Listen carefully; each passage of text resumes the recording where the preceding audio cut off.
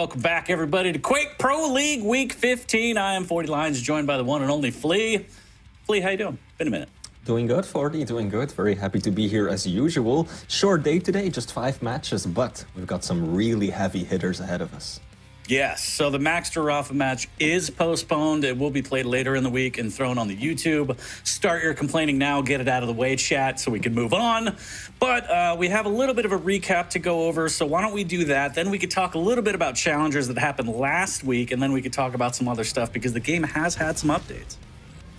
Absolutely, but first things first, recap. First, we saw Chron take on Nosfa. Chron able to secure one map, but ultimately the Brazilian giant securing another win for him, winning 2-1.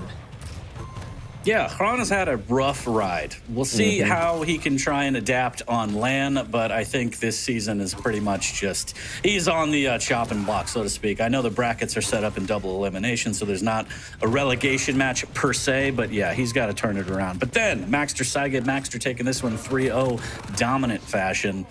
And yeah, I mean, Maxter has the ability to do that against anybody. We've seen him falter a little bit throughout the season, but hopefully he's ramping back up as we get closer to QuakeCon. Absolutely, Maxter currently 5th spot on the global leaderboards. Man is absolutely killing it, set to go into QuakeCon in that coveted top 8 spot. Then, of course, we had Strong Sage take on Zip. Another explosive match. Strong Sage securing himself the win, 3-0. Sounds, like more of a one-sided game than it was. Look at the scores, 8-8 with just a few minutes left on the clock in the previous clip. So it was a hard-fought victory for Strong Sage. It deserved one, no doubt, but Zip definitely put up a good fight. Yeah, and then hopping over to Wenger versus Avec. This one was absolutely fantastic. But in the end, Wenger takes it 3-0 over Avec.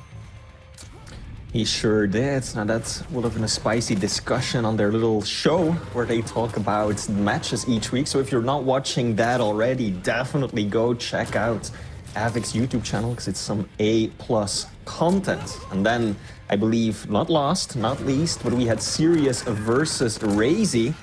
Sirius also having quite a good season, but unable to overcome Razy.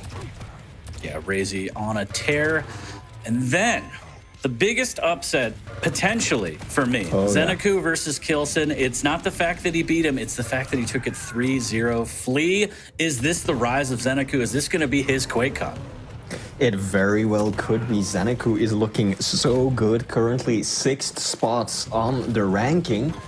And based on how hard he's been working, how much effort he's been putting in, if you haven't been following him on social media, you should, because he also posts content, both of what goes in during the game, but also around it. The way that he prepares for the matches, the steps that he goes through. It's very informative if you're into just watching esports professionals go about their craft. And I really think that he can make some big waves at QuakeCon.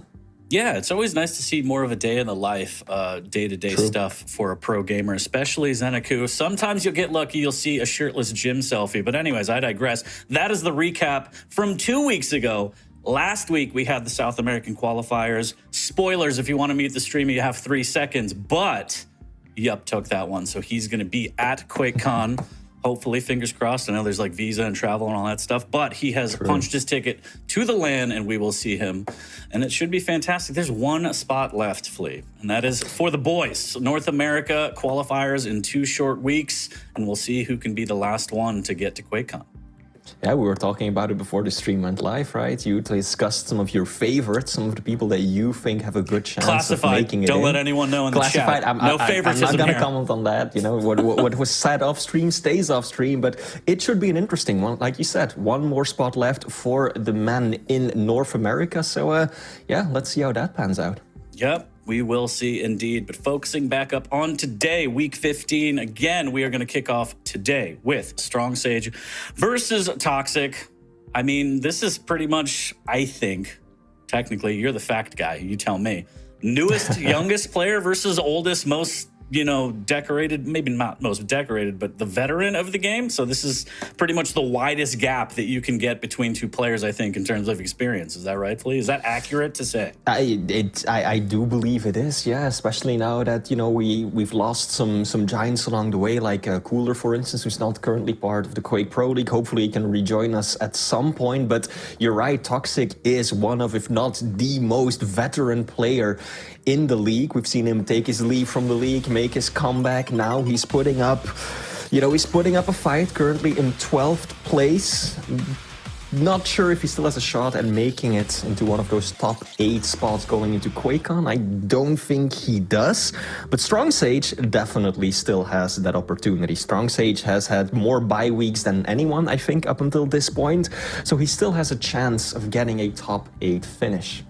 Yeah, I mean, as we take a look at the season breakdown for Toxic, rough ride for sure. A lot of 0-3s, which are unfortunate, but he has put up some dubs here and there. Hopefully this will be another one for him if you're a Toxic fan today. But overall, I think he might be able to just have to kiss that first day goodbye, because it looks like he's going to be playing all throughout the tournament. But flipping over to Strong Sage, he's had a killer season. I think the best kind of rookie season we've seen. He has had some falters. He's in a bit of a, up and down phase. I mean, playing some of the absolute beasts in this league is never easy. As we take a look at the breakdown for him, couple losses, couple wins, not too bad. I would say overall, he has nothing to be ashamed of, and he seems to be getting stronger. And if anything, from those losses, he should learn a lot. And I mean, just focus on the wins as well, right? He's taken down Dramis, he's beaten Razy, he's taken down Chain. Strong Sage is absolutely applying a lot of pressure on even the most tried and tested players in the league. So this man, 11th spot for his first showing in the Quake Pro League, and he still has room to grow even during this season. So nothing to be ashamed of indeed. Not bad at all. So, knowing that now, I think we have the pick bands available and we can see exactly what we have in store between these two. And we will see. Strong Sage, yep. I was going to say, we'll probably see the clutch, and we do right off the bat. We have Awoken, Runes of Sarnath, Molten Falls. Flea, if you will do me the honor of running through the picks and bans for the champs, please. Absolutely. Starting it off on Awoken, we are getting the clutch, the big and mighty robot. So risky of a pick, few players even dare approach him. Strong Sage, definitely one of those. He banned Strog, no surprises there, knowing how good Toxic is on those crouch sliders. But Toxic counters with Ranger, and I think Ranger is widely considered to be one of the best counter picks to clutch, because you've got the orb to just punch straight on through that shield, apply a good amount of damage, or you can use it to try and juke your opponent. Bait out the shield, teleport all the way on the other side of the map, and then you've got that significant cooldown that gives you a lot of opportunities. So map 2, Ruins is then going to be Anarchy, picked by Strong Sage, versus Toxic on Sorlak. So we've got the two air control champions, a big body, a heavy champion, up against that light Anarchy. And this one, I think, might be difficult for Tox. Strong Sage, good player on Anarchy. Speed is going to be so important. And of course, Anarchy still has a bit of an edge. With Togs being a much larger target, I think this is going to be an uphill battle for the Sweet. And then lastly, we get Molten Falls, where we get the Scale Bearer, which is always good to see. Toxic, I don't know if you remember, used to be one of the first to really play Scale way back in the day, even when he wasn't meta at all. So it's good to see him, cycle that champion into it again, whereas Strong Sage is going to be playing the Athena. You've got the hooks, you've got the speed, but same as map 2, pretty huge stack difference as well. Yeah, and Strong Sage, no stranger to playing Scale Bearer, so he has insight into what Toxic might want to do and how he might want to approach the game, and he probably has the counter for it. We will see. But looking at this breakdown, and Shad is super excited because, yeah, we spoil you. There's predictions. Go ahead and lock them in. Flea, what do you think? Who's going to take this one? Difficult one. I'm gonna say Strong Sage. I think that Strong Sage is gonna take map 2. To be certain. And then, map 1, it's all going to depend on how good Toxic is against playing clutch. I don't think it's a champion he's played all that often, or that he had to face all that often. So I'm thinking Strong Sage taking map 1 and 2, and then Tox securing the third one. That would be my prediction.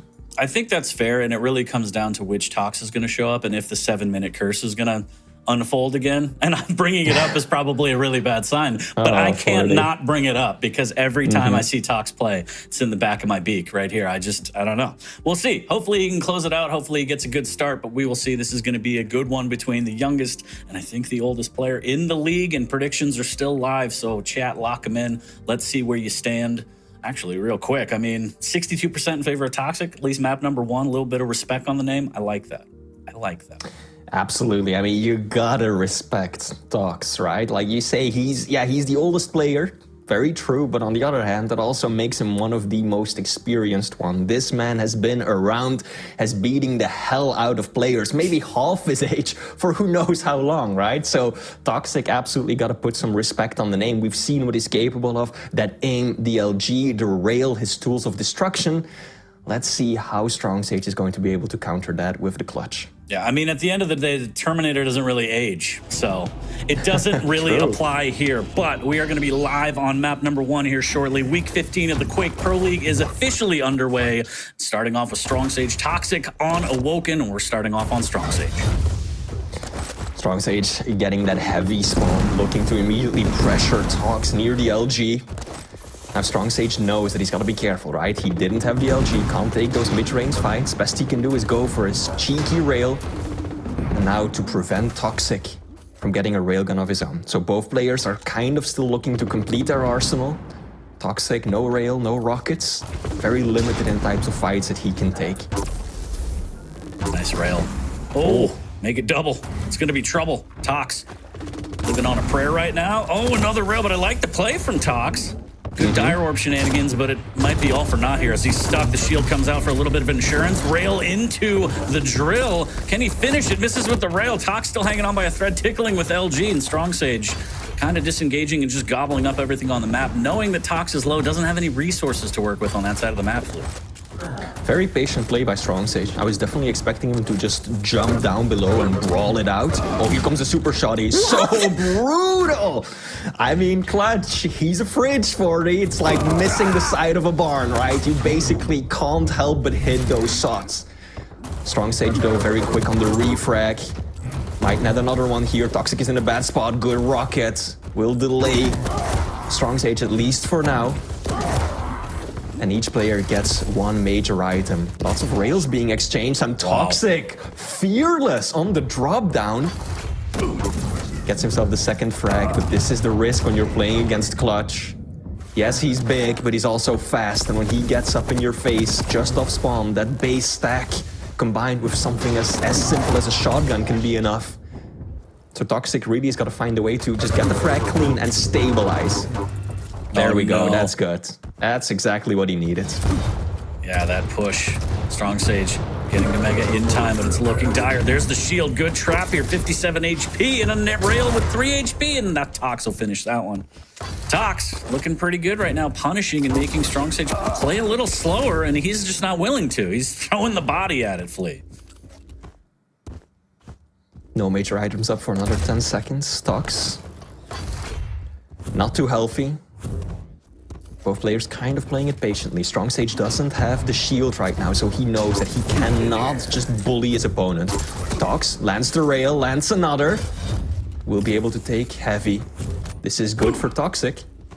Oh, that's a bad rail to take though, but the timing there is sweet. Taking that fight after landing 2 rails, that basically burns Mega, and then heavy still spawns for Tox. So that was good time to take that engagement. Unfortunately, unable to capitalize on it. And we'll drop a frag. Wow. Absolutely deleted in Banana with those rockets. Shield for a little bit of insurance. He's able to snag the Mega, make his way back to the heavy, but a little bit too much VTech on that one. Runs into the wall, misses the opportunity, but this punish should be pretty good here as Tox just fighting for his life, trying to hit rails, and he clutches it out, Flea. Toxic, 1, 2, 3, sold to the Swede of the awesome rail. Now Toxic dancing, dodging around those rails. He's got a lead, 2 frags up, but it's precarious. Strong Sage trying to apply more pressure, but these rail engagements, just 36% railgun accuracy for Strong Sage.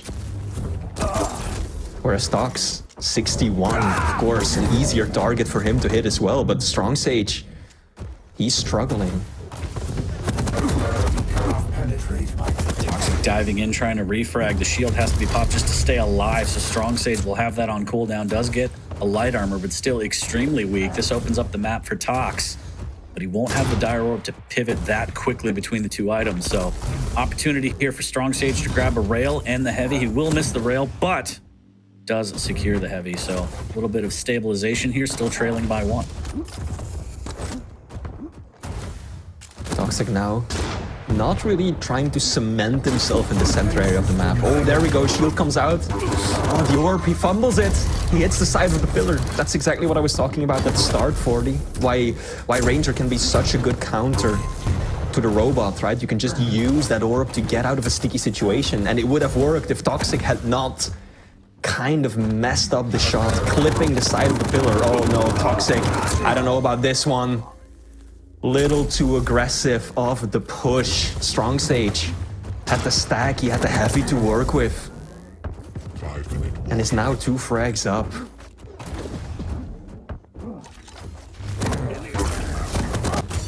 Nice rail, but the Dire Orb to close the gap and tickle him to death. 7-6 now. Strong Sage only up by 1, shield up, Mega secured. Still moving around well, but Tox has got to put a little bit more on this here.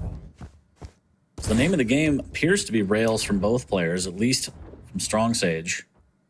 Slowing things down here, taking control of the T-Con, and oh, you gotta love that new Tribalt skin. Let's talk about it. Water balloons all around, summer updates out, check it out. Through the telly, and Tox takes out Tox. Did manage to do a decent amount of damage though, but certainly not enough to just force a refrag. I don't think Tox had the timing on Mega. Might pay the price. Needs to land the shot now. Can he connect? Tox missing. Some costly misses there, 40. Kind of uneasy, uncertain about that switch between rail and then back to shoddy, back to rail. Definitely could have cleaned that up in a cleaner fashion than what he did, but at least Toxic managed to stop the bleeding. He now knows when Mega is up. He's already in position. Strong Sage, even with the shield, cannot just push in. Yeah, takes so much damage. Strong Sage. Can't believe he stuck around for that one. Yeah, with the shield Don't know up, what the plan was. Yeah, was he just hoping to out LG Tox and then just be able to jump onto the Mega? I don't know, but I feel like he should have left very shortly after starting that engagement. That wasn't gonna go anywhere. Yeah, wanted to keep the pressure on, but should have just disengaged. Now tied at 7. Good rockets, though, so he's right back on top. And a nice rail off the spawn. He could pivot, grab Mega, has enough time to get to the heavy as well, so this is a big opportunity for Strong Sage to really take control of this. And it's around the 7-minute mark, just saying, Flea. The Tox slides in and takes that heavy and makes sure that it's not a snowball effect here. But now he's in a bad spot. Oh, he just orbs in. No! One more shot would have done it. The 7-minute mark, 40. I hope this doesn't go the way that you were anticipating. Don't blame this on me. Don't you put that curse on me. Good rail by Strong Sage. Heavy spawned in just a second. Both players missing shotguns, but it is Toxic who finds the kill shot. Oh, he still goes through. I feel like he was not intending to follow through with the telly. But there we go. Wow. Somehow it works out. Somehow Strong Sage unable to connect with the rockets, and Toxic holds his own. Yeah, even sends his opponent back. Strong Sage unable to secure the railgun right there. And now we're all tied up 9-9. Also worth noting, 40. Strong Sage is hitting 50% LG, Toxic down to 38. Not the numbers I was expecting, given that it's Tox trying to aim at the robot at a clutch. I'd expect the inverse, to say the least.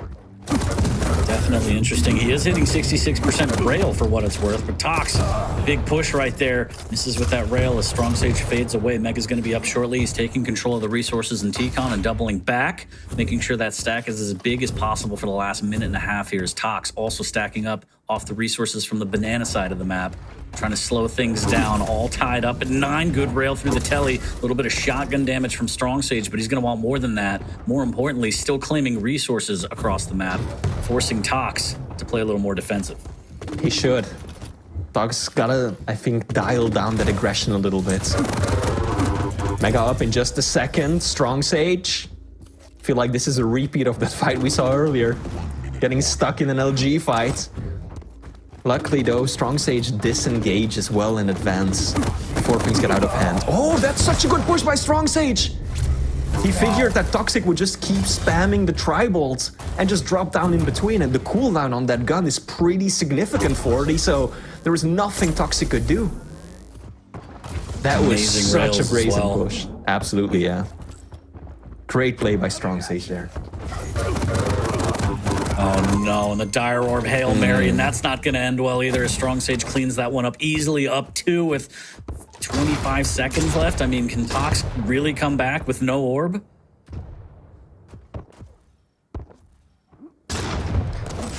"15 seconds. Robot is fast. Tox needs to get this kill now. Even going for the desperate rocket jumps, but I think it is too little, too late.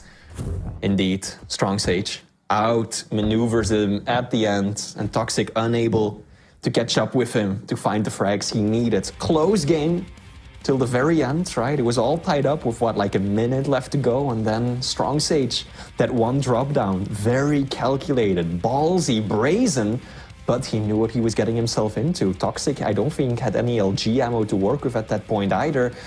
But yeah, probably should have relocated, tried at least a different gun perhaps a little bit sooner, because now it was just too predictable, too easy for Strong Sage to find that opportunity. Yeah, that felt like just a brawl from start to finish. Maybe the last 2 minutes were a little more calculated, as we saw that drop down that you talked about was perfectly timed from Strong Sage to really get the edge. But other than that, very back and forth. A lot of refragging, a lot of plus forward, no fear from both players. And I love to see it because that is NA Quake, Flea, all right? But anyways, yeah, fantastic display from Strong Sage. A little bit crazy on some of the pushes, but again, it almost feels like it was calculated and you kind of knew like, okay, I can get the refrag as long as I do enough damage, which he was fortunate enough to do most often. Yeah, he sure was. I don't think we get to see the refrag or that one drop down kill. No, wasn't included in the highlights. I was hoping to get to see that one, but here we go. We get the final score, 11-9. Close game, a brawl, like you said, from start to finish. Ultimately, though, Strong Sage coming out on top, deciding it in the final seconds of the series. Map 2 now. Still heartbreaking, though. It wasn't 7 minutes, really, but still a little heartbreaking. But still, decent display from Tox, I would say, as it was, again, a brawl on both sides. Going into Ruins, do you think it's going to be a little more tactical, or are we going to see a little bit more just flying across the map at each other? Because I'm all for it, Flea. I think that's exactly what we're going to see. Yeah, just looking at the speed of these champions, like Strong Sage has been playing really aggressive in the first map, and I don't think he's going to be toning that down now that he's on Anarchy. This is the one that I was the most worried about when it comes to Tox. So, I mean, my prediction was Strong Sage wins map 1 and 2, and then Toxic takes the final one. So that's still what I'm expecting to happen after that first match. Toxic still looking good, right? At least for the first part of the map, very controlled. Towards the end, more aggressive. He also kind of needed to be more aggressive because time was not on his side, but Toxic is looking good, so is Strong Sage. This, I think, is going to be an aggressive map.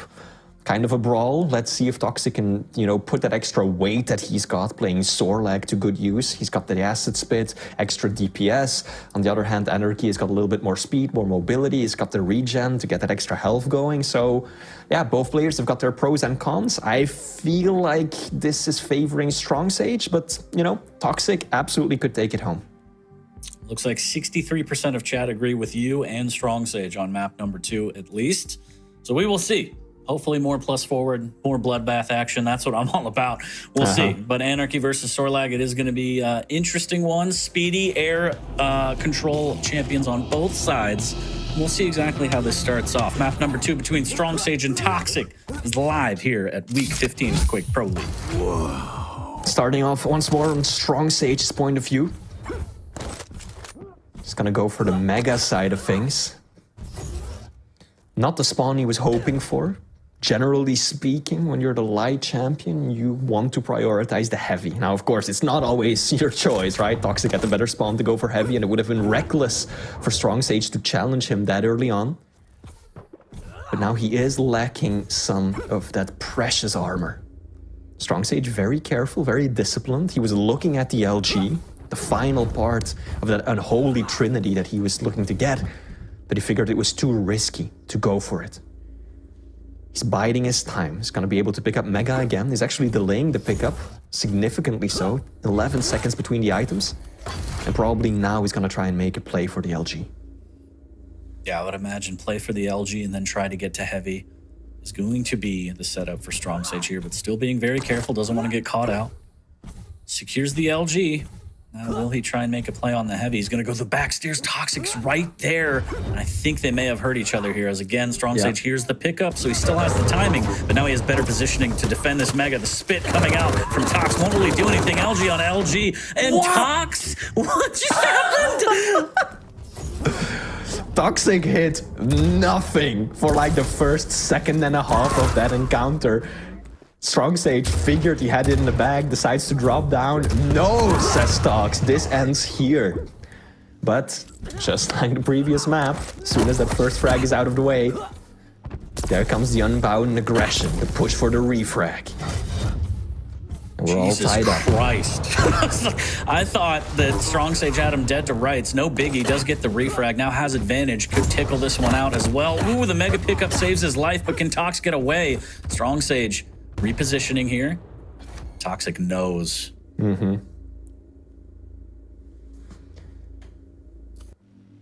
Both players got a pretty good read on the other's position, especially Toxic now that he heard the drop down. But he needs health, he needs armor. I see. There we go. We'll at least put him above that railable threshold. One rail won't kill him. But in stacking back up, he's basically given up full control. I don't think he's got timings. Probably he's got a general idea of when heavy is up, but Mega, I don't think he's got a clue. And Strong Sage is now very stacked, plus he's got the smaller hitbox and the higher mobility. So Toxic is in no position to take a fight just yet. Wants to first get some more information, and ideally, a little bit more armor as well. Nice slow pace from both players as Strong Sage takes a peek around the corner and Tox was tucked right behind that wall. So I think Tox has both items in his head now for timings. He's played this well, staying out of sight, but keeping close enough to keep the timings, and now he can kind of form an attack as he wishes on either item. Strong Sage is hyper aware of what Toxic is up to though. Like he knows, he hasn't heard his opponent for like a minute now. And he knows that Toxic is waiting around the corner somewhere. That's why he's so careful, so cautious, not to just blindly jump into that center area of the map. Here we go. Engagement kicks off. Rock is being exchanged by both. That would have been a big rail for Tox to hit. That could have signaled the push. But it's actually Strong Sage. Oh! Strong Sage so quick to reposition Toxic now. Taking a barrage of rails off the spawn as well.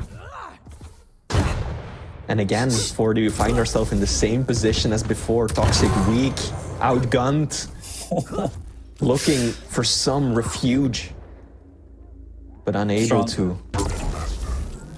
Sorry, Strong Sage just made that look easy. Like, just lay up rails and then just pushing in knowing that he was weak off the spawn. Just fantastic play from Strong Sage. And earlier, I thought he was pathing to get LG, but really he just doubled back to hit some crazy rails off the jump pad while Tox was trying to get the light armor. So really, really well played from Strong Sage, knowing he owns the map at this point and being able to push his advantage and deny other items off the map from Tox. 12 major items for Strong Sage, 5 for Tox. Gonna be a significant disparity. Oh my goodness, how is Strong Sage still doing so much damage with those rockets? That's what I imagine Tox is thinking after that engagement. Oh, look at that, the push! Toxic. Showing some bite right there. I don't think Strong Sage was expecting him to chase through, especially since it was Tox who took most of the damage in the previous engagement. Toxic no armor to work with. Out comes the LG. Nearly works, nearly works. That one missed rocket by Strong Sage almost cost him his life. Almost cost him dearly, yeah. Oh, Mega up in 2 seconds. Oh! Strong Sage lingers a little too long. And the damage over time, the DOT catches up with him. One more tick. And Mega would have spawned, but he doesn't quite get to that point. Yeah, at that point, just living on a prayer saying, please, please spawn, please. No, Tox gets caught out again. It's a little sloppy. The rail, will he save his life? One more, looking for the angle. And both players so weak. Machine gun, but rail will prevail for Strong Sage. Just hanging in there, keeping that out, and knowing the next rail will win. Machine gun comes flying in from Tox. Doesn't really want to chase. Does spit just in case the tele play comes out. So Strong Sage might hit a little bit of that, but goes straight for the health bubble. So we're getting sloppy out here, Flea. Love it. I'm sure you do. 4 frags of a lead for Strong Sage. I think this is the biggest lead either player has had this entire series. Tox still 3.5 minutes to mount a comeback, but it's gonna be difficult, especially when rockets like that hitting him straight to the face. Toxic tried to force the spawn, didn't quite get the one he was looking for. Now heavy up in 2 seconds. Toxic, he's gotta pressure this one rail. He knew he couldn't stick around. 86 points of health. Can't take a rail engagement when you're the big champion then. And now Strong Sage walks away with the heavy. Here we go. Toxic finally starts stringing together some of those rails. 75% rail accuracy for Strong Sage versus 33 by Tox. That's nasty. Strong Sage has done nearly as much damage with just the rail as Toxic has done with every single weapon combined. That's what I was worried for at the beginning, 40, just the difference in size and the mobility. Strong Sage having such an easier time landing those shots, just sticking back in the rail, abusing it, making it work nicely. Big hundo there from Strong Sage as he disengages. Does concede the Mega, which is good for Tox. Now the fight. Oh, this rail. Tox is doing so well. He's not hitting all his rails, but he's hitting the ones that matter. But Strong Sage claps back. Both players extremely weak. Tox will drop down to claim the heavy. Strong Sage grabbing the light. Inject will be up in 7 seconds. Can he survive the Mega? Will be secured by Tox as well. So opportunity here in the last 2:10 for Tox to actually come back on this. And he's hitting some good rails to keep him in this, Flea. I gasped for a moment because Strong Sage rail actually knocked Toxic down when he was low and the Mega was behind him, meaning that he couldn't just go back to Mega. But it ended up working out beautifully for Toxic because Strong Sage disengaged and Tox was able to get Mega or Heavy first and then go up to Mega. But now the issue is not the stack, it is the time. 1 minute 40 seconds left to go. Strong Sage in position for the Mega. Tox, he needs to land these shots now. Spit is there. Oh, it's still active? Oh, 5 HP and Tox drops down with the rocket, keeping the pressure on. Strong Sage played that well, had the Mega mid-fight to try and heal him back, but Tox plays it even better, using the spit and also dropping down, knowing that he's weak. Now we have 1 minute 20 left, Tox trailing by 1. Rails for both players, missing just by the side, as Strong Sage able to claim the heavy and make his way back to the Mega. That was unfortunate for Tox. He was actually given a huge gift with Strong Sage jumping around the corner with nothing off spawn. And somehow he just slipped through and stole away the heavy. That should have been a frag for Tox. Here we go. We're entering the final minute. Tox caught in a bad spot. LG comes out, won't be enough. Strong Sage, 22 points of health, lives. And even lands a nice little rail right there. Toxic. Oh, he's going to regret not capitalizing of that engagement where Strong Sage just rushed through the middle with nothing to his name. And now, half a minute left to go. Strong Sage, he's got the injection back up. Pops it right away, now even gets the Mega. Or actually, does not get the Mega, but at this point, I don't know if it's even going to matter still. Toxic in hot pursuit. He's lacking the speed. And I don't think Strong Sage is going to allow him to catch back up. Don't think it matters too little too late on this one. A Strong Sage, again, just doing just enough. Even if Tox can get this one, it's in the bag. Yep. Strong Sage, good rockets, almost closing it out. But at the end, again, 7-5. Strong Sage doing just enough to have a little bit of a buffer where that last fight isn't super stressful. And he's able to take this series 2 maps back to back. Like you said, Flea, it can all happen the way that you said. Sometimes I hate being right, 40. I No, you don't. Don't lie. Sometimes you hate it. No, but what's interesting to me is how both of these two maps, I feel like, have been decided by just, one key moment. That drop down on map 1 on Awoken when Toxic was spamming the tri-bolt from Heavy. That one strong stage map 1.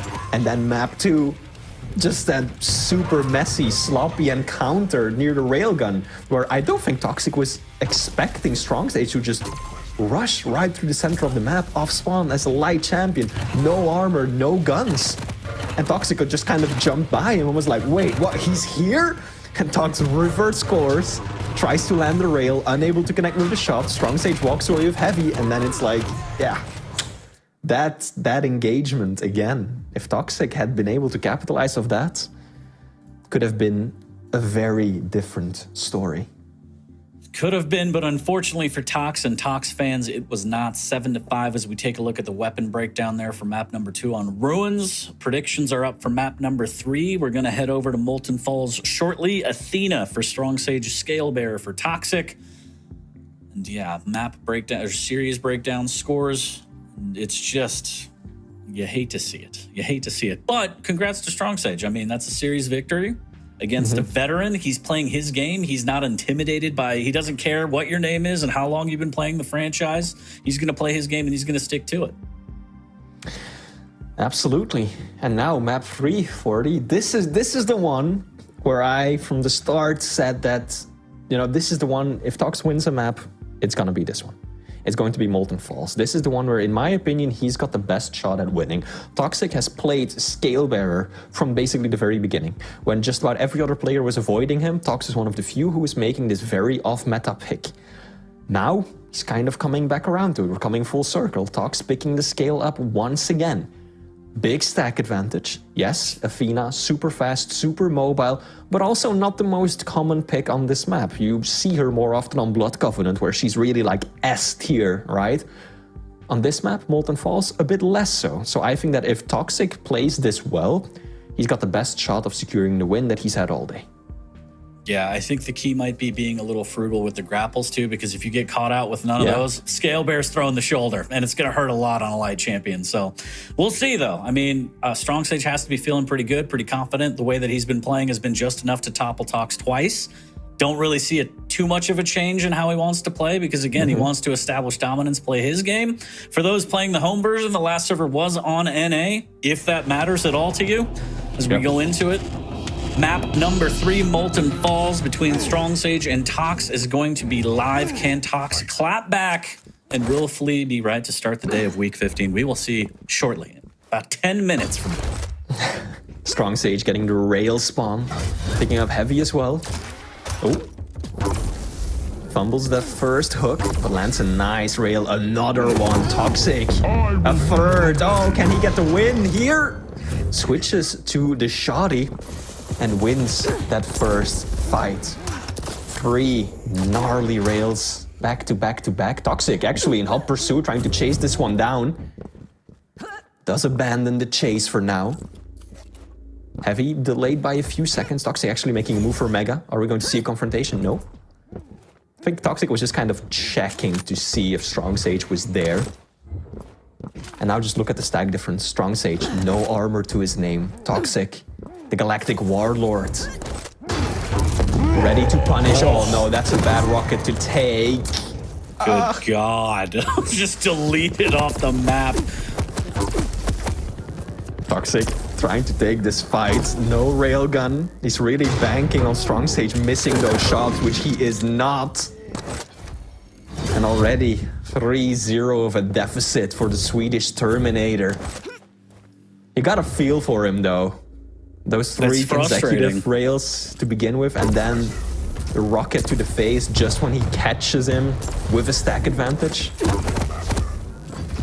Yeah, the rocket and banana was fantastic, but these rails are just insane from Strong Sage. Tox making it a little bit easy for him, just running straight at him. Yeah. Has to reconsider the strategy here. Nice little play from Strong Sage. Good movement, and just, again, easy layup rails for Strong Sage. 4-0, not even 2 minutes in. 68% railgun for Strong Sage. 0 for Tox. Toxic currently sitting at 400 damage total. Strong Sage, 1000 with just Rail. This is a slaughter. Toxic, just unable to match the damage output. Can't compete, can't keep up.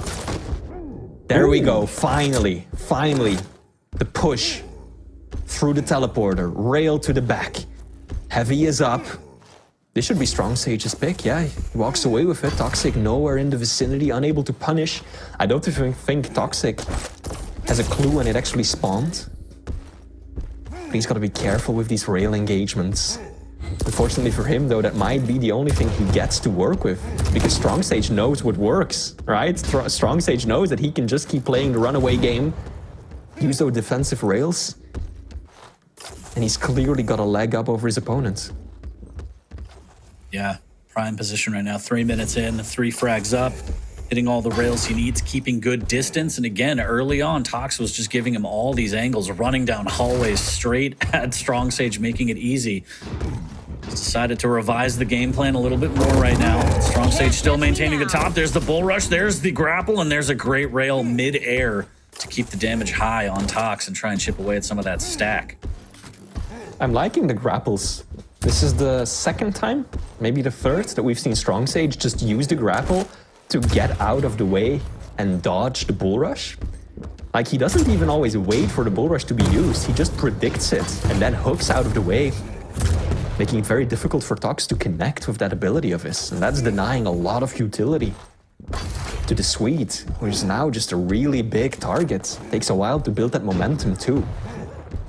And now Strong Sage's got both major items. Big stack advantage. Toxic still making a move for Mega. LG's looking good. The LG is looking great.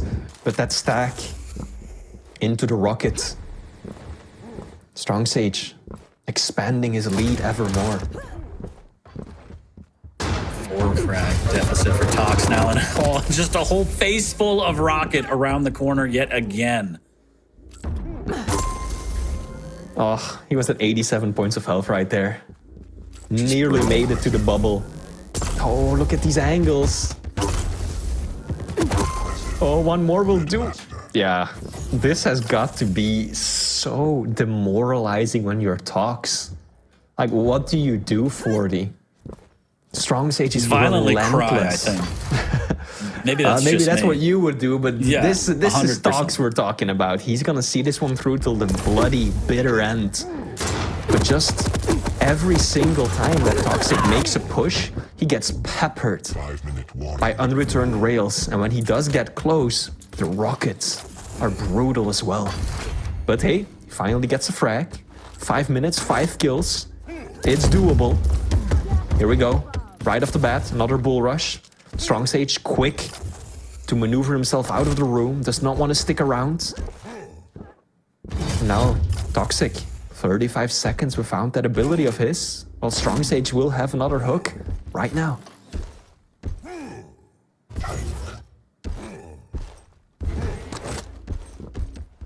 Strong Sage just playing it so well. Punishing, as you said, getting so much damage off. Even when Toxic is able to get in there and actually get the frag, the exchange rate is terrible. It's not in his favor. Strong Sage with another great rail. Hooks out. Big damage from Tox there. He's able to claim the territory and get this heavy, but can he pivot back and get the Mega in time is the question. As time is ticking, 4 minutes remaining, 5 frag deficit for Tox and Scale. Somewhere Wheat is throwing up in his mouth probably, saying, I told you so. We'll see. We've seen crazy things happen before. You just have to believe. Oh. Strong Sage. Just look at how fast he is as well. Just hooking himself through the teleporter. Getting that extra little bit of speed. He's already in a position to punish Tox. Rocket's brutal. Nice little bit of rocket chip damage there. But the heavy does go to the American player. Toxic realizes he can't stick around. Has to contend himself with Mega. But what do you do now? Still the same scoreline, but 2 minutes of time lost. And those are costly misses, 40. Not easy shots by any means, right? They're very, very difficult, tricky angles to hit. But that's what Tox needs to do. He can't Toxic.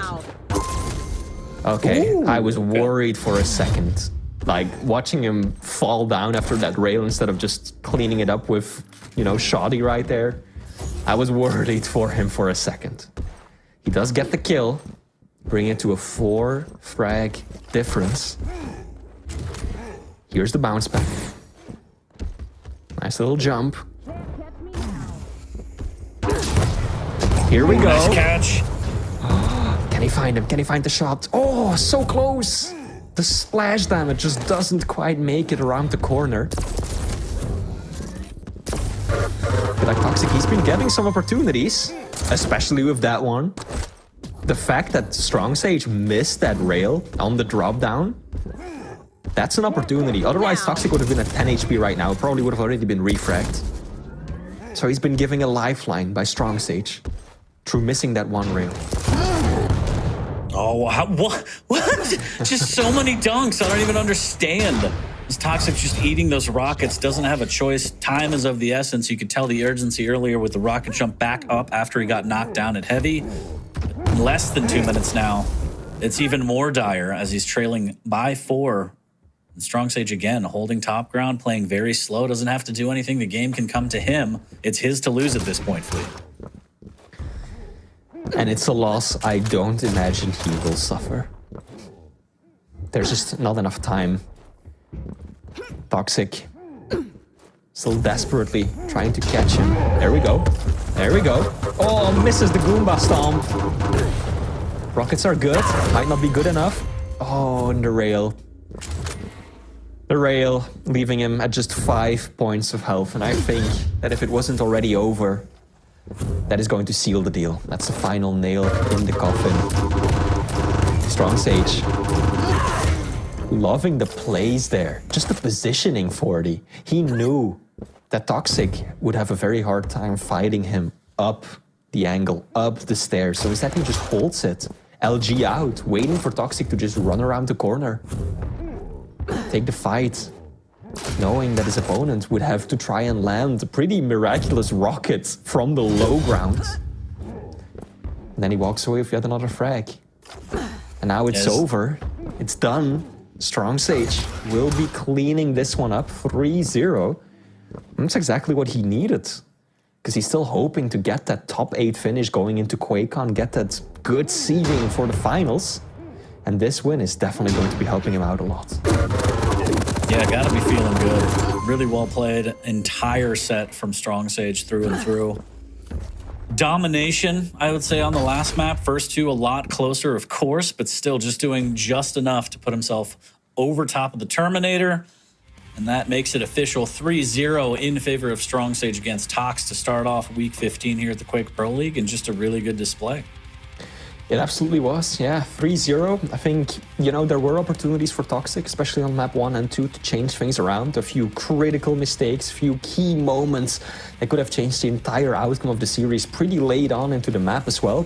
But map 3 ultimately was just a blowout. And that's the one that I thought Toxic would have the best shot at. But no, Strong Sage just setting up those angles, those opening few minutes. And Toxic, I hate to say it, but he gave it to him as well, right? Just kind of almost blindly walking into the room, eating rail after rail after rail, and then the few times that he did manage to catch Strong Sage out, get up close and personal, the rockets, right? You commented on it multiple times, you know, the hundo before the fight even starts. Finally a good opportunity for Toxic, and what happens? Rocket the moment he enters the room, and then just Strong Sage capitalizes on that.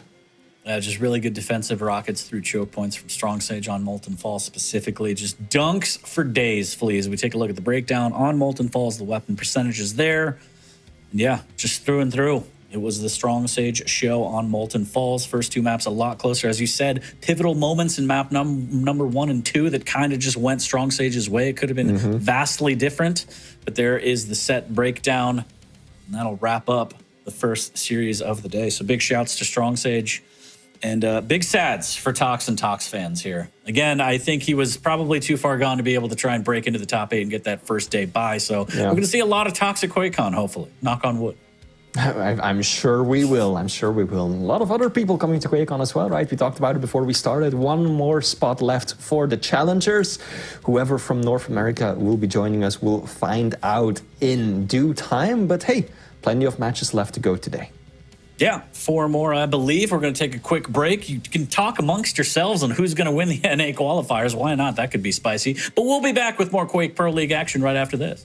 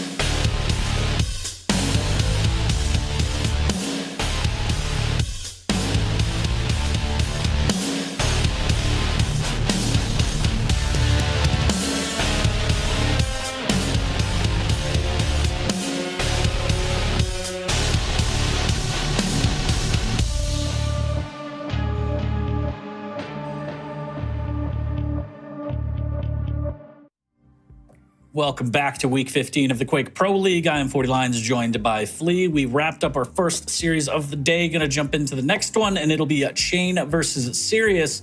And Flea, you got the facts on this one. I always try to, 40. I always try to. But yeah, this is going to be an interesting matchup because it's the very first time that these two go head-to-head in the Quake Pro League. So there's no match history, no previous records against one another to go by, and that makes this all the more interesting. But first, let's talk about Sirius. Currently ranked 10 on the leaderboards. Man is looking fierce this season. 6 wins so far, including against the likes of Toxic, against the likes of Nosfa, Sip, Saigip, Chron.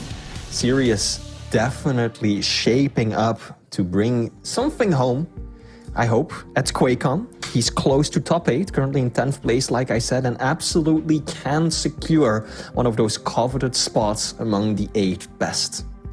Absolutely. As we take a look at his run this season, a rough last couple weeks, but look at the opponents. Zeneku, Kilson, Razy. You want to see some maps in there at least, but yeah, that's brutal. Looking to bounce back here, and also can't wait to see him at QuakeCon. It feels like forever ago now, about 5 years ago, way back at the PGL studios for a tournament. One of the pros that played Sirius on LAN said it feels like that kid has an aimbot for an LG. So looking forward to seeing him on LAN again because his mechanics are insane. Absolutely. Now, we just saw on the recent scores, and there is one thing that worries me a little bit, and that's that he lost all 3 of his most recent matches, and he lost all of them without securing a map. So they were 3-0 clean sweeps across the board. So hopefully for Sirius' sake, he can revert that today. But his opponent is no one to scoff at either.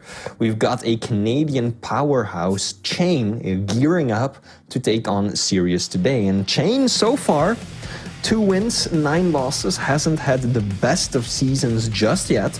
Did manage to beat players just Toxic and Dramas, but has generally been struggling this season. It's been a horrible ride for Chain, unfortunately. A couple wins there against Tox and Dramas, but sitting in 15th place, I don't think he's going to be able to get that first day break at QuakeCon, unfortunately. So he's going to have a long road ahead of him. Hopefully he could piece together something here the last couple weeks on the onlines. But yeah, I think at this point it might just be, let's focus up on the LAN play, because either way he has a long road ahead if he wants to try and get through it. And unfortunate, because we have seen him play very well and at a high level. It feels like this is a dip. This is probably, one of the down seasons for him, unfortunately, but always an opportunity week in and week out. And it starts with this up against Sirius. Tall order, again, mechanics on Sirius off the charts. But let's hop into the pick bands and take a look at what we have in store between these two for us. It looks like Awoken to start us off, into Blood Covenant, and then ending with a nice deep embrace. Flea, if you could do the champs for me, please. Starting off on Awoken, Chain playing Ranger versus Sirius on Nyx. Now, Nyx, I think, at this point is widely considered to be one of, if not the single best pick on Awoken. Chain trying to counter with Ranger, which is not the most typical counter. Very often people try to go with a champion that has, a passive movement ability to try and stay ahead of Nyx, try and catch her out. But of course, you can maybe kind of make it work with the Orb as well. Apply pressure, guess the directions he's trying to escape in, and hunt her down that way. But Sirius with Nyx on Awoken, that's going to be scary to go up against. Now, map 2, Blood Covenant, 2 light, fast champions, Chain playing the Anarchy, Sirius running the Athena. Now, we have seen Sirius play really well with Athena on this map. I think he had this exact same matchup with Athena versus Anarchy against Razy recently, and it was a very, very close matchup. Now, generally, not so sure about Sirius on the Athena, whereas Chain, I think, is going to be more confident on the Anarchy, though. And then the final map of the 3, Deep Embrace, we're getting Chain running the Doomslayer versus Sirius on the Visor. And this one worries me for Sirius. He's got the piercing side, but Deep Embrace is already a pretty small map, so you don't get that much utility out of it. Plus, you've got absolutely no movement to work with.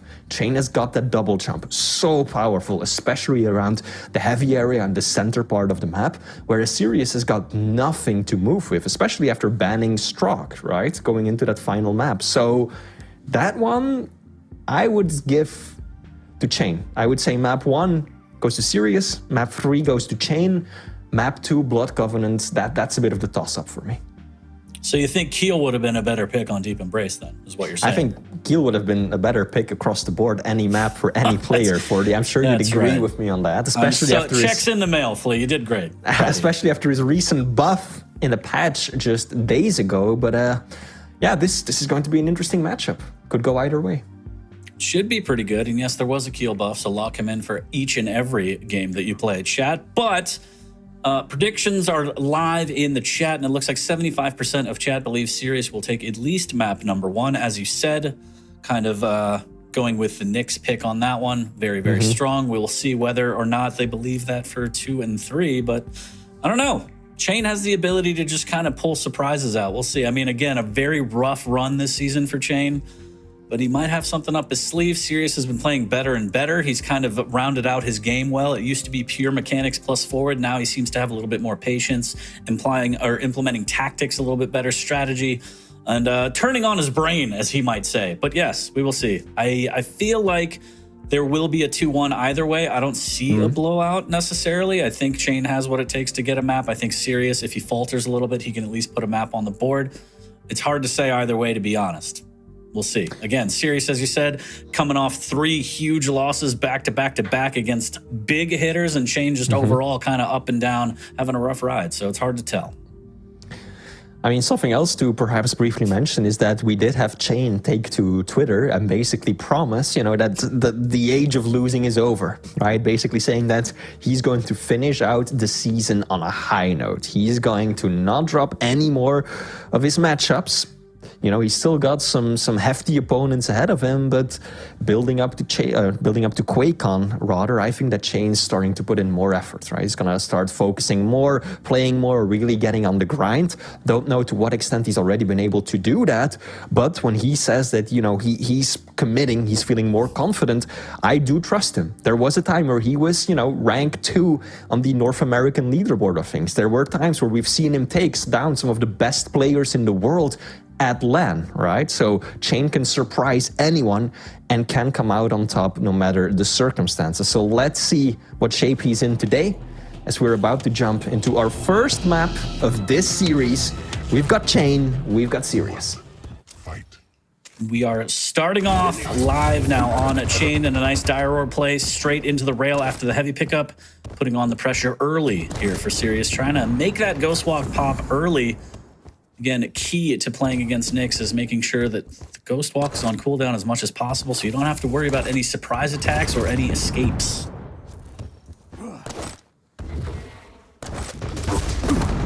Good rail. Now Chain over on the heavy side of the map. And she comes out. Sirius, no armor to work with. That's risky when you're a light. He's going for the Mega, does get it.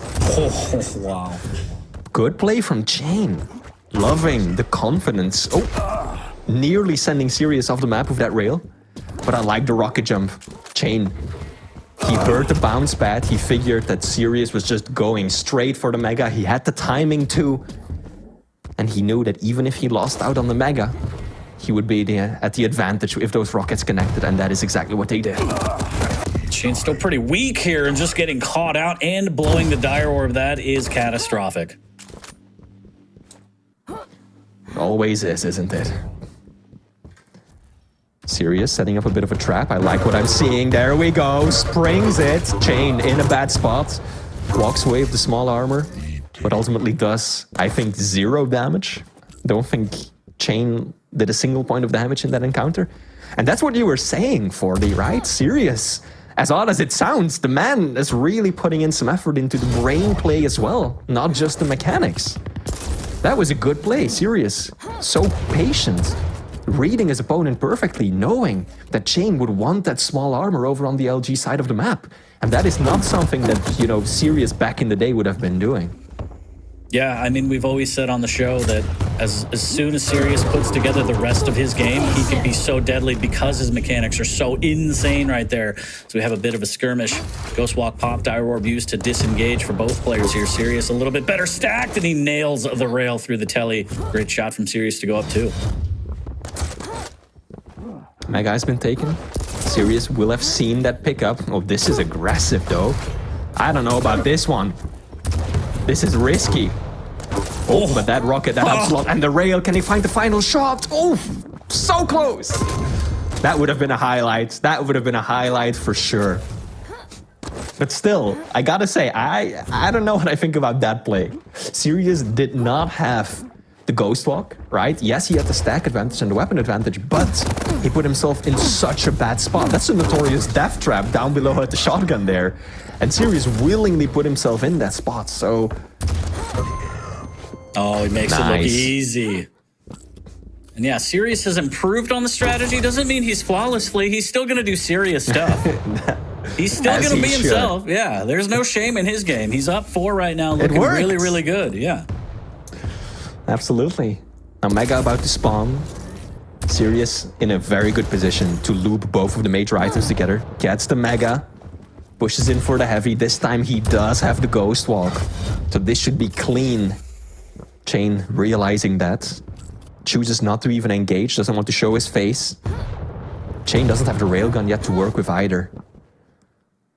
It's probably part of why he's being so passive right now. Oh, good rocket.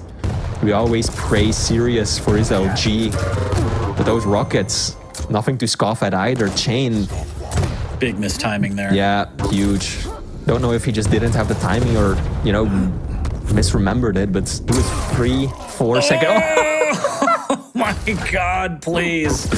You don't have to do him like that, Sirius. Why? Why? This is a family show. He's just putting up a show.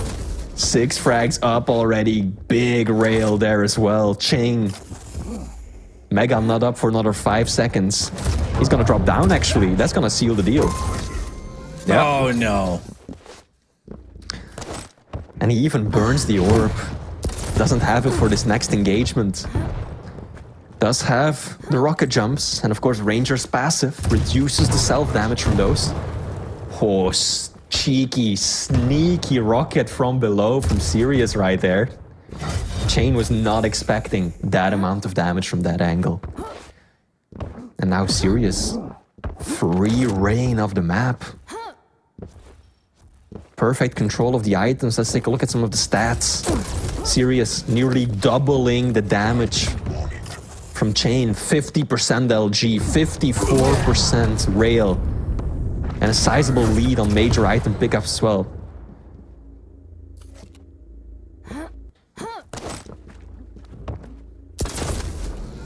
And again, Chain was way too early on that heavy. He had to dire orb to get out. I don't know if it's mistiming or what, but something is horribly wrong here. Is Sirius making it look easy, chewing through Chain's stack like a plate of poutine, Flea. It's a 7 frag lead for him, and he just hasn't felt tested, really.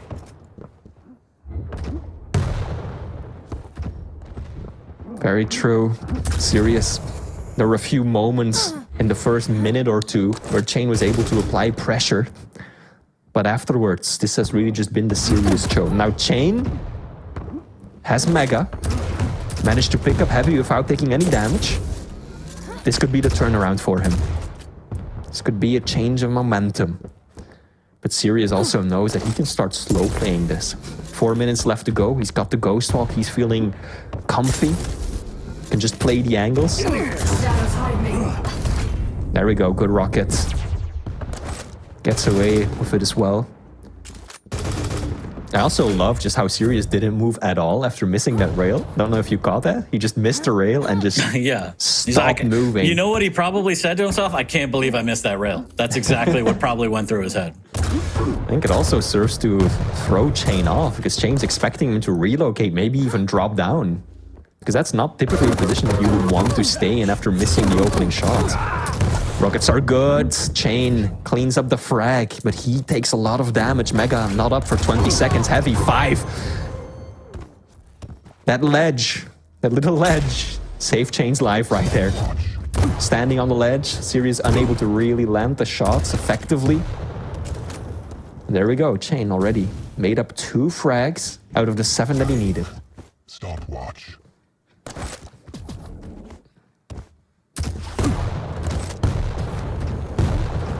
A bit of rocket damage from up above. His Chain grabbing the items in the sewer, resources, making sure he has the dire orb, because he's going to need it. 2.5 minutes left to try and come back from a 5 frag deficit. It's going to be hard, especially if he's taking this rocket damage from up above unreturned. A little bit of a tickle, missing the angle of the rail. Has dire orb, he's going to use it now. Sirius is trapped. 1 rail into Ghost Walk, not bad at all. Best case scenario for Sirius is, again, he was trapped, caught out. Chain's doing a good job of hunting him down here, and Sirius doesn't really get a lot of damage on the way out, so potential opportunity here, Flea. Great rail off the spawn. Can he follow up with another one? Machine gun, not enough. Nice. Chain stringing them together.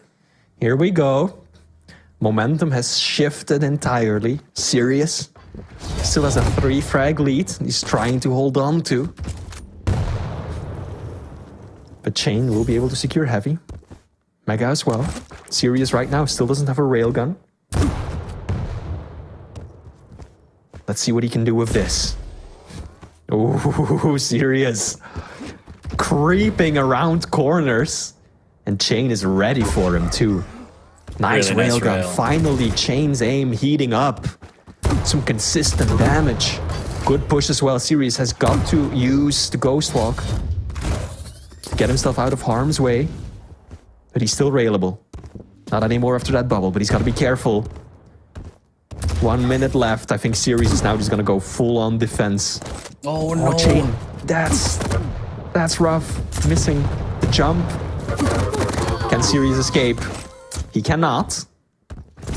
He won't have Ghost Walk for 15 seconds, but dire orb is also down for Chain. But this is a huge opportunity. This is a must frag right here for Chain.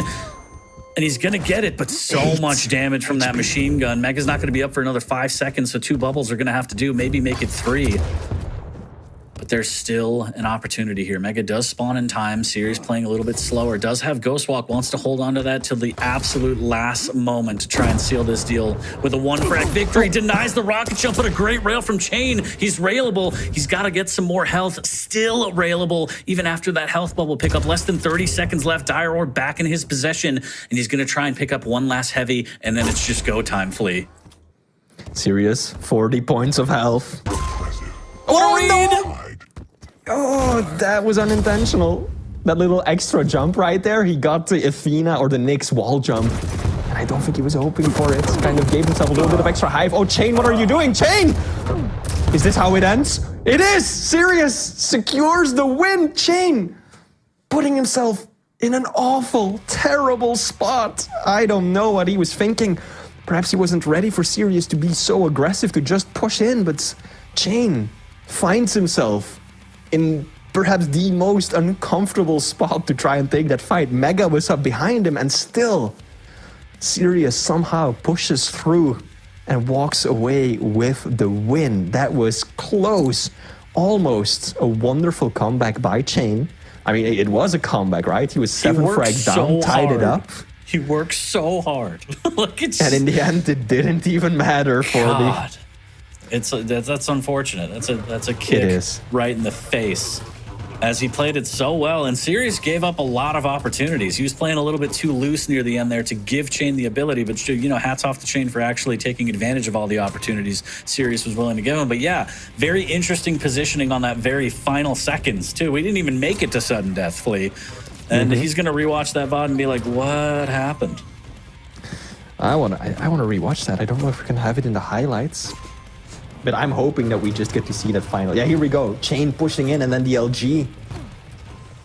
I think he was just trying to, keep Sirius from entering the room. He wanted to get up on that ledge so that he could actually put rockets down in the doorway and to keep his opponent from coming in. But maybe he just lost track of the timing, because we saw quite a few missed timings from Chain right there, right?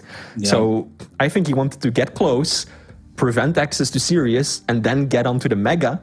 But then Mega already spawned as he was starting that maneuver, and then the LG kind of knocked him back down, and it all just went wrong from that point on out. Also, I loved that little attempt at a rocket jump by Chain and the rail from right above him. Yeah, denied so hard.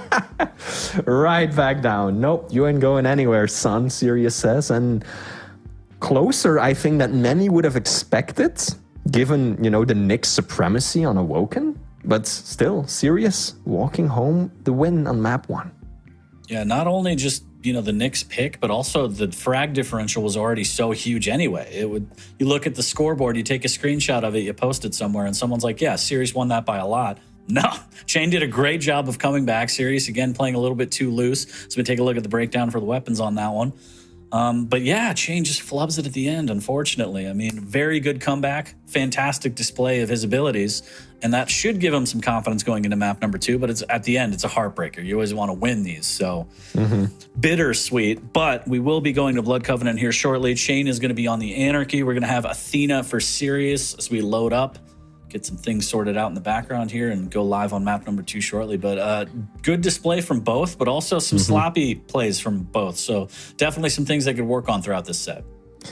Absolutely. Now, this map, I think, was the biggest unknown, right? Going into this one, this can really go either way. We've seen both Athena and Anarchy be extremely effective on this map. We've seen them win against each other on this map.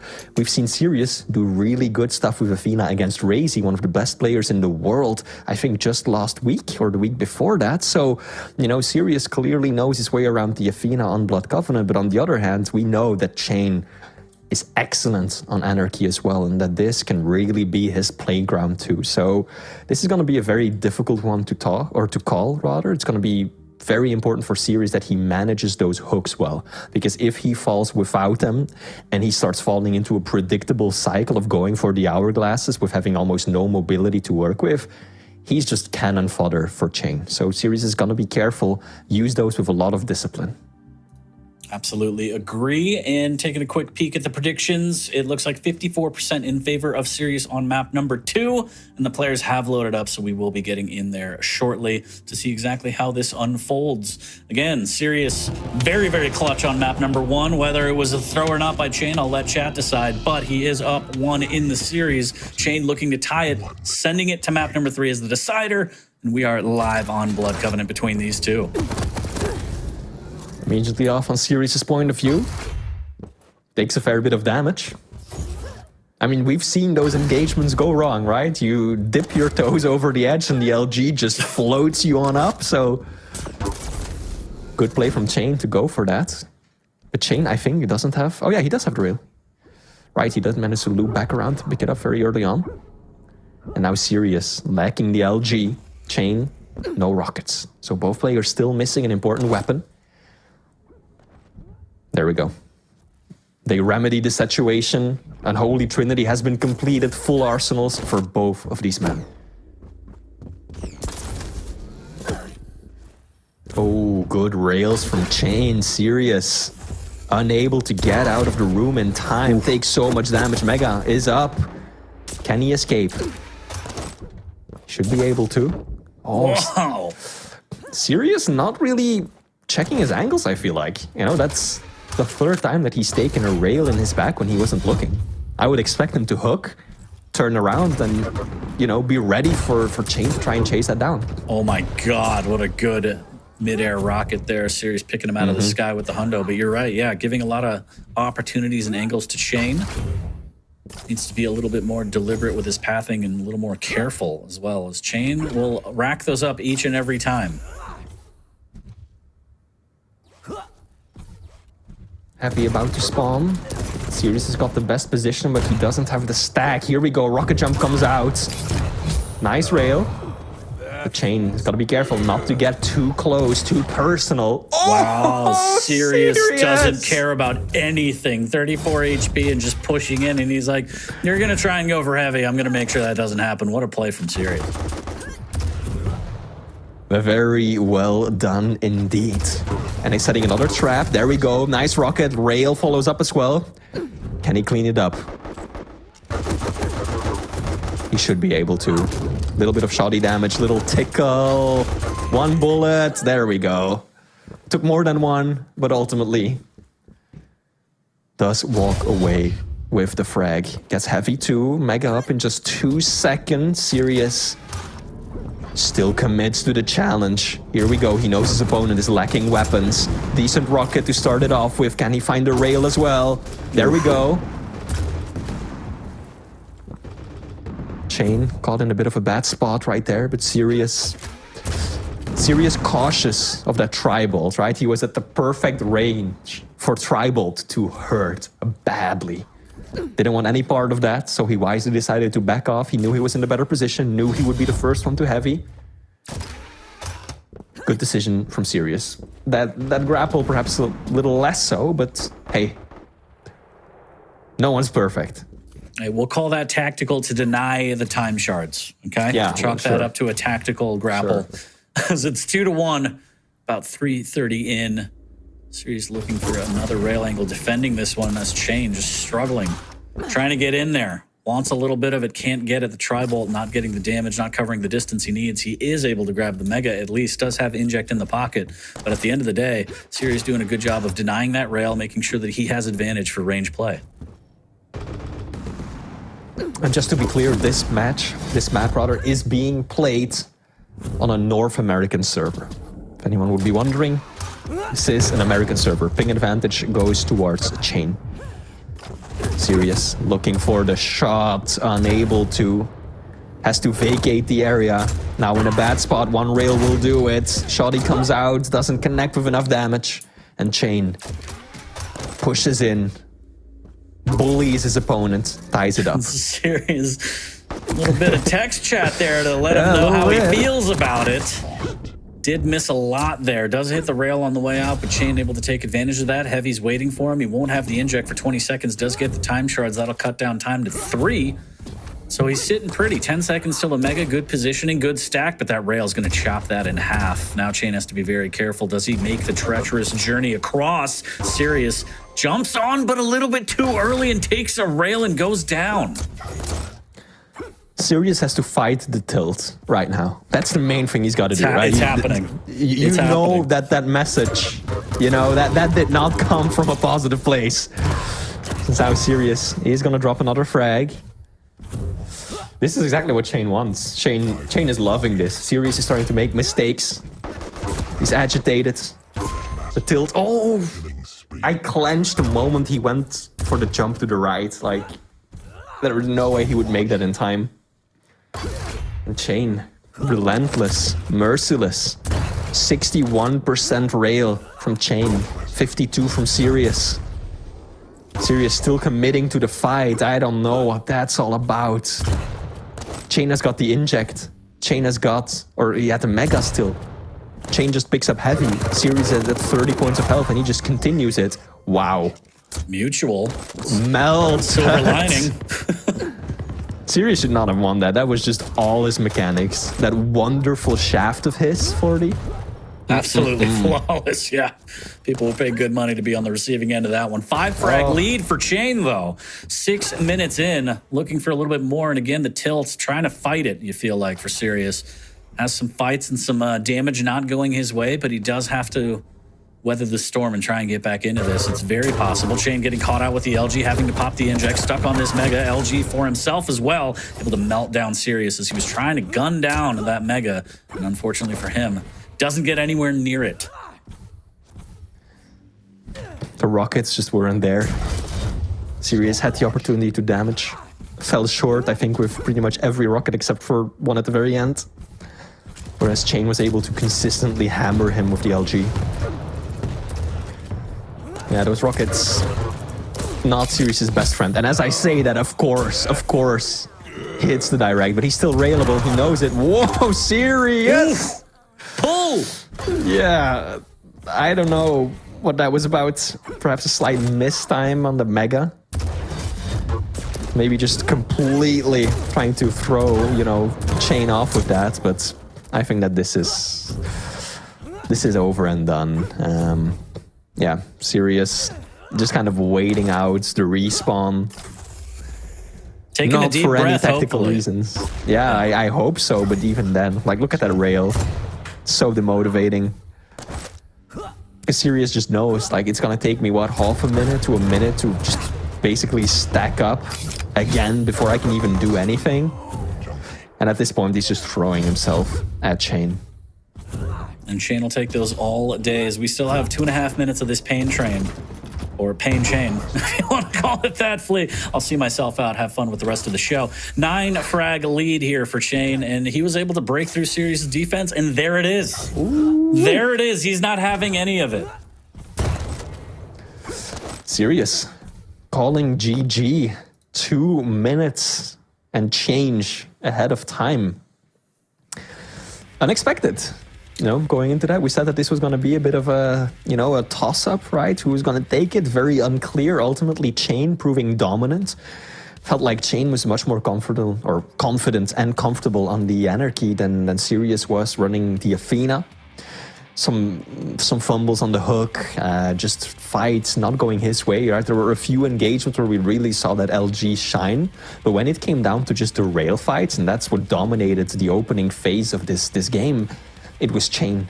Chain was the one hitting the shots, and then when Sirius did get close, the Rockets just weren't able to close it off. And then there were, a string of fights that could have gone differently, unfortunate outcomes, and then the tilt happened, right? I think 3 minutes in or something, Sirius typing sure in chat. That's, yeah. He's in the Twitch chat right now. I love him. Sirius is like Ron Artest. You talk to him, he will come into the audience and he will have a word with you. And I love it. I love it. But yeah, I mean, the struggles aside from Sirius being technical, playing across the world, whatever, Chain was able to break through that and get enough frags to kind of have Sirius be like, all right, I don't want to deal with this. Let's go next. And that's still a dub for Chain. So he's able to tie the series up at 1 apiece, going into map number 3 as the decider. So we take a look at the breakdown between the first 2 maps. The scores, map number 3, of course, is going to be Deep Embrace, as we mentioned, Chain on the Doom, Sirius on the Visor. And you have your skepticisms, your concerns about the Visor pick on Deep Embrace, right, Flea? I definitely did. And after that previous map, 40. Even more so. Even more so.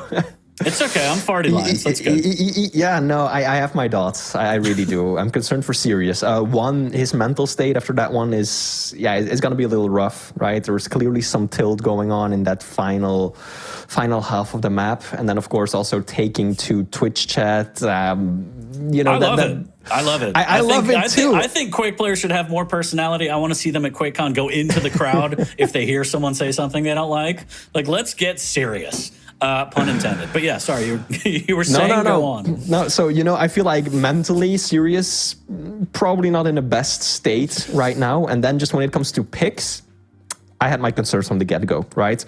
This is a map where movement is very important, like any map, really. But when you are playing Visor and the utility that you get from the piercing side is already somewhat limited, it's diminished simply because this is a pretty small map and players will always at least have a general idea of where their opponent is at, right? So it's difficult to really make good use of the piercing side or to pop it in a position where your opponent might not use it against you. By hearing you use it, they know where you are. They might be able to just do some damage while you're still in the animation, right?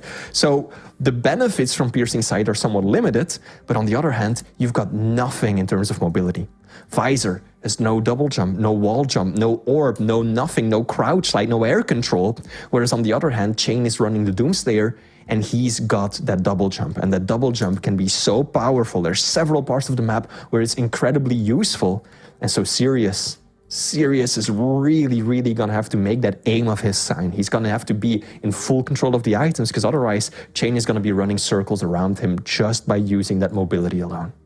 Yeah, absolutely. And Berserk, now that it's cancelable, I mean, a lot of people off the spawn will use that instant speed boost to try and take control of the map right off the bat. So something that he has to look out for as well after the first spawn. We are working through some things, loading up the third map. Everything's fine. Don't worry. I don't know if you're reading the lobby chat, Flea, but enjoy that. So map number 3 will be shortly underway. The series is tied 1 apiece. This is going to be the decider between these two, Chain and Sirius. And yeah, you got to love it. Let's take a quick peek at the predictions here. 70% in favor of Chain after they saw that interesting strategy from Sirius on map number 2. And hey, you say his name, he's going to be in the chat, so... Love it. Big fan. It's going to be like 40. 1v1, no scopes only, Russ. Hey, let's do it. Let's go. I love it. I love it. I saw someone earlier in chat say we should have folding chairs at QuakeCon and a ring. I'm in. Sign me up. How can I help build that? Let's do it. All right. But that being said, both players are in game, are in the match. We're going through the warm-up. Here we go. 1-1. Score is tied. This is the final map, the decider, the tiebreaker. Whoever wins this will secure the overall series win. And we're starting it off on Chain's point of view, immediately popping out that Berserk. Yep, using that speed boost to get more resources under his belt immediately. Slight delay on the heavy. Shane looking for rockets, does have LG, but Sirius up close and personal with his rockets. Doesn't really land what he wanted, but does knock Shane down to the low ground. A little bit of advantage, and there's the drop down. Hits him with the Batman, 57 HP. Shane hanging by a thread, just trying to use that double barrel. Trusty double shotty from Shane and Doomslayer. Staying alive, and it looks like the Mega's going to be relatively free here. Sirius is not pressing the issue. Indeed, Shane will be able to just fall right back on that injection of health. Also worth noting is that we are back on European server. So the ping now favors Sirius somewhat. Shane, good use of the Berserk again, just to dodge shots, right? He knew that he was just caught in like basically a long, straight part of the map, wanting to get that railgun. And just by using the Berserk, dipping a bit left and right with that speed boost, made himself a lot more difficult to hit. There we go. He picked up the Mega just after eating the rail, so that's good for Shane. Didn't lose all of the additional health there. Ooh, nice use of the vision there. Sirius hits a rail, know that he's low, wants to make sure he secures the frag. Plays it to perfection, gets that first frag on the board. Shane using the Berserk to do a little fancy footwork and get out of harm's way. Does have the LG, but again, wanting some rockets, wanting a little bit more, a little bit of tri-bolt action from Sirius to defend this heavy. Mega is up. Shane just playing for some damage, playing for the light armor, can fall back on the Mega and will do so. Mega just taken by Shane. So Sirius knows exactly where he is. Shane has no clue. Good rocket to open things up with. This should be a frag for Sirius. Yes, indeed. And that's one way to approach these matches when you don't have the mobility, right? If you can stay in control of the center area of the map, you are going to be able to negate a lot of the advantages that Shane would get out of the double jump. So if Sirius can stay in control like that, but unfortunately for him, they actually swap sides. And Shane is able to walk away with the heavy. Still, Sirius in control of the center, doing a good amount of damage with the tri-bolt. And he secures himself the Mega. Also allows for there to be a big delay between the items. Around 15 seconds. Oh, that was unfortunate for Sirius that he just switched to rockets at that moment. He had the LG out as Shane was going on the bounce pad right in front of him. That could have been a very clean frag for him. Stacks about even 3 minutes in, and as you mentioned before, Sirius is doing a great job of controlling the center board of the map.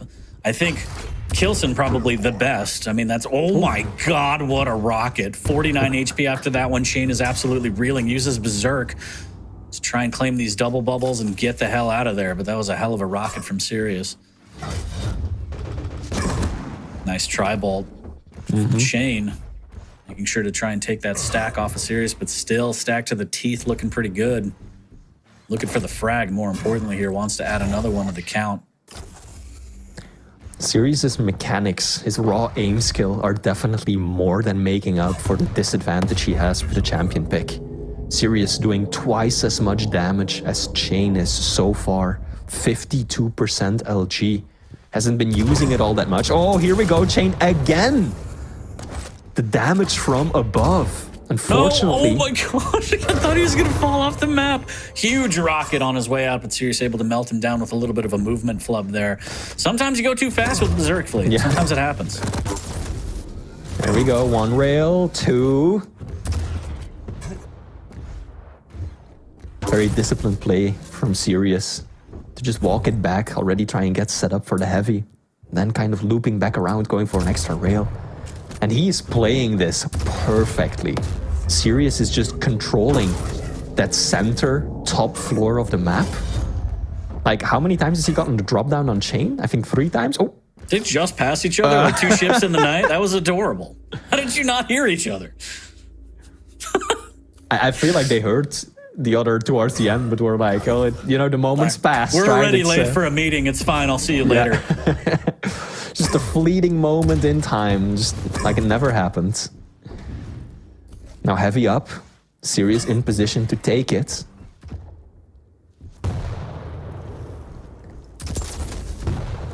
hoping to at least land a rail beforehand. There we go. Sirius knows the item timing, that's why he was waiting so long to pick it up. Now he's making a push. Good use of that piercing sight as well. And another one. Wonderful. Sirius doing as much damage with the railgun alone as Chain is with every single weapon combined. There we go. Finds the kill shot, forces the spawn. Is it gonna work this time? Here we go. Oh, that's brutal. not a rodeo that Chain wanted to be a part of, but Sirius baited it, forced it to perfection. The European is on fire right now.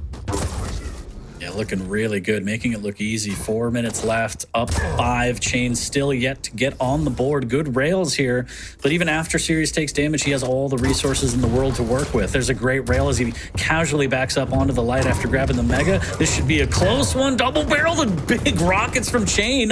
Can he turn this around? He's hanging on by a thread. There's the vision popped, and surely Chain can't do this. There it is. What a shot. Sirius catches a pixel of Chain's foot coming around the corner, and that's all he needs. Nice little flick rail as well, and now the situation has gotten dire for the Canadian. Chain might have spotted. Yep, there we go. Another trap set by Sirius. He closed it a little prematurely, unfortunately. But still, able to do a good amount of damage. Next item up is the heavy. Nice. Tribolt connects as well. Chain actually ends up dropping down unintentionally, so perhaps... might have been intentional. Might have just gone for the drop down to, you know, nail Sirius with the LG when trying to get that jump up. Not quite sure which one it was. LG looking good from Sirius. Lots of damage. This is exactly what Sirius needs to do, right? Even if he drops the frag right now, even if Chain walks away with a kill, there's no major items that he can take immediately coming out of that engagement. And Sirius is doing so much damage that even if he does secure an item, there's so little time left that he is delaying and halting Chain's momentum over and over again. Good Lord. What a luxury to just be able to play defense and pop out your LG and do that amount of damage. When your mechanics are that good, that's just, yeah, it's absolutely crazy to watch. Sirius might get caught out here. Rocket's not going to land. Does have the vision. No need to pop at 46 HP. Even if you go down, you want to hold that for the respawn. He's still up 7, so even if Chain is able to get this frag, which it looks like he will, 11 HP, can he close it out? I think it might be a little bit too late here, as Sirius will get his revenge after map number 2 and being a little unsatisfied with how that went. Buckshot up close, and still Sirius comes out on top. 7 HP and survives. Sirius just dancing around that pillar. There we go. Oh my God! Excellent game sense. He knew exactly. What a rail! That is threading the needle. That is insane. And more importantly, if Chain can't get a frag on the board, there it is. I was going to say one of us has to take our shirt off, Lee. That's the rule here at QPL. But Chain, able to get on the board. Sorry, chat. Sorry to take that away from you. But this was all serious. Oh, no. Oh, it looked like twice he's been Sirius inside of him on this set. Oh, and he still Once with gets Nyx, it. oh my God, it's a mess. It's a nightmare. He just gets knocked off the map and just like casually lines up that final shot and bam, still secures the kill. Sirius. What a display of just raw mechanics this map has been.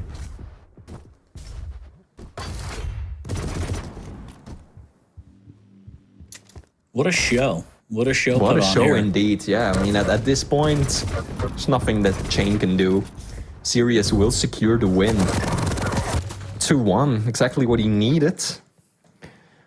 I mean, Sirius still has a decent chance of making it into top 8. And I think that that would help him out a lot. You know, getting that bye on the first day, getting a good seeding, having to play fewer matches against a lower seeded opponent to start things off with. Like, I think if Sirius can get a good start at Quake at the finals, you know, he's likely to have his best result we've ever seen from him at LAN.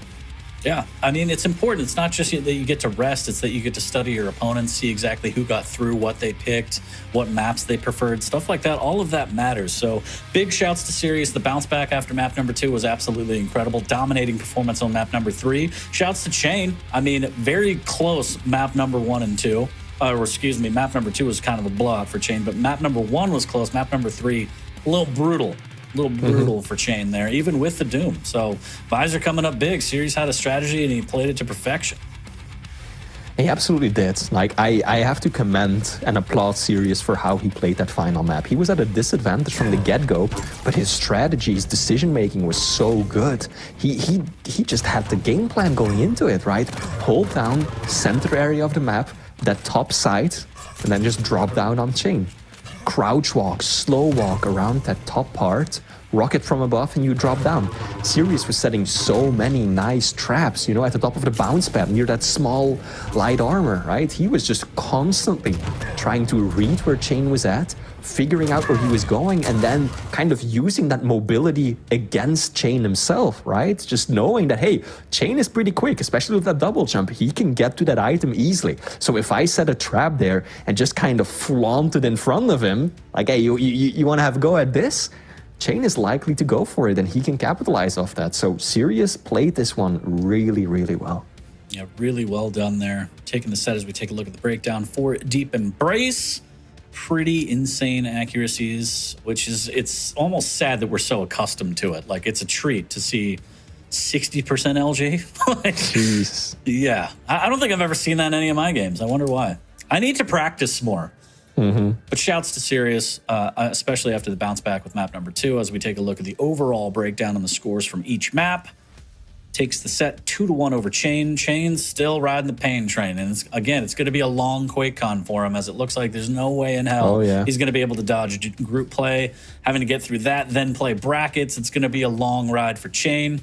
But we'll see him there. And shouts to Sirius. As you said, he's still battling for that top 8 position. I think he's close. So he's sitting at 10th now. I don't know what the rest of his schedule looks like exactly, but there is an opportunity to break through. There absolutely is an opportunity, yeah. And so far, I think we've gotten off to a really good start today, haven't we? For the really good matches. First, Strong Sage taking down Toxic 3-0. And now we saw Sirius mount that really good bounce back. And that just, you know, that's a testament to his improved, I think, you know, mental resilience, right? Just being able to kind of let go of the tilt, move beyond it. So it's a shame to see that we didn't get Chain, you know, perhaps playing his best. Some costly mistakes, especially on that last map. But, looking forward to see what else he can bring during the rest of the season and hopefully really get on the grind and prepare for QuakeCon. Absolutely. It's only a couple weeks away. It's around the corner. But that's 2 sets down. We got 3 on the way. We're going to take a short break. When we come back, we have Nosfa versus Sib, and we might see Keel. I don't know. Cliffhanger. We'll be back after this. Stay tuned.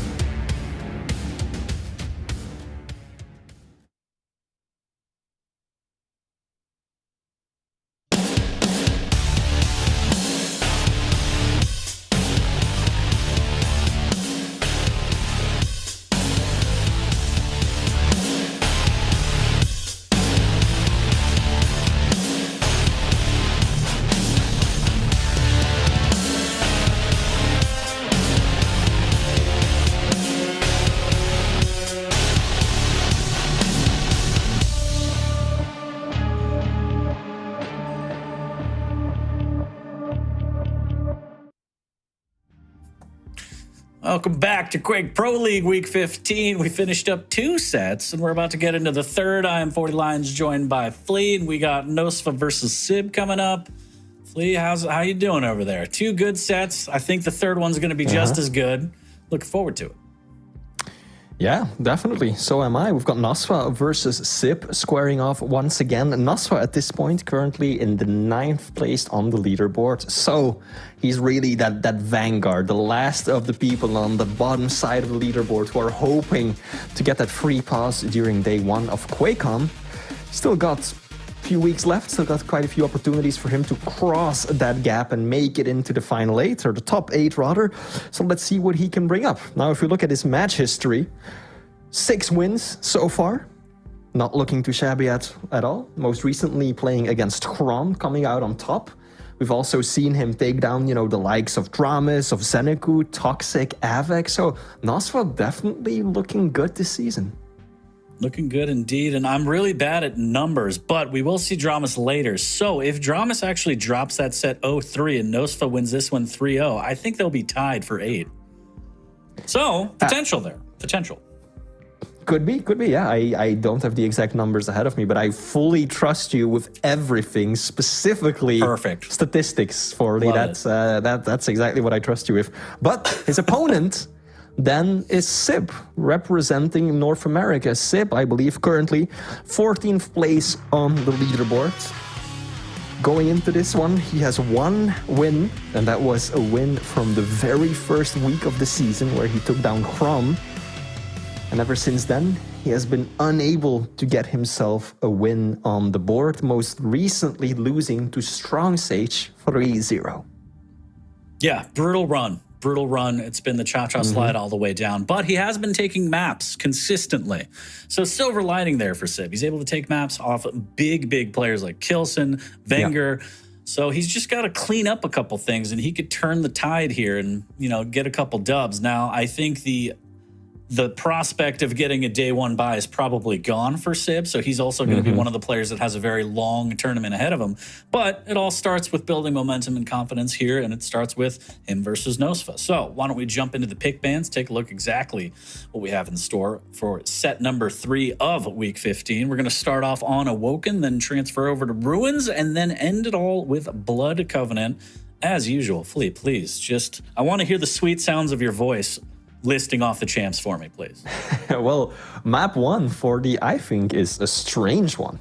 Awoken, Strog versus Anarchy. Now, that is not something that I'm used to seeing on this map. Separately, okay, yeah, you see a Strog from time to time, you see an Anarchy, but for the first map in the series, to have those two go up against each other, Nosfa took away Nyx, which, we've seen what Nyx is capable of on this map, so no surprise that you want to ban her if you can't pick her yourself. But other than that, this is not the matchup that I was expecting. 2 pretty fast mobile champions, crouch sliding versus air control. Then you've got the extra stack, and you've got the peeker for Nosfa, and Sib has got the injection, and yeah, okay. Hard to call, because it's just such an uncommon matchup, I feel like. Map 2 then, Ruins of Sarnath. This time around we're seeing no real movement champions on what is still a pretty large map. Ranger versus Visor, and Visor works really well on Ruins. I think it's probably his best, or at least his most picked map at this point, because it's such a large arena. Using that piercing sight can give you so much utility, so much information, help you line up those rails well in advance, makes him a very dangerous pick.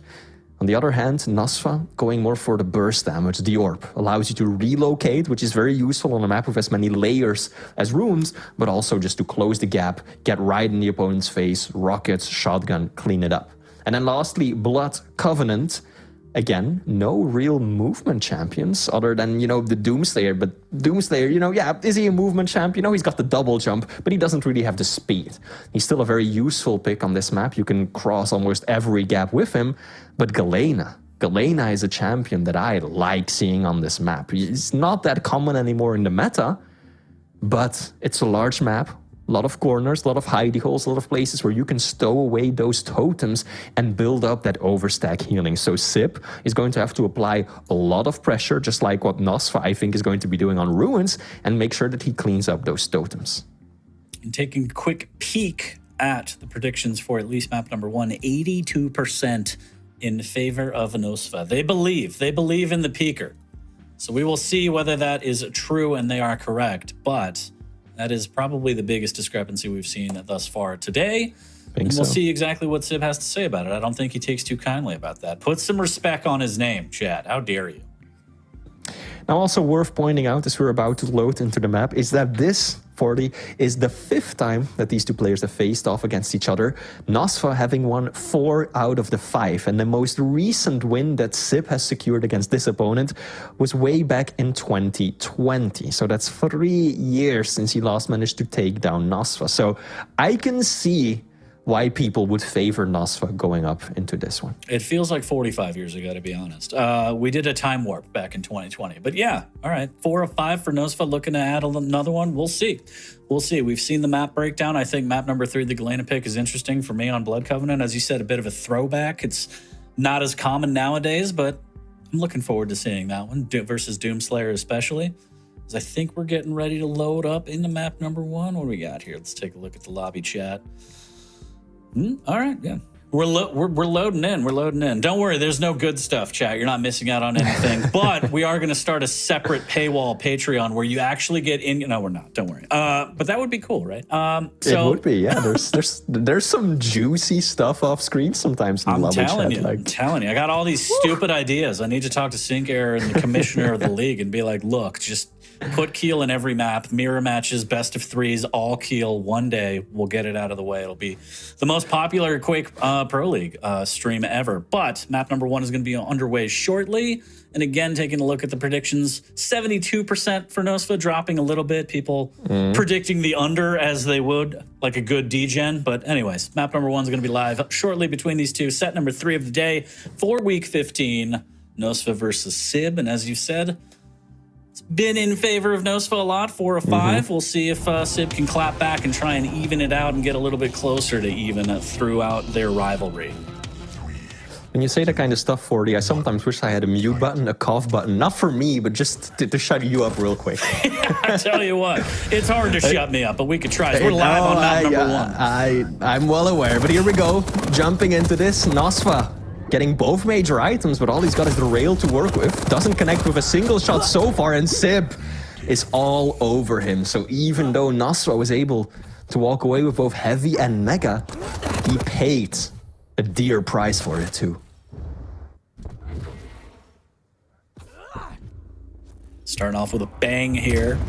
Peeker around the corner, getting a little bit of damage, and oh my goodness, almost gets taken out. Good patience there to finally take out that Peeker. Uses the inject to stack back up. Nosfa around the corner, wants to try and keep the pressure on here. Sib able to grab a light and slow things down a little bit. Heavy armor is up. He's going to take a glimpse at it. Now it might be a brawl at the heavy. Nosfa drops down straight into Sib's arms up the jump pad. A lot of LG. A nice rail to disengage, but drops down and loses track of him, and Nosfa is able to tie it back at 1. Little sloppy there. I think sloppy has definitely been the theme of this matchup so far. Good amount of machine gun damage right there, but Nosfa gets pushed off the item, or rather Sib kind of has to be backed off, pushed away from the mega, and then Nosfa cleans him up. Now Nosfa's got the high ground. Oh, that's a good burst of rocket damage, and another one. This should be a kill for the Brazilian. Here we go. Peeker at the ready to secure the frag. And Nosfa will walk away with the mega as well. This is good for Nosfa to get full control. Mega first. Now he can really just zone Sib out, keep him on the other side of the map, and get set up right here for heavy. Yeah, and I think you have to like the persistence from Sib there, going up the jump pad 3 times to try and get that frag, and Nosfa using the Peeker to slap him back down. 26 HP, fancy footwork from Sib to miss that rail, dodge it rather, as Nosfa really wanted to plant him there. Still up by 2, inject used from Sib as he's taking position over this heavy, and Nosfa's coming in like a wrecking ball right now. LG on LG, misses with a rail. A little bit of rockets trying to get position on this, and it looks like Sib will actually be able to, nope, take a Peeker to the face. Never mind, the heavy will spawn right after for insult to injury, and Nosfa's able to go up 3.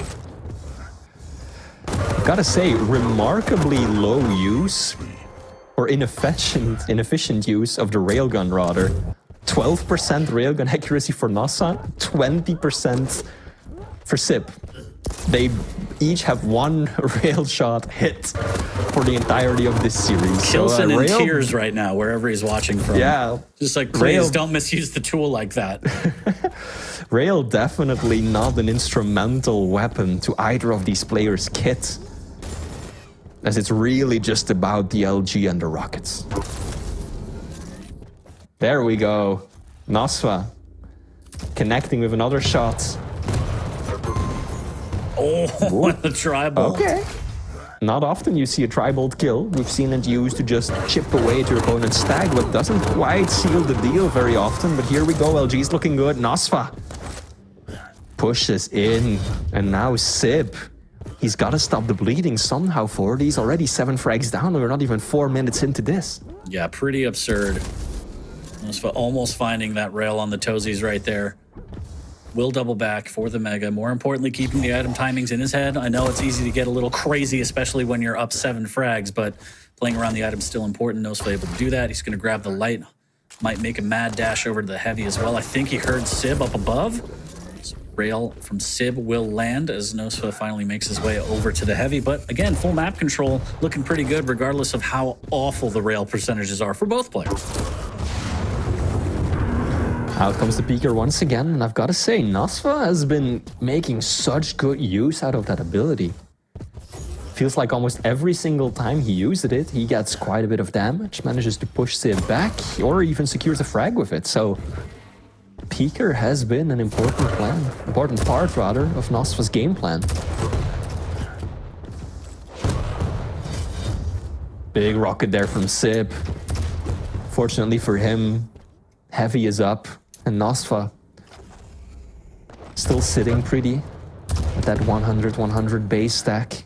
So just to paint a picture for chat, Sib has had 1 mega and that's it, no heavies. 9 heavies, 9 megas for Nosfa. Complete map domination. Sib is living off the lights right now.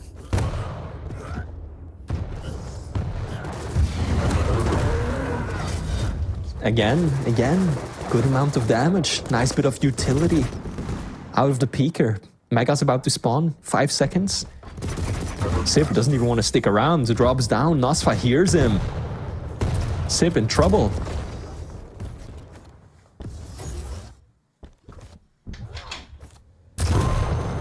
Oh my god. You could say that extra pause from Nosfa. He just wanted to make sure that was a big hundo.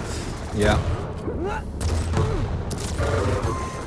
Gets the spawn he was looking for as well. Nasva just standing in the corner, walking backwards, making sure he gets the spawn that he needs, and then just instantly pushing Sib. Oh, Sib, no. Yeah, caught on the bounce pad. LG to the face, killing his momentum, sending him right back down to go up once more. Oh, good rocket from Sib though. There we go. That was a good amount of damage. Needs more and can't find it. And Nasva, I've got to say that his frags have not been particularly clean, but they're almost always at a good time, right? Like, yeah, he drops a lot of stack right there, but hey, there's health bubbles right behind him. Heavy spawning in just a second. So Nasva is always able to recover even from these messy fights, and that's what Sib has been unable to do. And 40, what you mentioned earlier, just exemplifies that, right? Sib just completely being choked off from all the major items, and situation has not improved. We're another 3 minutes down, and he is still at that 1 mega that you were talking about, 40. 1 major item in 7 minutes. Pretty Ouch. brutal. And it shows by the scoreboard as Nosfa is taking full advantage of having better resource management than Sib right now. And unfortunately for Sib, the beatings will continue until morale increases. He's got 3 more minutes, well, just under 3 more minutes of the pain train here on map number 1. And Nosfa again, using the peeker, good utilization, scoping out for his enemy. And look at that little boop, finds him. And into a rail as well, and another one. Good lord. Yeah, this is brutal. This is over and done. Sib just coasting around the map. If anybody in Nosfa. chat cares, not that this is useful information to anybody, Nosfa's sitting at 132 pings, Sib has 42. So do with that information what you will. That's just a fun little fact for everybody. Regardless of the ping, this is just a victory lap for Nosfa. One that can last a potential 2 whole minutes. Oh, no, we pushed him in the puddle. Oh, goodness. Sink is even on the board on this one. Yeah, a little nudge, little slap on the buttocks right there. Enough to send him into the watery depths of Awoken. Not that it matters, but I think Nosfa is pining for that big 2-0. He wants to get the 20 frags. And if Sib keeps playing like this, I think he's gonna give it to him too. Yeah, there's a bit of thank you, sir, may I have another on Sib's side, it feels like. 18 to 1, make that 19 to 1. Make that 20 to 1, maybe. I don't know. It's inevitable, 40. There we go. Sure, add it on. Why not? We're going wholesale on this one, Flea. Just throw it all in there. 1 minute walking. Now we've entered the final minute of this one. For Sib's sake, I hope that he's just playing to warm up for the next one, right? Would be nice for him if maybe he can secure at least 1 frag, build a little bit of momentum, you know, get that aim going. At least both players have kind of recovered from their initial lack of railgun, we'll call it. 40% rail for Nosfa, 42 for Sib. Hey, there we go. See? Yeah, It's all Sib good. getting a frag. Why were you even worried, chat? Wouldn't quite say it's all good, but you know, it's something. It's something, right? Is that Maybe toxic just positivity? My bad. He's doing great. With that being said, this map is going to end. It ended minutes ago, let's be clear. But Nosfa, this is an important series for Nosfa, let's not forget. He's got some very hard fights still coming up, some big series, and if he wants to make top 8, you know, these are the kind of wins that he needs. I mean, the first 7 seconds of that looked solid for Sib. After that, very bad. But shouts to Nosfa, very aggressive, very fantastic map control, resource utilization, and the scoreboard reflects that. So big win for Nosfa, but he's still got more work to do again. Depending on how everything works, because I went to public school in America, so my math is terrible. I think if Nosfa can take this one 3-0, and if Dramas happens to lose 0-3 in the next set versus Zeneku, they will be tied at 8. And again, the top 8 matters because you get a first round bye. You get to skip group play at QuakeCon, take a breather, study your enemies before getting into bracket play. Well said, 40. Couldn't have said it better myself indeed. Getting top 8 for QuakeCon is critical, and there's a lot of players who are still within reach, Nosfa being one of them. So for them, every match still to come in the next few weeks is just gonna be more and more important because, yeah, you know, we've kind of have a few players have already solidified them as being guaranteed to finish this out top 8 or simply not being able to make it anymore. But there's still a good amount that can either lose their spot in top 8 or that can gain one. And that is going to be super important as we're heading towards the end of this season. And as we're loading up into map number 2 shortly, Nosfa will be taking control of Ranger, Sib on the visor, and it will be Ruins of Sarnath. Do you see it going any other way? So technically the server's going to flip a little bit. It's going to be a little different. And I don't know if that's going to affect anything, Flip. We'll see. We'll see. We got to see a bounce back from Sib, right? This is where we saw Sirius before. Map didn't go his way. He bounced back. He was able to turn it on, take map number 3. We kind of need to see that from Sib right now. He's got to turn on a little something, get something going on map number 2 here, Ruins, which we will load into shortly.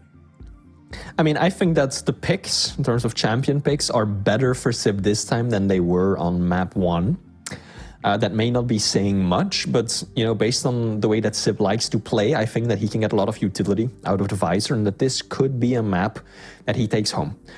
Nosfa, of course, I think is going to be really aggressive going into this one. He does not want to get caught into these long, drawn-out rail games that Sip is probably hoping to get into. He wants to get up close and personal. He wants to use that orb. He wants to deal big damage, rockets, LG, maybe a bit of shotgun thrown in there as well. That is going to be his game plan. I'm expecting so much pressure to come out of the Brazilian, and for Sip to kind of try to push back, try to hold him off, play a bit of a more defensive, slower, long-range kind of game.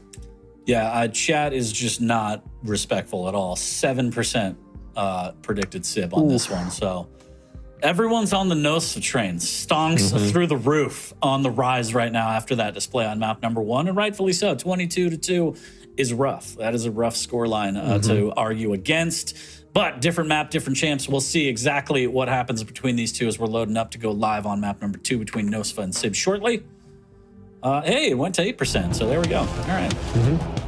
I would personally put it higher than 7%, no doubt, but... Yeah, 8's good. We'll see. All right, live on map number 2. Let's see what we have in store.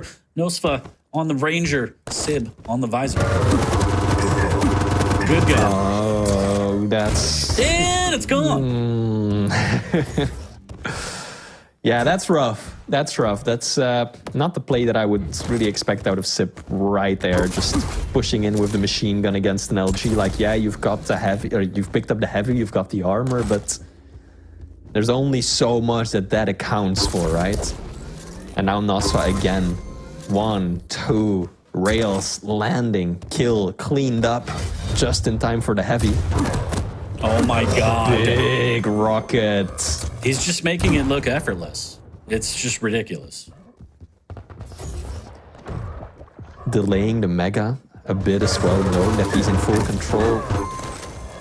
I don't know what Sib is doing. These are... He hit the rail. Are very, yeah, he did hit the rail, but just his positioning. This seems like oddly reckless to me. It's a danger to chat, too. Think about the prediction points. Think about the children, Flea. Yeah, I don't know what's going on. Sib just playing a little bit of free-for-all, it looks like. He does hit the rails, but doesn't matter. Nosfa able to melt him down with the LG, force the spawn as well. Re-up on maybe some LG. Nope, tries to catch him out. Damn near caught him, too. Ooh, good read from Nosfa. Knows exactly where Sib is. Takes a rail. But heavy is right there. Oh, 40. I hope we're not going to see a repeat of what we saw on the previous map, because again, Sib has one major item. And that's it. All the other ones have been going in Nosfa's favor so far. Mega will be his to secure as well. And he's got such a nice rotation, such a good loop. One item into the other. Sib, like, not even checking his corners right there. Dropping down, he wasn't even looking towards rail where Nosfa was waiting. Yeah, the tactics are interesting. It looks like Sib is plugged into the Matrix, but maybe the wrong one? I'm not sure. 8-0. As Nosfa with the rocket jump over. Okay, now he's just styling. Now he's just styling. Is this a frag video? Are we filming a frag video live on Quake Pro League week 15? We might. Nosfa just practicing his spawn control, forcing your opponent in the spawn you want, rushing them down immediately after. Oh, there we go. Catch the side of Sib again. Rails being exchanged. Rage. That's a medal you don't see very often in the Quake Pro League. Ouch. I don't think Sib even secured the small armor. Nope, he didn't. Wasn't able to get back on it in time. 11 frags in 3 minutes. We might be heading for, you know, a bit of a QPL record if Nosfa can keep up this pace. Yeah, I mean, if he's putting up like a deep embrace scoreline on Ruins, it's uncommon, I guess we could say. Yeah. 3:30 in, 11-0. Don't adjust your computer monitors. This is real, live. Nosfa kind of losing track of Sib right there. Not expecting him to go that high up on the bounce pad, but ultimately it didn't really count for anything. There we go, the LG. So, yeah, that's brutal. Not only in-game, but also in Twitch chat. I have never seen the predictions close down faster. And I'm not saying it's wrong, but yeah. So how's the weather over there, Flea? Good? It's raining in ruins. A little moist in ruins. It's actually wonderful over here right now. Beautiful. Love to hear it. Nosfa, just look at what Nosfa is delivering. He's currently on 15 ping. And Sib, obviously, you know, veering into the other extreme. It's a little rough, but, you know, it goes both ways. And, you know, let's not forget that Nosfa wears the finest threads and eats at the best restaurants, and he's jacked, so... 13 is with the hottest dudes as well. We know him. Absolutely. Oh, God. Yeah, this is the Nosfa show. Just getting a highlight reel going. Good promo before QuakeCon. Oh, my God. So much nail gun damage. Ouch. Yeah. And at this point, Sib's just, you know, Sib knows that this is over. He's just pushing in, picking up the first weapon he can find, kind of, yeah, moving in for an item or just center of the map. And Nosfa. Nosfa's got his number. 2 major items for Sib so far. Secured 2 heavies. Everything else, it's been going in favor of the Brazilian. Nice. Let's not forget the 6 lights. How dare you? Yeah, but I was about to comment on that and say that, like, Nosfa has got 4 lights himself, so it's actually not that different in terms of light pickups, and that just shows, you know, that Nosfa has been on him like a wolf this entire game.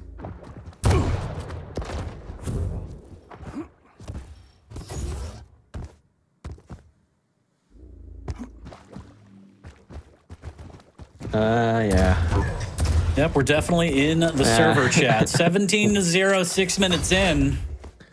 And, we've definitely reached that stage of the path, I would say. Yes. Yes. It's not every day you see someone emotionally broken, but I think we've reached that point. Which, again, is fine, because the first 7 seconds of map number 1, it looked like Sib was going to go on a tear. And it was just completely wrong. I've never been more wrong. Also, that just had a lot to do with Nosfa's misplay at the opening. Just taking advantage of someone's mistakes. Still good. Yeah, of course, of course. But let's not forget, 6:40 in. There's still time, Flea. There's still time.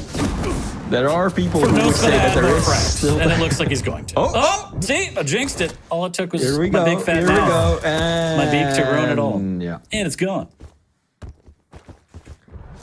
So anyways, QuakeCon coming up. That's going to be fun. Nice to have a live studio audience. I hope everyone in chat's already got their tickets. Yeah, if you haven't, head on over, grab your tickets. It's going to be great. There's the BOIC, right? We've got the open computer section. There's an entire corner carved out for Quake fans. So if you haven't already and you do have the opportunity to attend, please do. You can watch the finals in person. And also just, you know, eat at the best restaurants, hang out with some of the hottest dudes in the scene. That is not an understatement either, because 40's gonna be there. I don't know about that. I'm more like a hot bridge troll, but I'm okay. I appreciate the compliment. I'm excited to see ZSX rip his shirt off on stage, because that's what he promised me. And he's gonna bench press me, I think, while we're casting, if we're paired together. So, you know, it'll be fun. I'll be handing out cheeseburgers like always, so I'm very excited to feed you, Flea. Oh, It'll be good. It'll be good. Looking forward to it. And yeah, I think at the same time we've also still got, you know, we've got a match going on actually. Yeah, I forgot there's 2 minutes left to this one, so let's check in real quick. 22-1 is Nosfa just adding to the body count. Casually moonwalking back onto the heavy, using the gyro for a little bit of misdirection, and there's the pump shotty as Sib turns back around to meet it head on. Yeah, I think Sib's been, you know, desperately hoping that someone would stop the count a little prematurely, but Nosfa is not having any of that. Yeah, there's no stopping in the arena. It's 10 minutes of pain whether you like it or not. And that's the way it goes.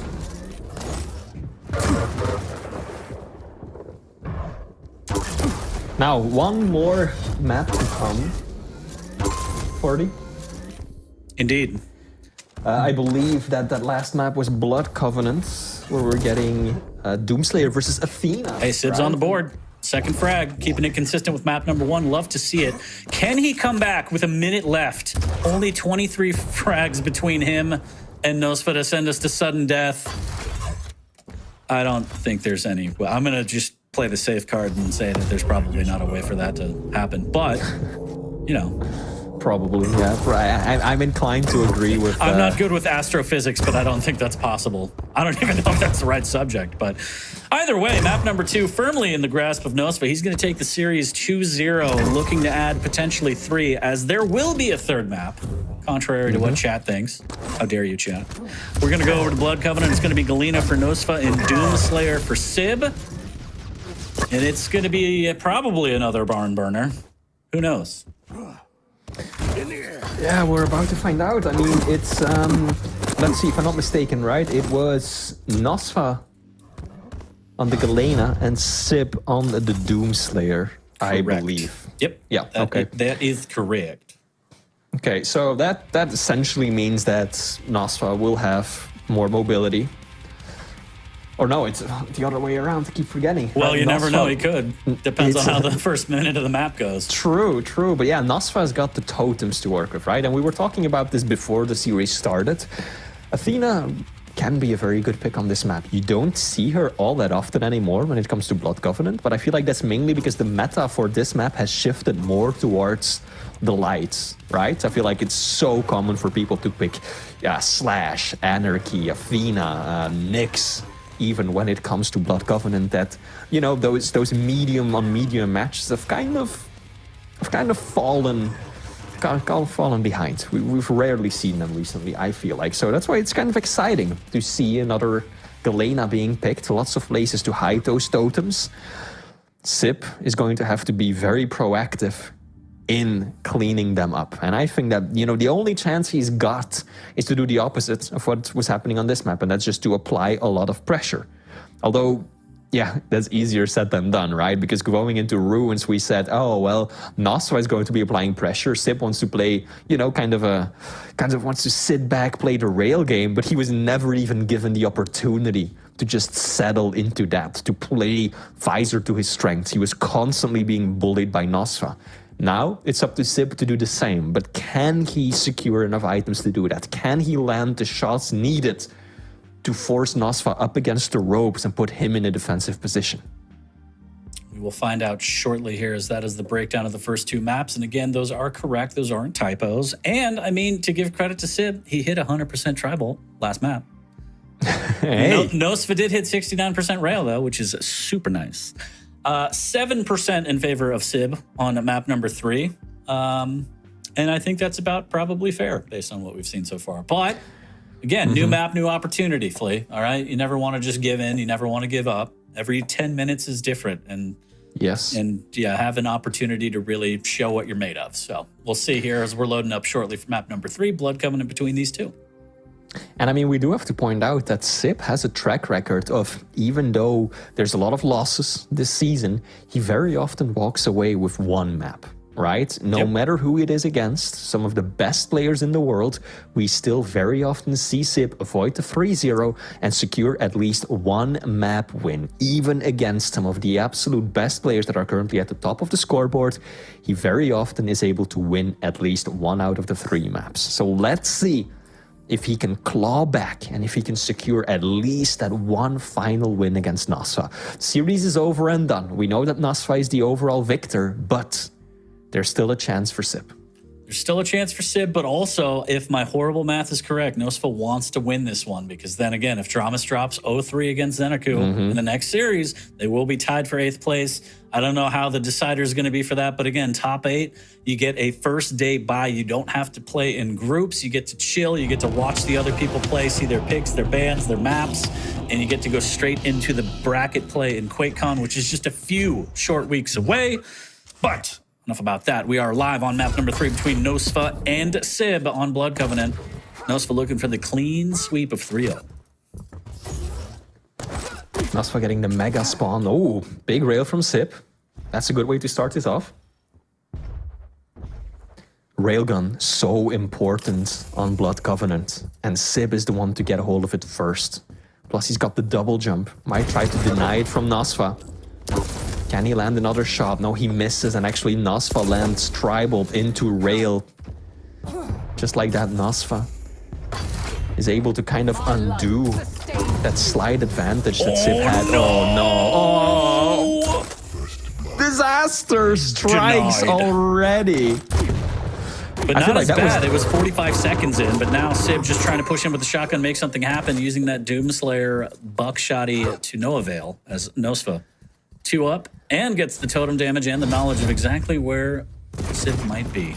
I feel like that was perhaps the cleanest headshot I've seen in Quake in a very long time. Just straight up the tip top of his head. Down you go. And now Nosfa. 3 points up already. He's got 1 totem up next to him. Sib actually just going for the totem right there. You got to shoot where you can try and hit. So Sib, yeah, he's suffering right now. And Buckshot makes it look easy. Yeah, I don't know. Maybe he wasn't connecting enough on Nosfa, and I think it was also a bit of, you know, if I can take down the totem, he can't jump back onto it mid-fight to get that health back, but... Sure. It's obviously not a situation that you ever want to be in, right? I feel like immediate danger is more important, but yeah, no, you're right. I agree. There's strategy to it, for sure. You never want to end up in a situation where you feel like you have to shoot at a totem mid-fight. That's a good amount of Tri-Bolt damage. Like, you were just praising Sib's Tri-Bolt, right? I'm saying best Tri-Bolt in the league, I think. 100%. I've never seen that before. I mean, he is still at 100%. So, see? But Man's he's cracked. suffering. Yeah, but 16% rail, 1 rail landed out of 9 shots or 6 shots is not exactly where you want to be. Whereas Nosfa hitting 75% rail, 60% LG. Nosfa definitely gearing up for something big here. Nice Doesn't machine even gun. need a rail. Yeah. Takes the consistent damage using the zoomed-in HMG, not bad at all, and is able to secure the heavy as well. And again, keeping up the item control, fantastic rail from Sib as Nosfa tries to back away off the railgun. Here's the light armor taken down below as he takes the upper light armor, trying to stack back up, and we'll have a totem in the pocket. Down it goes, but Sib, right on time there, catches him out, and that's a good frag from Sib. Cleans up the totem as well.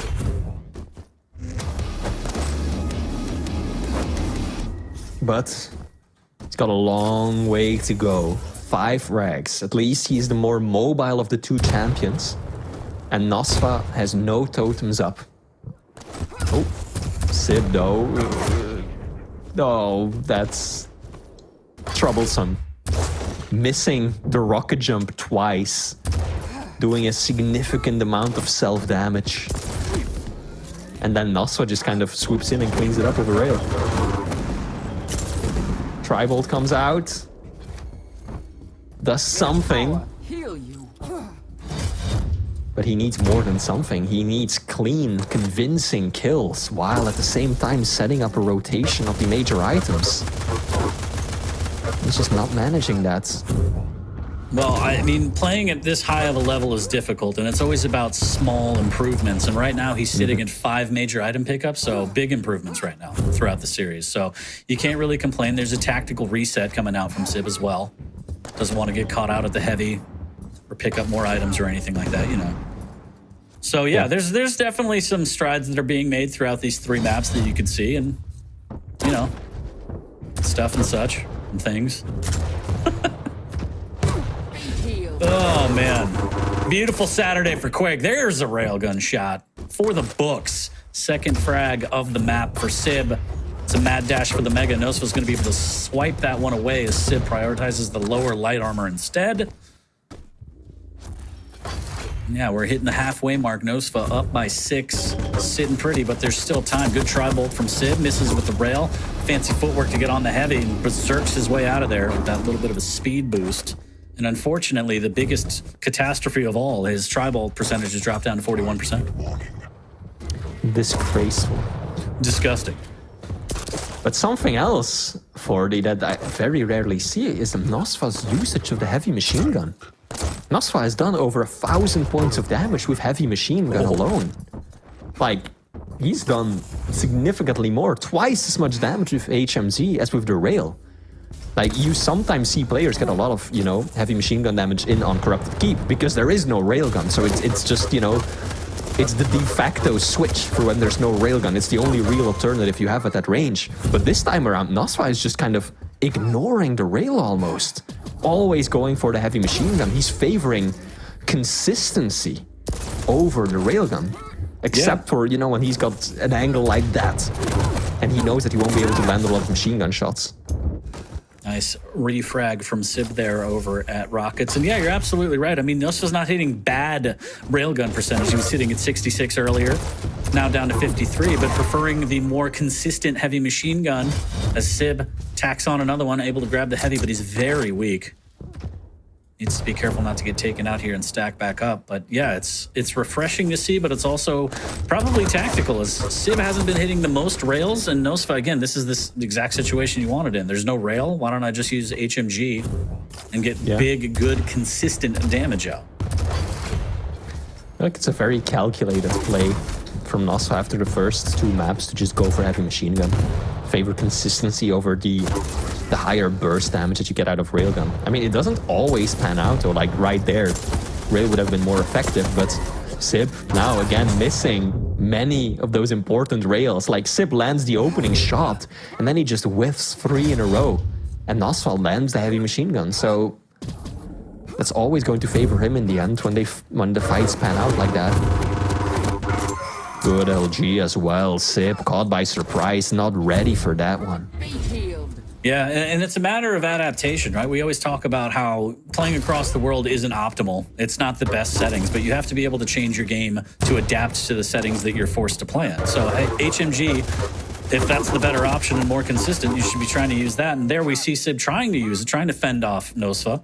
To no avail again as it's 13-4, but that's kind of the stuff that you have to take into account when you're playing these matches. Because, yeah, I mean, it's not perfect. I don't think anyone is sitting here saying that playing across the world is necessarily the optimal way to play this game, but I do think that it's fantastic that we're able to have the Quake Pro League and able to do these matches. So you just have to be able to adapt your game and figure out what the best way to approach the situation is. And it looks like Nosfa throughout the set has figured it out. And that's get a lot more kills than your opponent. It absolutely is. Now Sib is able to secure a few frags here and there, right? In comparison to map 1 and 2, he's definitely padding the scoreline a bit more, but at this point, 2 minutes, 8 frags to go. This is basically impossible. At least he's been able to clean up a lot of those totems, right? I'm not sure if Nosfa ever had the 3 totems up and got the overstack out of it. I feel like most of the time he's been left with 0, sometimes 1, at most 2 of the totems up on the field, but looks like he didn't need them either. Yeah, actually using the totem after the nail gun jump to get up in the rail just to stack himself back up. So nice little movement trick from Nosfa there. He's able to moonwalk his way back onto the heavy, Sib with a good rail gun. Nosfa trying to fight from the stairwell here. And actually, Sib will drop down to grab the light and make his way back to the Mega. 1 minute left on map number 3. And it looks like another dub for Nosfa. So he gets the 3-0 he needs, which makes it interesting for the next set we have coming up of Xenaku versus Dramus. Because if Dramus somehow goes down 0-3 to Xenaku, technically Nosfa and Dramus will be tied for 8th place, which is crucial going into QuakeCon, because top 8 gets a first day bye, skipping group play completely. And that is, of course, on the minds of a lot of players that are kind of hovering around, you know, that middle part of the leaderboards. So this is indeed a very big win for Nosfa. Well deserved. I feel like, you know, map 1 and 2. I mean, map 3 was one-sided as well. I feel like a big part of the reason why Sib is still putting these frags on the board is because Nosfa is, you know, Nosfa's just kind of having fun, right? He knows that it's over. He knows that there's nothing his opponent can do. So he's loosened up significantly and is just, yeah, they're just kind of brawling it out. That'll be it. It's official. And yeah, near the end there, you could see Nosfa kind of relaxing a little bit, taking the foot off the gas, knowing that he had the full 3-0 in his grasp. And that'll be it. That's in the books. Nosfa 3-0 over Sib. Dominating performance. There was never a question.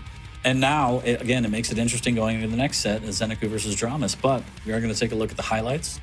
And there's not really much to say. I mean, I don't think. This was a fantastic frag. I think it's just a series of highlights more than anything. It all started so early on as well, right? 3 frags so quick towards the beginning.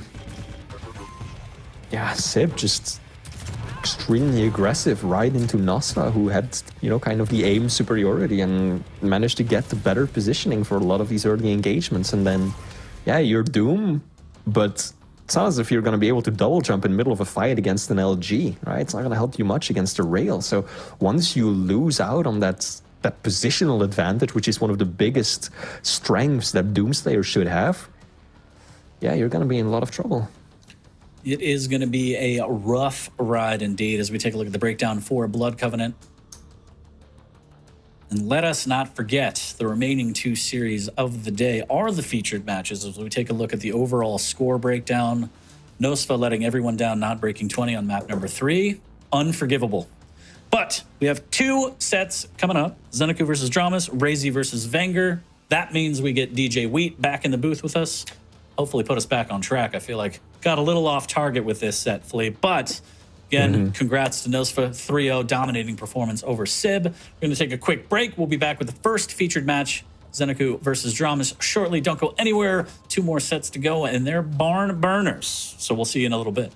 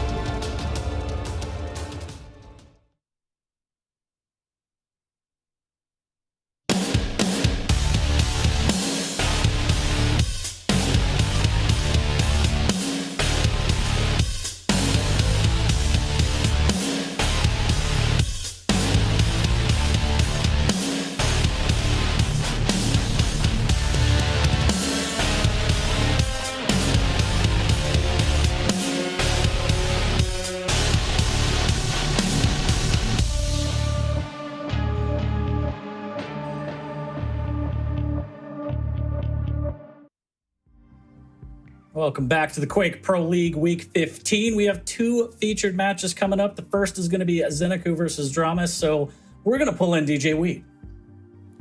Wow, that was just really quick and right to the point. So let me make another mark here. I've been keeping track, and I've got the Quake Caster report card. Flea, I'm happy to let you know that you've passed with flying colors. Valedictorian, if you wanted to put it there.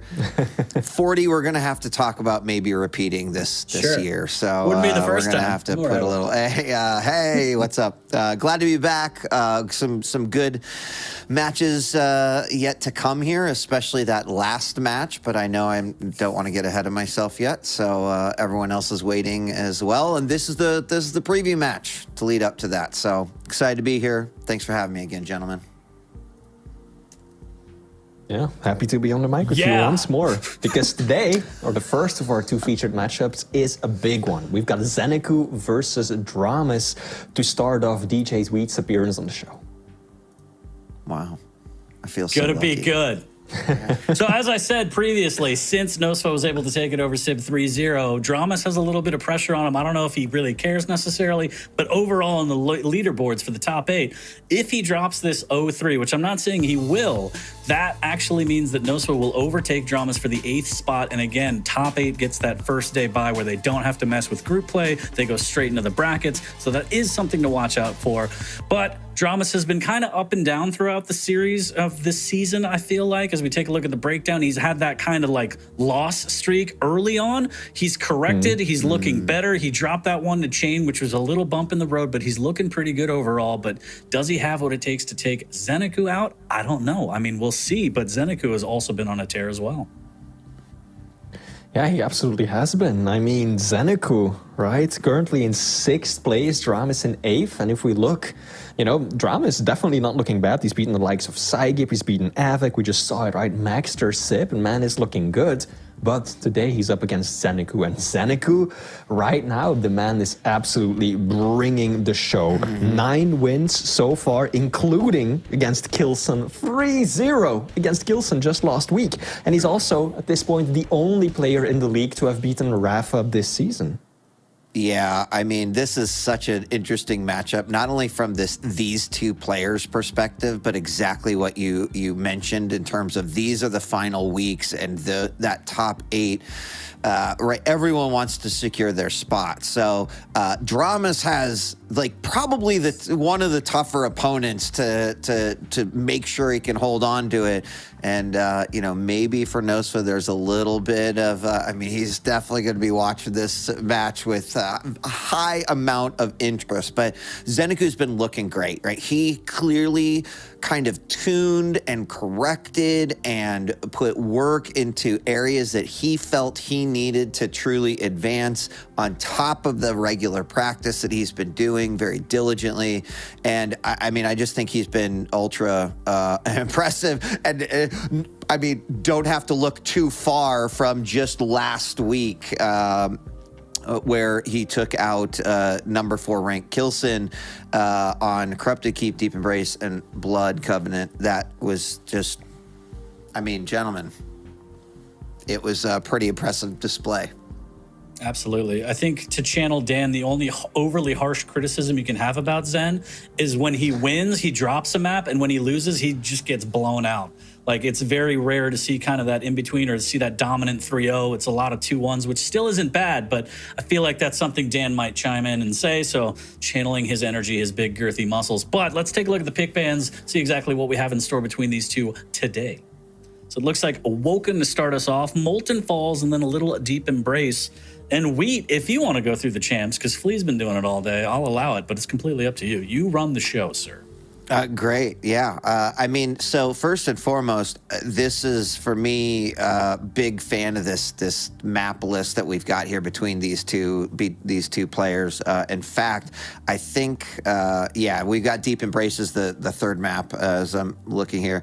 The only one that I'm really kind of curious about, I think, is probably the last one with the Nyx and the Ison.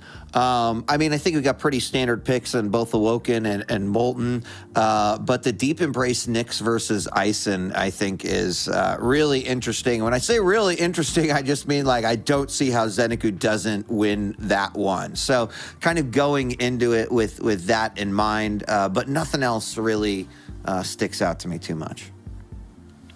Yeah, pretty standard. You know, Awoken, we've got the Doomslayer, we've got Athena, Molten Falls, Strog versus Ranger. Sure, pretty standard as well. Strog, not the most common pick, but definitely do see him from time to time. And then indeed, Deep Embrace is the standout one, right? Nyx left till the final map, Deep Embrace, and then Ison to counter. Ison you usually see almost exclusively on Veil of Nav these days. Deep Embrace occasionally, yeah, but it's definitely not a common occurrence. Now, just speaking a bit generally, because I'm going to be leaving this first map of the featured ones to both of you guys, but speaking generally and looking at the match history, we see a very interesting rise of Zenecu, because these two players have played each other 9 times so far, and Dramas has won 6 out of the 9. But wow, the final 3, the most recent 3, have all been Zenecu. And I think that really just shows Zeneku's meteoric rise to really the top of the Quake Pro League, right? Among the very best. Around 2021, when he really committed to it, he just turned that around. And now he's beaten Dramis 3-0, 3-0, and 2-1 for their previous 3 matchups. So have the tides shifted? Is Zenecu going to continue that streak today? Damn, that's some deep stats right there. Oh, nice. Thank you. Yeah, I mean, I think that's exactly what it says, Flea. I think you're right on the money, and it's not like this is a guess coming from our guts. It's very evident in Zeneku's performance. And you know, Dramas, I think we're still looking for that spark from this season. I think he ended last season feeling, encouraged and motivated, but has kind of struggled to, I think, level up in the way that some other players have been able to level up this season. So really big matchup for him. Has to bring everything. There's still a few weeks left. We're on week 15, but as we get closer to QuakeCon, this spot is going to become very coveted. It's going to be a good one. Flea, as you mentioned previously, we're going to relieve you of your duties on this one. You get to go chill, look up more stats and facts, and then come on back. So we'll see you in a bit. Make us look real dumb. Yeah, exactly. Well, no, he just is like a computer, right? It's just like there's a ticker tape that's just constantly feeding Quake data. Just all of it. That's all amazing. it is. It's just fact after fact. 40, a few weeks ago, we gave some what I would say is pretty significant feedback and criticism to Zenecu, and that was the use of the default skins. And today he is rocking the Quake beach scene background. I'm really impressed, Zenecu, with Looks not only your good. play but your skin selection. Good Yeah. job. The podium looks fantastic. Again, the summer does. update is live, so Yep. check that out. And Zen is just chilling on the beach right now. Whether that's foreshadowing on how the match is going to go and how easy it's going to be for him, who knows? But taking a look at the predictions, 71% in favor of Zen on at least Awoken. Yeah. Interesting. And given the facts that Flea was spitting, he course corrected the market a little bit and predicted probably what's going to happen with that. But we'll see. We'll see. I think we're gonna have a pretty good ZSX. You be quiet, just because you're not a commentator today and you're in chat and you think you can be all like play by chat rules. Like we don't want to hear it. No. What I was gonna say is that I really think that this first game 40 is gonna kind of set the series. Like I want to believe that Dramas is gonna bring in and really give Zenecu a good game, but I think depending on how this first game plays out is going to determine to me whether or not it's going to be even possible in this series. I mean, Zenecu has just looked so nice. This is definitely uphill battle for Dramas, but let's see what he can get done. See what he can get done indeed. First featured match of the day is underway, maybe? We're thinking about it. I don't know. It looks underway. I think what we've got there is a moment in time. There it There is, we yes. go. We might have a Zeneku is not playing with his mind. He is actually, I Very think his stoic. webcam just might be frozen. But we're in game 40. We are. We're there. We did it. We made it. We're Yes. I was going to say that both players, very heavy rail players, so I'm interested to see exactly how that shows up for both players and what accuracies they're going to be hitting. We see Zen starting off on the rail gun, trying to gain position and double back to the Mega, and then again defending railgun, knowing that Dramas probably wants to get in on there because Dramas is not afraid to use it at any distance. Yeah, Andramas just kind of parked over here by the heavy, looking for an opportunity that he's going to be able to go over and grab it. Like Athena, there's a lot more opportunities, but I think we're just going to have a swap of our majors here unless Zeneku decides to double back. No, Dramas is going to take position on top of the Mega, sees his opponent right there. Tribolt coming out. Zeneku's like, I'm not going to let you get this too easy, but Dramas with a great hook to get the vertical position advantage on his opponent, drop that rocket down, and is so far slow and steady, but Dramas playing very calculated. I like kind of what he's doing despite initially not having that rail and using that Tribolt kind of to dish out some damage, but Zeneku is trying to put the pressure on. Nice defensive rocket. Berserk pop to avoid the second rocket. And yeah, Dramas has done a good job, you know, very patient, making sure he gets in on the rail, but now he gets caught out, dunked on, and the Mega was left up because Dramas wanted to attack the heavy, but luckily, Zen won't be quick enough to grab both items, so Dramas does fly in to at least maintain control over one of the items. Yeah, and off spawn there, Dramas almost immediately heading over to the railroad. Zeneku played that spawn play, I think, really well. He could have gone just for the throat, but decided to kind of keep positioning in mind. As a result, he controls this middle area. Actually, some of his spam, that last bolt hitting, and now going to drop down. The heavy is, unfortunately, he's going to have to give that up. Zeneku getting in position now on the Mega. Now, this is an interesting spot for Dramas to be in. Not sure what exactly he plans to do here, but Zeneku up by 1, not getting to really capitalize a huge amount off that first frag, but just getting a point on the board is good enough. Not too bad. Should have heard the hook and the drop down. So Zen now has the position and another huge dunk. The hook had to be used and another dunk. How many does he have in store? Heavy picked up, Berserk taken as he wants to make a mad dash over to Mega to make sure the Dramas can't stack back up. Good fadeaway rail, but at the end of the day, Zeneku wins that skirmish big time with 2 big rockets and item control. Yeah, great way to get out of there too. Just adding a little bit of speed and momentum.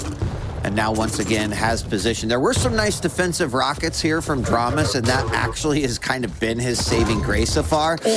Yeah, that was a bad choice there, but a great one from Zeneku. Dramas decided he wanted to peek a little bit closer, see what was down there, and that shotgun, well, spoonful of shotgun pellets. That was not what the doctor ordered at all.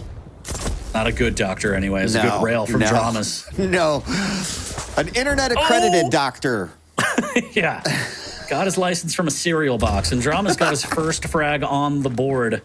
Getting closer to trying to tie this up, and Zen is overstaying his welcome and made that one easy for Dramas. Tried to double jump to get out of there, but Dramas picks him out of the sky 2-2.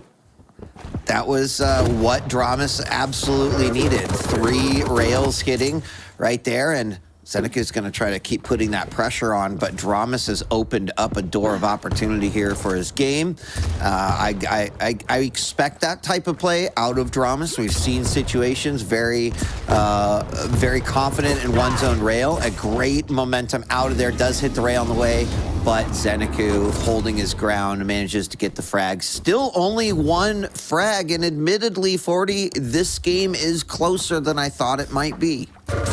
Yeah, definitely a closer affair than most of us may have thought. And I really like Zen's usage of Berserk after picking up heavy and pathing straight to Mega to make sure that he's there on time.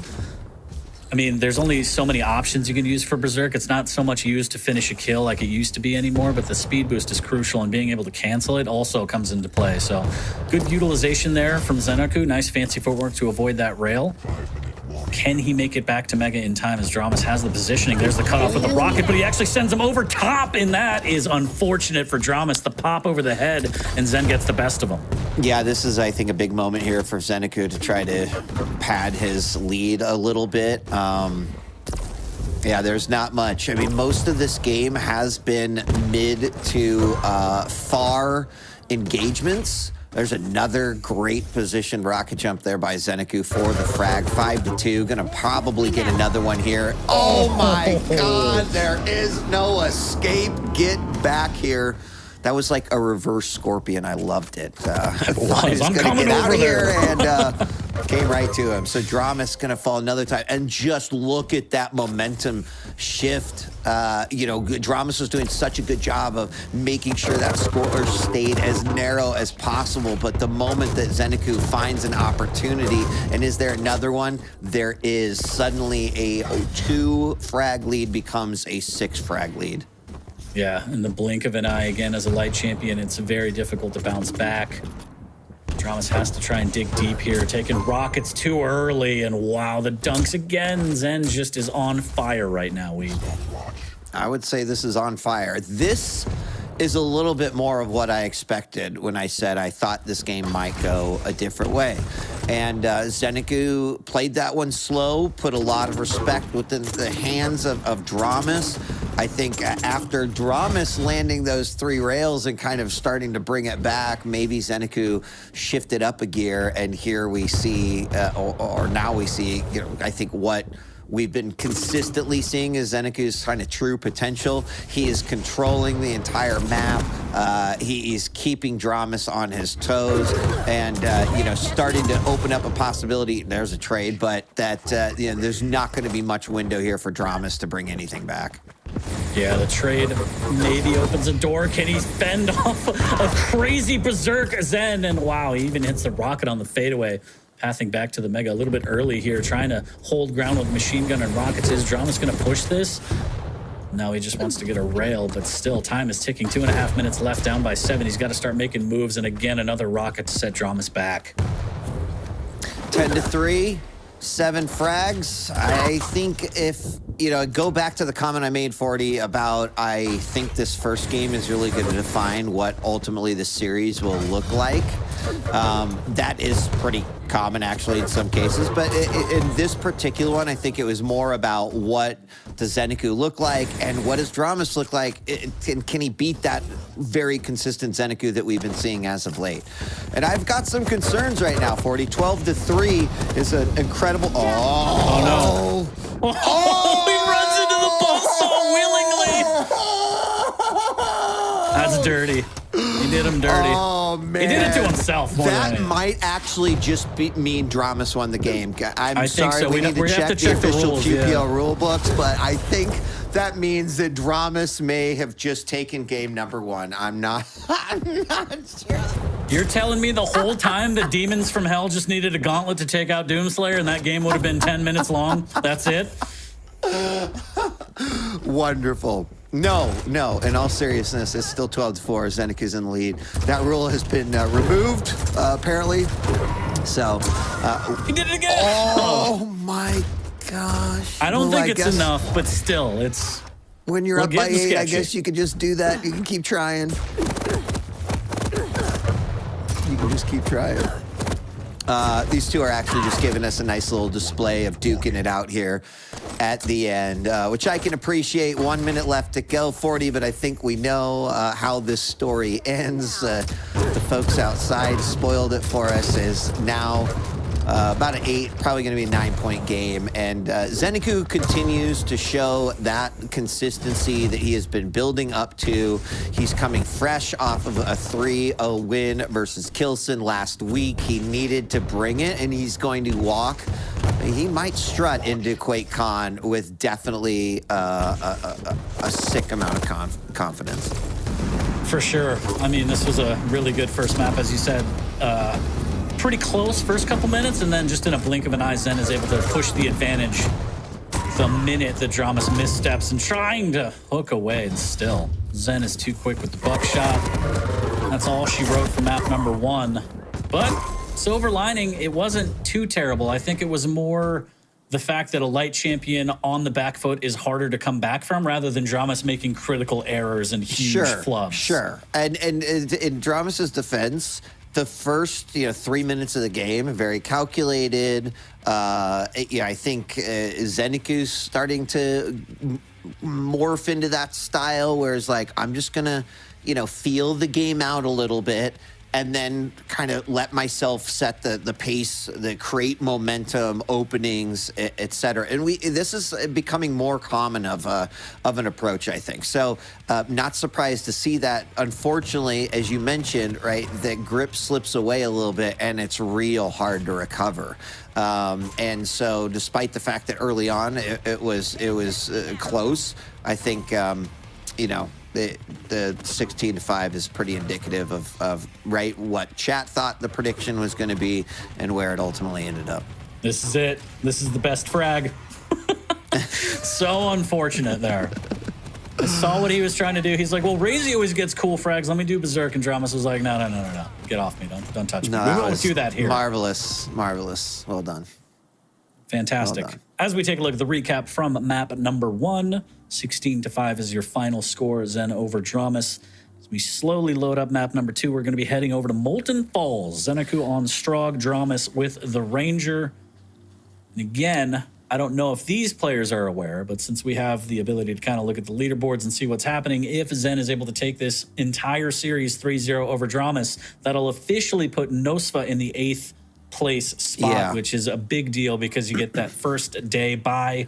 Don't have to worry about group play at all. You go straight into the brackets. You get to look at your opponents, exactly what they're doing, study the area, get used to the AC in the area. How cold is it? Is it too hot? What shares do I need? Do I need to bring a stack of 7 pillows? Like, you just get a day to relax and observe, which is huge in a tournament like this because it's really an endurance thing. Yeah, and practice, get used to the environment and the settings. It's a lot. And it doesn't mean that someone who's in that position cannot win, right? But it means that you're going to have one hell of a road in front of you. So now game 1, clearly sort of won by Zeneku. If we revisit the Can Zeneku 3-0 here for that situation to happen, definitely a possibility. I think this map becomes crucial, right? We talked and Flea backed it up that on Deep Embrace, the Nyx versus Ison, like that's going to be a tough match for that Ison player. Dramas in this case, he needs to make this map work for him. Based off of the last map and how much mid to long range fighting was actually taking place for D, I expect we're going to see something very similar here. Kind of slow and steady start to the matchup, sort of feeling them out. But we did see Dramas landing some real nice rails in that time. We know what he's capable of doing. He's just got to try to match what Zeneku's bringing to the table. Yeah, I mean, now that stacks are a little bit more even, I think we might see Dramas use the rail even more because he kind of usually plays a lot of rail, shotgun rail, a little bit more swagger. For what it's worth, map number 1 was technically on the NA server, so Dramas had the lower ping. So we are moving over to an EU server. If chat wants to make up any reason why that matters, go ahead. But I feel like we should see a little bit more rail play out of Dramas because that's where he thrives. It may not be necessarily the best option, but that's where he's most comfortable. So we're live on map number 2, Molten Falls, starting off on Zen. Yep, Zeneku immediately going to grab that heavy and the rail. So let's see if game 1 confidence has built and sustained itself here into game number 2. Zen now just arming up, getting everything that he needs to get the job done, and he's looking good right now. He ends up, after this rotation, right above that heavy and exactly where he wants to be. Inevitably, we're going to have Dramas be coming on in here. Peeker is going to come out. There is like an initial hit, but there is the heavy, and that actually could be real bad because Zeneku should be able to grab this Mega. He doesn't. Dramas actually goes for it and does a pretty good job of keeping Zeneku out of there. And not too bad. Even uses the orb to try and get a little bit more damage, which was risky, but all in all, Dramas steals away the Mega twice, so both items split. Both rotations have gone to the same player, and now it's a matter of, oh my god, that rocket should send Dramas packing. He's lucky, but that's all that happened is he does disengage, but now Zen has the stack advantage, and just barely with the movement flub, won't get to Mega in time, but could still punish. There's a dire orb from Misdirection. Is it going to be enough damage? 52 HP for Zen, using the peek around the corner. Dramas is out of there. That was a little bit risky leaving himself vulnerable like that, but I could see why he was just trying to fly that drone and see what could happen. But all things considered, after all of that, stacks are about even. Yeah, about even, still 0-0. We're just kind of rotating around, but Zeneku with 2 phenomenal rails coming down the hallway for that first frag. Oh, he's got a lock on him. Oh, that's bad. Mega is picked up, but down below, orb comes out yet again, but double with the shotty, and it is 2-0 suddenly. So I was going to say, I think Zeneku's start in that last, or in the first spawn was quite good. I thought he was going to have full control there. He didn't, but he still managed to make that work. And there's another direct rocket, and those hurt badly. Ooh, big shotgun blast, but not enough. Can Dramas potentially capitalize off of this? I don't think he has the time to dive back in and refrag. He does post up for a good rail, could follow up with another one. There's the dire orb again for Misdirection, but even with that hesitation, still misses the follow-up rail. I'm not sure that those orbs are, like, Zeneku's not buying them at all. I mean, one was an escape clearly, but like that last Misdirection one, Zeneku was all over it. And Dramas is just going to keep at it. But so far, I haven't really seen Orb really make a big impact here for Dramas yet in this match.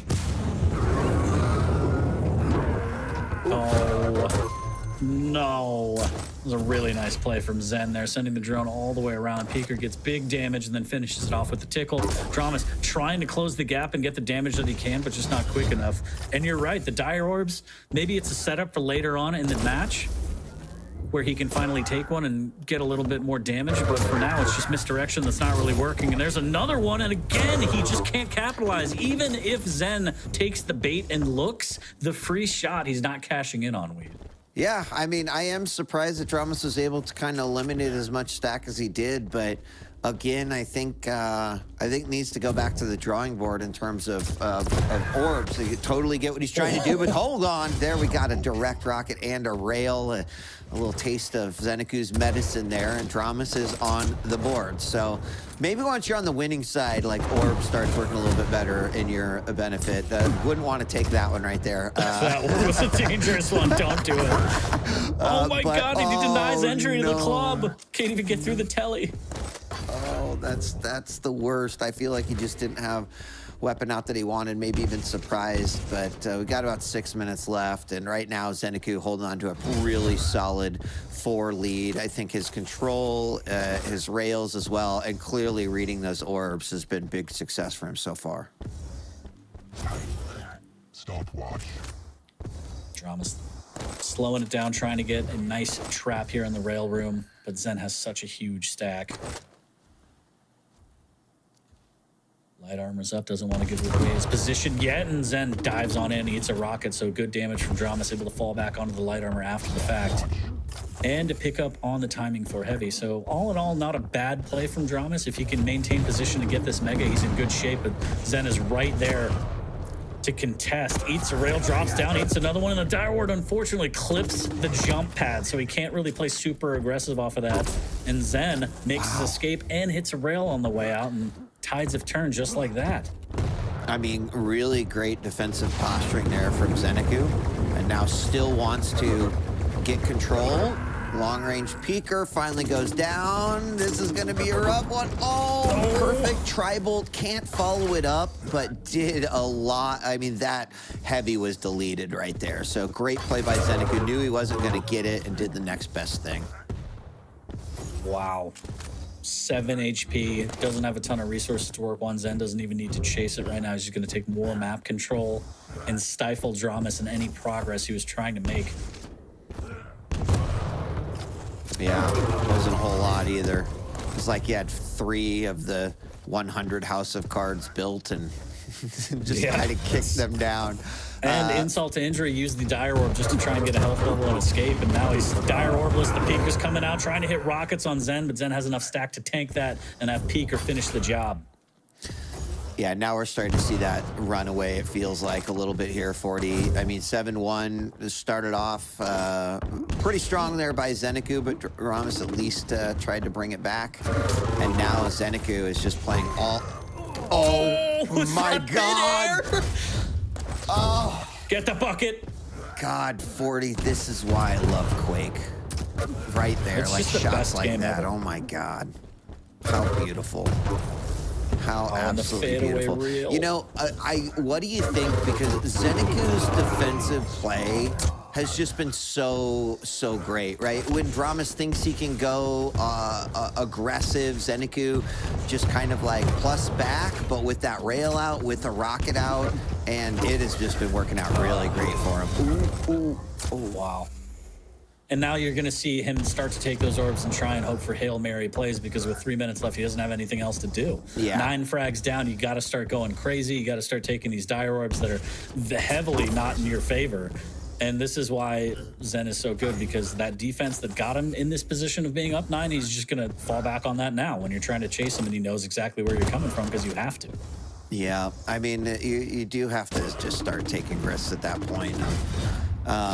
Right, like, it's just, it's a part of the game. You can't win 9 frags behind, so got to do it. But also, when you've got someone like Zen who's just kind of on the money, right? Like, his map awareness here has been super great. His just overall control has been fantastic. Damage-wise, almost 1,100 damage over his opponent. Everything is just working out for him. Nice rockets from up above for the frag. 11-1 with 2 minutes left to go. Yeah, and again, the Dire Orb comes out to no avail. Less than 2 minutes. Dramas probably taking a breather here. Don't really blame him. He's got to take some time and try and bounce back, as it is not going his way right now. It is an unfortunate run, but Zen looking good. And again, the 3-0 is going to be critical here. So map number 3 is going to come up shortly as Dramas kind of takes a little bit of a break, mental reset, to try and take at least a map off Zen. But Zen is just looking really, really good. Yeah, this is, you just cannot sleep on him at all. I think this is exciting, right? Especially because we're already came into the season with like just an enormous amount of talent that I think could do a lot of damage at QuakeCon. Through this season, we've seen even more players kind of come to the forefront, and then we're going to get to do things like be on LAN and, you know, have the best competition in the room. And that is exciting, because adding Zen to that pool of players that hypothetically has a chance to win QuakeCon, that's exciting. Like, every scenario is exciting, but I absolutely believe that Zeneku brings even more overall excitement to that possibility here in the upcoming weeks. Absolutely. We're about a month away. A little bit over. Yeah. About a month. So it's right around the corner here, and I'm excited to get back at LAN live studio audience. And I'm assuming a bunch of arm wrestling matches between Zen and ZSX, so that is also going to be exciting. I don't know if you want to throw yourself in there or not, Wheat. That's up to you, but I'll probably shatter my arm if I try. So no, man, I'll just eat the chicken salad and enjoy. I'm not dumb. I would walk out of there with my arm in a brace and a cast. It would be gruesome. It would be gruesome. But definitely Zeneku will win. Call. So just throw. Oh, you think Zen over Dan? All right. Dan heard you somewhere. He just perked up. Well, that's map number 2. Nah, it's okay. He did. It's okay. I'm gonna have Scale step in and be my representative for. There you go. Arm wrestling. Yeah. He still said that he was going to cosplay Scale, but anyways, all right. Map number 2 went to Zen. Dominating performance. We are going to have a map number 3, and Dramas has to try and clap back and reset. We saw kind of took his hands off the keyboard near the end there to get a reset, a little bit of a breather.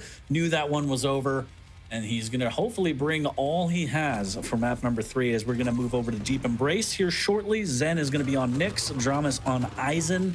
And this one, you said maybe a little doomed to begin with based on the picks. Yeah, I mean, it's just like this type of a map, right? I love Deep Embrace because it is typically faster, a bit more chaotic, very, it can be aim heavy.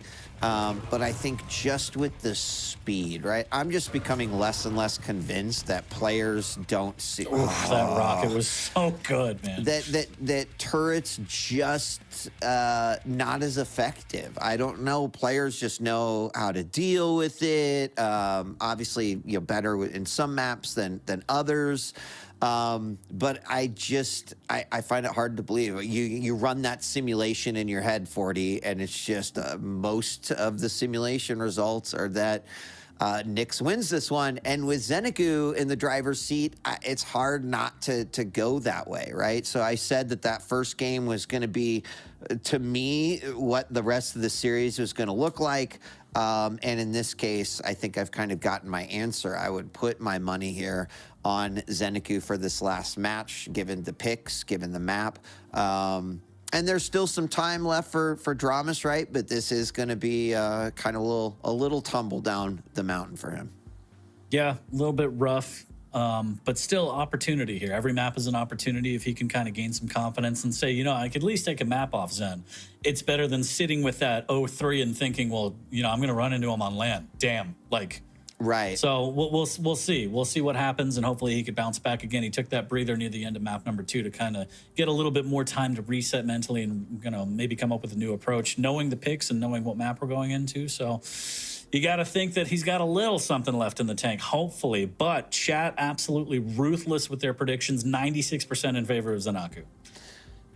I'm not surprised to see that side diminishing, especially coming off of 11-1 loss. And if you were starting this series as a Zenecu doubter, you're going to end this one as okay, I see what people are talking about. Yeah, this is, he's just been really impressive. So try to close it out here in 3. I think 3 still makes a statement like, my name's Zenecu and I'm coming for you at QuakeCon. I'll be excited to potentially chat with him afterwards, see how he's thinking. Yeah, and I really hope they cut promos like that now that you mention it. That would be amazing. Just like wrestling-style promos at QuakeCon. Let's do that. Can we do that? Oh, my God. Be so exciting. Yes, you can. We'll see. We'll see. I do think we are in map number 3. We should have a moment. We might get a little bit of a reset here, and it looks like we are going to reset. So it's all a horrible lie. Don't believe any of this, chat. Damn. Welcome back. See? You thought I was wrong. I wasn't. We got our own map intro, 40. We did. Nice. Welcome to Deep Embrace between 40 lines and wheat. 40. While we wait, if we take the time machine back a few years, and you do have to consider that it's not like the past few years haven't necessarily been like, oh, so-and-so's going to win, right? We've had some mix-up. I think it has been a little bit more up in the air. But do you agree that, the potential of this year that, right, any number of the top 5 or 6 players, there's some real wild cards in there in terms of, what the overall results could be?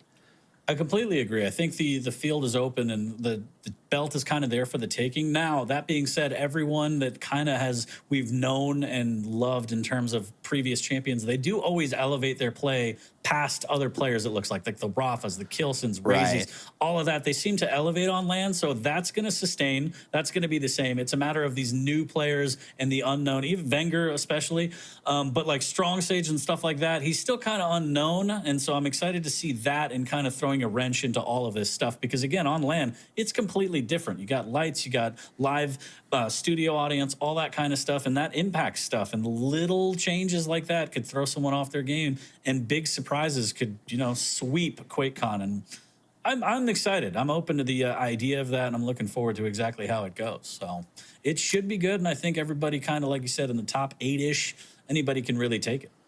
Yeah.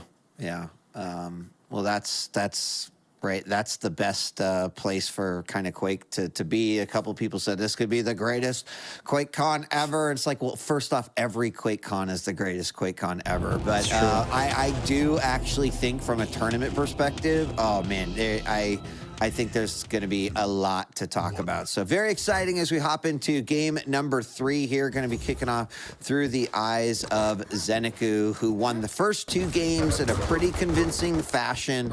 So Dramus really needs to try to bring this back and prove us all wrong. Like, the Ison pick is good, and I'm going to get the job done. We will see shortly. And the craziest prediction would be 16th place Kron taking QuakeCon. It could happen, Wheat. Anything could happen. But focusing back on this game, Zen doing a good job of taking out Timmy on his way to the railgun. And Dramus knows and tries to get there in time to do some damage. A little bit of rocket, but also takes a rail. Good fadeaway rail, though. Now Zen has to be very careful. Again, playing a light champion, a bit disadvantaged. Oh, all right. The jumping rail. He got him. What a shot. Very nice. Excellent shot. And I think exactly a demonstration of what Dramus needs to do to try to take this third game, right? You know, we've seen Dramus go on a rail tear before. He had a couple of moments there in that first game, but right now he's doing it. 80% rail out of the 5 shots that he's made, and I would agree that was a precise award, 100%, and Dramus has kind of turned the tables now, picking up a 2-frag lead here in the first minute, 40. And I like it, right? You slow yourself down. You don't, you know, you may stop in game 2, but whatever he did, he course corrected. Yeah, just that extra 2 minutes goes a long way. An insane shot and beautiful read for the second frag here. Zen on the back foot. Needs to be careful. Dramus heating up at the rail, and Timmy comes in with the assist. You gotta keep your eye out for that. As Zen goes down, trying to hop back into the fray here with the ghost walk. Doesn't really get the damage out of the phase shift, and instead goes down yet again as he gambled everything with that. I love being completely wrong in this regard. Right now, Zenecu just seems like he's really struggling. That there is not a whole lot he can do. Oh my! Here I am, like, man. Off. Players have been figuring out how to deal with turret. It's no big deal, whatever. And then it's like, oh yeah, you want to see what it? Yeah. And the shot. What is this? What am I watching right now? Check him, PC. Check him, PC. It's incredible. Still hitting an 88% rail. Rare footage of Dramus anger. Yes, Quake Pro League moment, week 15. As this is kind of the Dramus that you wanted to see previously. And you know, you want to say, yeah, well, the stack disadvantage for Zen, sure, light champion's harder, but by that account, it's harder to hit these rails, and he's hitting them. He's hitting them well. Using the Timmy, does get pushed back down. Zen needs to be careful of Timmy. Again, ghost walk to get out of there. Dramus hanging by a thread. Is he going to go through the telly? He does. Wow. Nice read from Zen, and this is an opportunity to kind of stabilize and get back into it. He does need to deal with Timmy, though. Be careful. Don't take any unnecessary damage. And this is like kind of the moment of truth here. Like, it's not uncommon to, you know, find yourself in a little frag sandwich when you get taken out and then your opponent just plays great and stacks 2-3 frags on top of that. But now Zenecu has to try to bring some control back, put some kind of a leash on this rail of Dramus, and he's done so well so far with that first frag and a second one, but Dramus still with a 4-frag lead, and clearly showing 40 that if he can, you know, start to control that map a little bit and get to where he wants to be and have a stack, he's going to get the job done. So Zenecu now just trying to put a stop to that. These rails keep coming out. Still a 76% rail and 83% on Zenecu's side. No one misses. Oh my God, what good. Just Dramus got overzealous on that one. Really wanted to push and get the damage, and Zen with beautiful defensive rockets. And this is turning out to be real bad. Dramus needs to be careful. He's going to push up, try and get a rail. Misses with 2. Buckshot might be able to do it. Does hit a rail. Zen was able to tank it, but now he's very weak. 2 bubbles to work with and a mega. And now Zen is really turning this around. Oh, nice rail, though. Yeah, that was a little rough going for that rail and getting trapped under the bridge. Dramas does bring it back in his favor and still holding on to the lead here with a rail to bring things back. But the trades between these two on the rails are just unreal. As Timmy goes down yet again, Zeneku running for his life and really trying to map out some kind of a strategy to get those 3 frags back and take the lead. Dramas continue to do a great job here. Is pretty consistently 40 has the better stack. His control's been pretty great. Continues to hit these great rail. Oh, almost had that one as well. Gonna try to finish up with the LG, but Zeneku is slippery. Yeah, trying to get out of there, and still 73% rail, but he's also shooting 23. So 17 of 23, and Zen is still 5 of 9. Just not getting the rail damage he needs, not even getting the opportunities with the rail that he needs. And I'm surprised because we kind of figured we would see this Dramas in the first 2 maps, but now he's really popping off and just hitting this light champion with all he's got. Yeah, and it does kind of make me wonder a little bit, right? Like what has changed? Maybe it's just map selection. Great air rocket as he pins him to the wall with that one, but I kind of feel like I'm watching a bit different Dramas, and it's hard to not sit there and go, you know, how does that happen? Sure, there's a lot in terms of player preference on maps and how they're feeling and even the momentum in the game, but again, this is looking really impressive so far by Dramas with about 4 minutes left to go. And Zen just doing the dance to dodge Timmy as Timmy tries to put another one on the board. There's a nice wall jump. Dramas can't land the air rocket on that one, so Zen gets both items. Yeah, really nice movement there. Can he capitalize? It's only a 3-frag game, all things considered, even though Dramas is popping off and hitting a lot of rails. Oh my God, what a rocket. Another direct for the books. Timmy going down immediately. LG keeping charged and snags another frag away from Dramas. Now only 2 frags separating these two. Ghost Rock is going to be used in an aggressive manner, and comes out right on top of the turret. I'm not sure that worked out exactly the way that he had thought, but rails are exchanged yet again. Zeneku does manage to hit 2 there. Dramas very, very low, and big moment of truth here. Dramas gonna play this one as smart as he can. Rockets being put right on top of the 2. Bubbles in the middle. Another rail as well. Not good, as this is now a 1-frag game for Zeneku. This is looking real dire for Dramas right now. He's stuck. He's only got an LG. Timmy comes back in his pocket just in case, but he's taking so much damage, and a tickle will do it, and we are tied. After all of that, Zeneku really coming through, and keeping item control has been absolutely huge. Dramas, we saw the misstep earlier, fighting for the Mega a little bit too early. Zen was able to get the frag, capitalize, and might happen again here. He's too early on the heavy. He needs to be careful. Campfire, will Timmy take him out? And with that stack, he can just avoid Timmy long enough to take out Dramas and take the lead.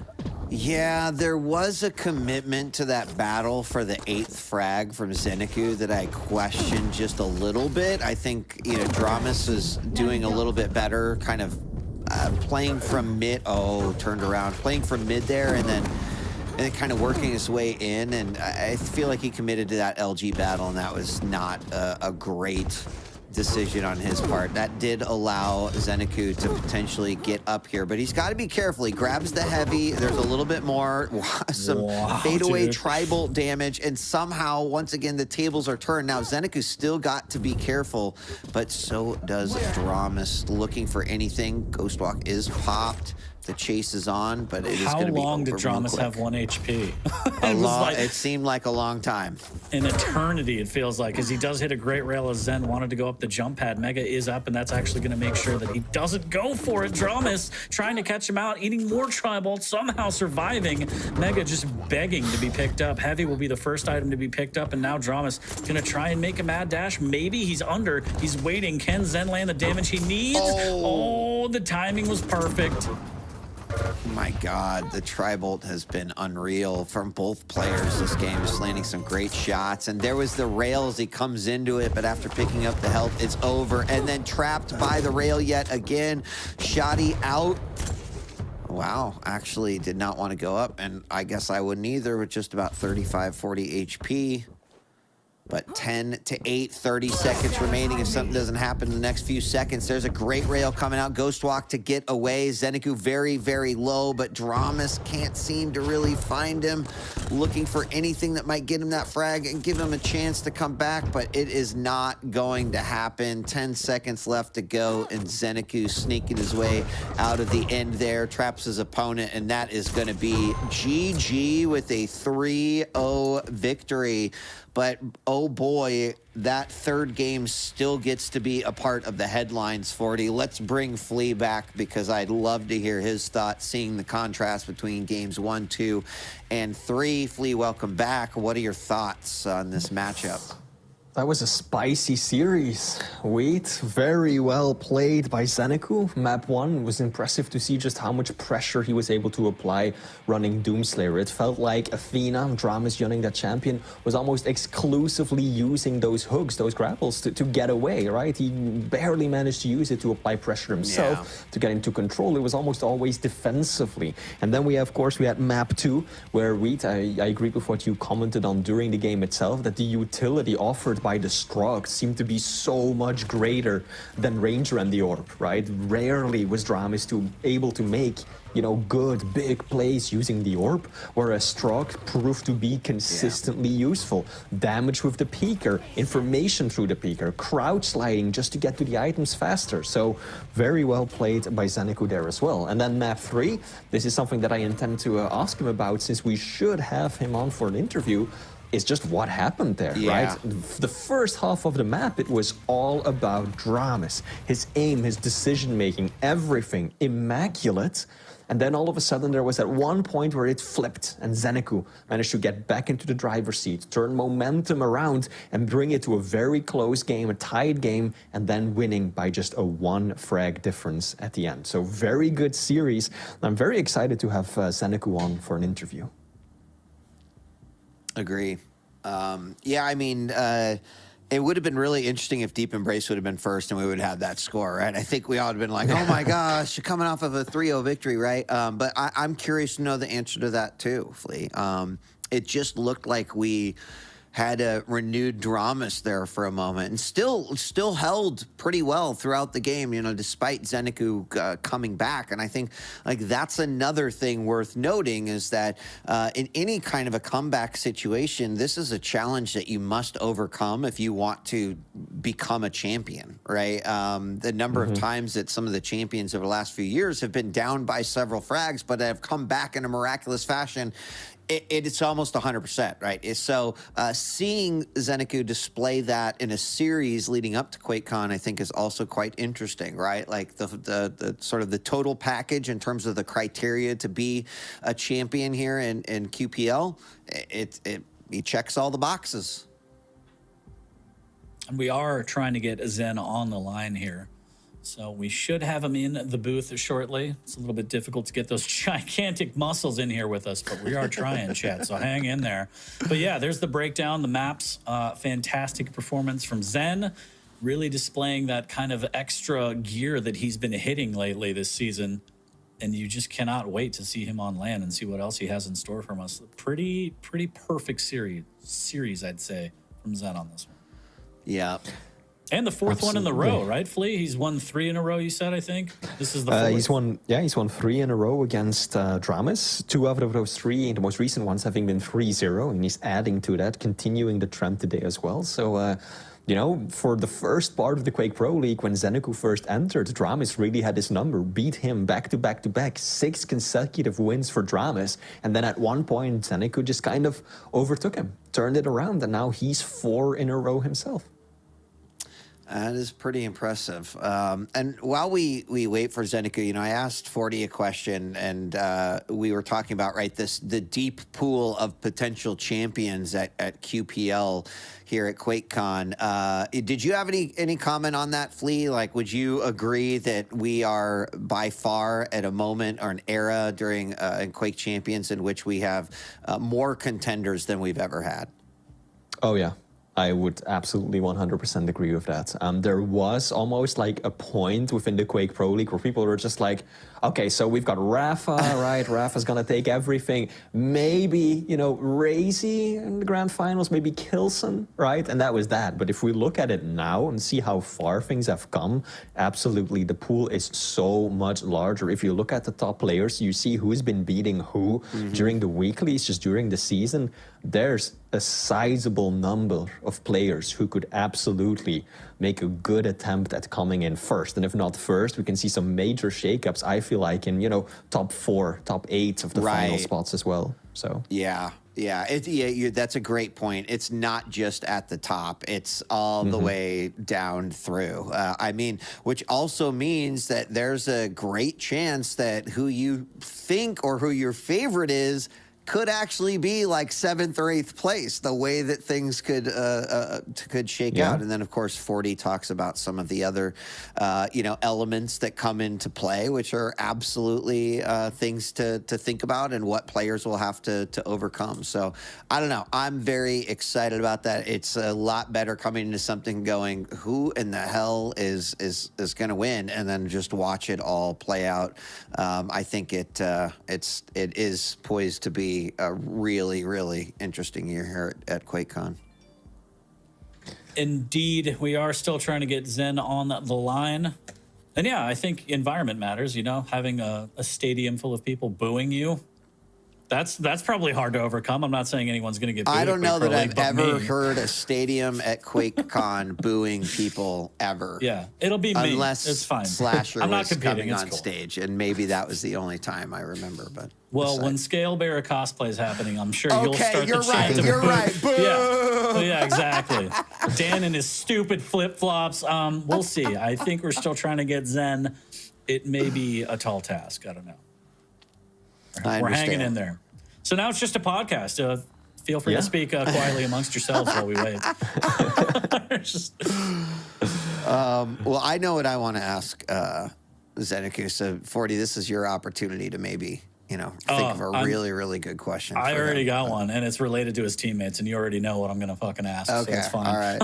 All right. Buddy, I am getting to the bottom of this chicken salad business, and it's going to be fine as we take a look at the run from Zen this season. Pretty fantastic, but again, I can't help but hear Dan in the back of my head say, "Yeah, but look at his wins. He does drop maps, and when he loses, he seems to lose pretty hard."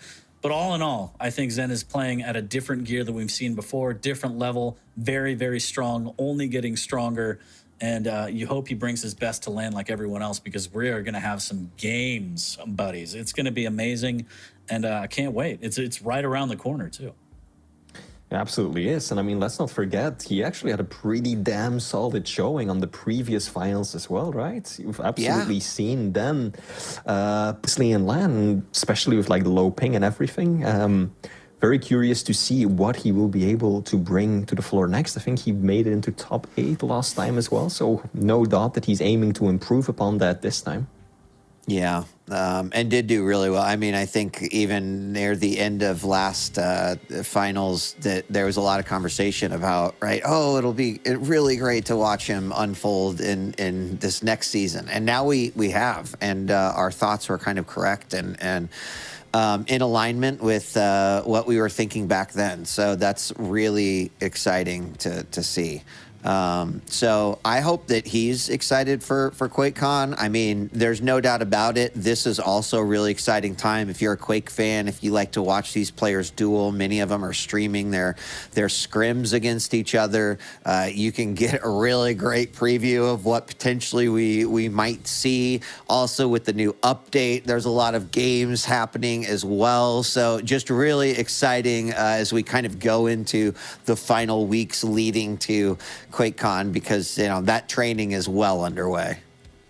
Absolutely. Still trying to get Zen on the line, and for those that are just impatient and hate hearing us talk, too fucking bad.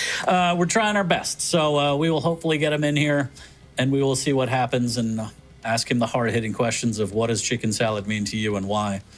Shortly, hopefully. I think we're working on it, Chad. We're working on it. This is just it's just, like even when you're at a live event and, you know, he's getting all mic'd up. He just came out of the booth, getting all, I was like, oh, crap, we need to change the batteries in the mic pack. And then they're like, doing that, you know. They're like, just keep going. It's all good. That's not real weed, all right? The people in the chat who have never done a broadcast in their life know that you're supposed to be perfect every time, super succinct, 30 seconds gameplay, and just shut up and let me watch Quake. So I don't know what you're talking about, Mr. Legend. Mr. has been doing this and invented this. You're crazy.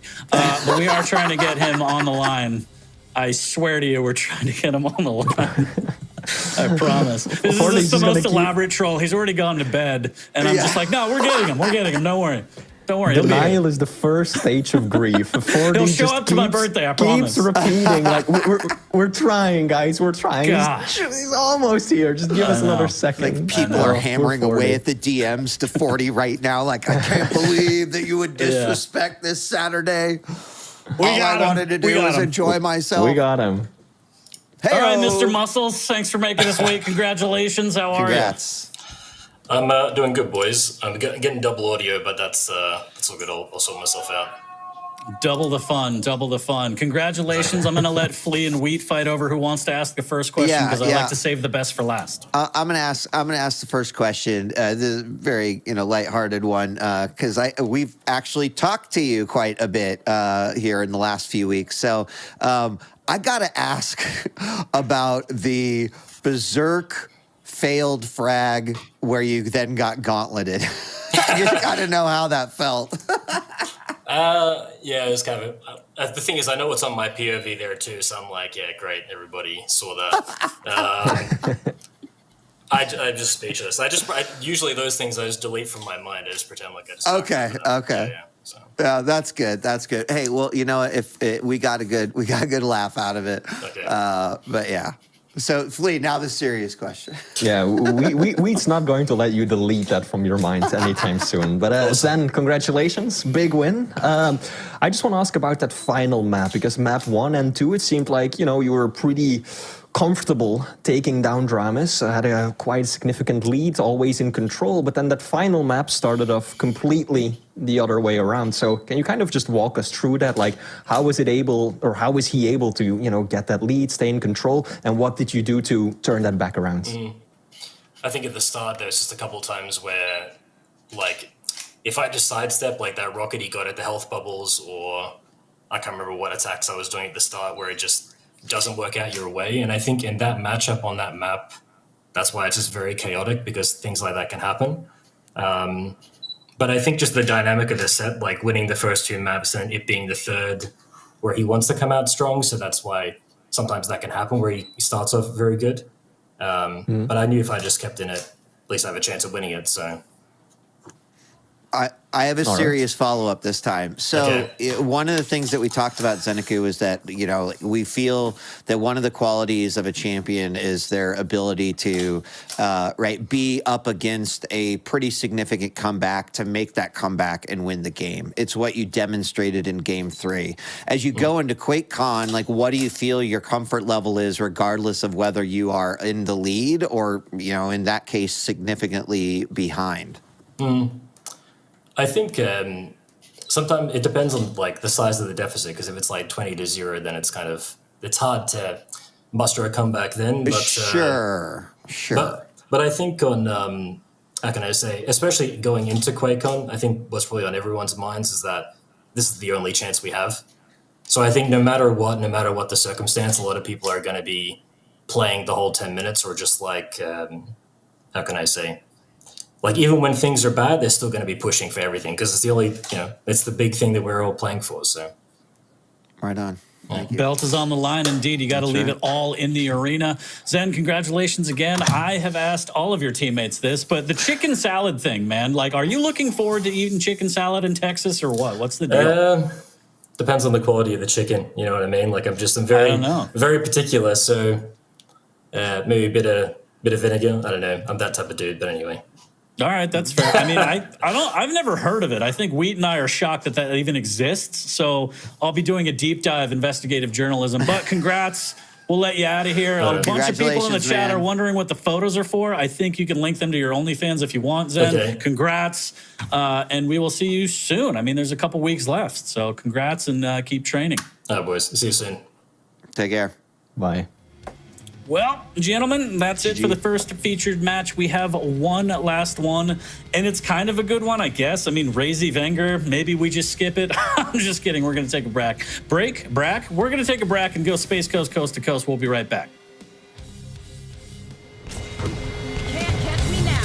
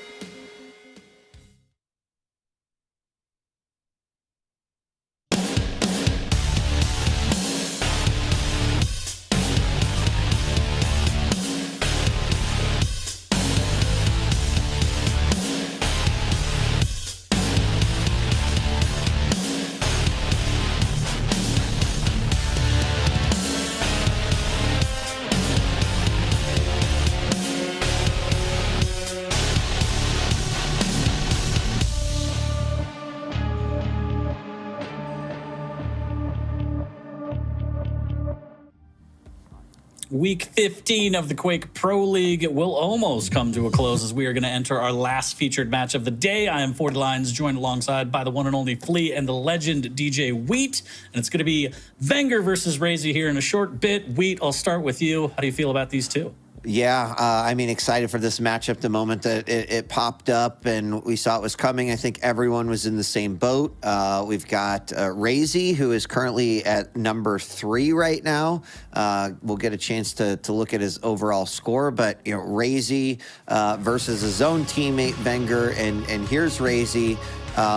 Right, he's had some victories this season. He's also had some kind of bummer upsets, if I was in his shoes, but has still remained optimistic about not only the season but heading on into QuakeCon. And lost to Kilson, not really a surprise. Lost to Strong Sage, definitely a bigger surprise. Lost to Rafa, not a surprise, right? So the consistency's still kind of been there with some surprises, just like what we kind of expect we might see at QuakeCon. So going up against his teammate, I think this is a really tough battle, but ultimately a chance for him to maybe move up the rankings ladder a bit. Not that there's much left for him to move up to, right? Top Right. 3 already. Razy is right there at the top, but indeed he still has some room left to advance. And taking down Wenger, number 1 on the leaderboards, that would be a huge step towards overtaking both his teammate and Rafa, who are still ahead of him in the ranking. Yeah, Wenger, number 1 on the leaderboard by just one single map. $100 separates him from Rafa, sitting in second place. But now he has to focus up and go through with the team kill on this one. Wenger on an absolute tear, quite the monster this season and before. I mean, previous Quake Pro League champion, looking to add another one to the repertoire as we take a look at the breakdown of his run, and literally the only loss, Rafa. The interesting thing about that only loss to Rafa is that yesterday I got a chance to watch some scrims between Rafa and Wenger. And, Wenger was picking up games, right? So official matchup in the season, yeah, it happened. But also, right, he's been practicing, he's been playing and keeping up, and saw him take out on Rafa's stream Rafa a few times. Yeah. What also really stands out to me is if you look at his wins, how many 3-0s there are. Yeah. Just look at that. All of his recent 5 wins have been 3-0. There's only been 2 out of the 11 wins that he didn't clean sweep the opponent and dropped a map. So Wenger is absolutely fierce right now. This is an incredible track record. Yeah, ridiculous. Only dropping 4 maps the entire season. Speaking of maps, why don't we look at the pick bands and see exactly what we have in store for these two. Again, this will be the team kill. Top 3 at stake here. Blood Covenant, Corrupted Keep, and Deep Embrace. And I'll let you two gentlemen fight over who wants to talk about the champions. Yeah, go ahead. Go ahead, Flea. That was easy. All right. that was easy. Well, we took it last time, so I'll walk us through it this time. So Blood Covenant, map 1. This is what I was talking about earlier. The meta on this map has really become light versus light. We're getting Anarchy, really fast, de-injection, air control versus Nyx, the wall jump, the invisibility. Both really powerful, capable champions on this map. Wenger is going to have to be a little bit careful trying to keep, those hourglasses, those time shards picked up, that he doesn't become too predictable, because you know that Razy is going to look for an opening there. Map 2 then, Corrupted Keep, a map that I haven't gotten to cast today at all, hasn't been around much today, but we're getting Strog versus Ranger, and these are probably the 2 most standard picks, right? Yeah. Strog is so popular because of the peeker, the crouch line, there's no rail on the map, so that active ability is so powerful, and Ranger is just so good all around to get up close and personal with the orb, rockets, super shotgun, dominate this map. And then last but definitely not least, Deep Embrace, we're seeing Athena versus the BJ Blazkowicz. So Razy with the burst damage, if he's able to pull it out fast enough, because that Athena is going to be quick and is always going to try and apply pressure, be right on top of him. Yeah, and I think watching Wenger's Athena has been pretty interesting, but I'll tell you what, like, dual wield can be nasty. We've also seen it be totally ineffective, right? It comes down to the player, the situations that they're in, etc. I love this map pool for these two. I love that we're ending both of our featured matches on Deep Embrace. I also would love to see this one come 2-1. And interestingly enough, and correct me if I'm wrong, but I believe every loss that we just saw on both Razy and Wenger was a 2-1. So I think, right, like it is the inevitable outcome. Question is just which Maestro player is going to come out the winner. I'll just throw it out there, gentlemen. I still think Wenger has been so impressive. I think I'll throw it a 2-1, but I'm going to throw it Wenger's way. I know 40's been itching to get another prediction out, so I'll let him go first. I'm going to be crazy, and I'm going to say 3-0 Wenger for no reason other than just being a psycho. And also, I'm just mostly upset that there's no Keel pick all day. So it's really frustration and me throwing a tantrum. I'm siding with Weed on this one. I think 2-1 for Wenger. Yeah. Sweet. Well, I'm going to get out of here and leave you two to it. Yeah. Odd good prediction chatting with out. you. Odd prediction out, 40. Yeah. All right. Now we can be wrong together, Flea, because like a 3-0 wouldn't. I would be surprised, but it's just not. I just don't expect it. I think both these players have been doing great. I'm sure they've been putting in a lot of games with one another too. That always adds kind of a weird extra variable to it. I think we've actually asked them questions about that in the past, but most of the time the answer just comes down to it doesn't matter who I'm playing, teammate. You know, you've got to figure out how to win. It just helps make you a better player anyway. So we're going to find out who the better player is here as we approach week 15 and the final weeks leading into QuakeCon. Now, speaking of these players having played a lot of matches against each other, I've got some stats on the match history, and it is an impressive one. These players have been in the same region from the very start of the Quake Pro League, and they have faced off a staggering 15 times against one another, with Wenger winning 8 and Razy 7. So that is as close as it can be. However, and this is the kicker, out of the most recent 7 matches, Wenger has won 6. All except for the most recent one. So at first there was really like this moment where Razy would kind of dominate between the two Maestro guys, right? But now Wenger has turned that trend around, except for when Razy won their most recent encounter. So this one is extremely hard to call. I love data, and you always bring it, Flea. That's really interesting. Of course, you can only predict so much, right, in terms of what can happen, because the beauty of Quake is that anything can happen. So we are officially live here as we're moving on to Blood Covenant. We're going to be looking through the eyes of Razy here for the start. And, you know, I mean, I expect that both of these players are going to bring everything that they've got. Already see the inject coming out after 2 perfect rails from Wenger. Who has a better stab? It's going to find his opponent down below. Immediately, Ghostwalk is popped, and Razy gets out of there wondering where did his opponent go. Here's him up top, but already a little chess match here between these two.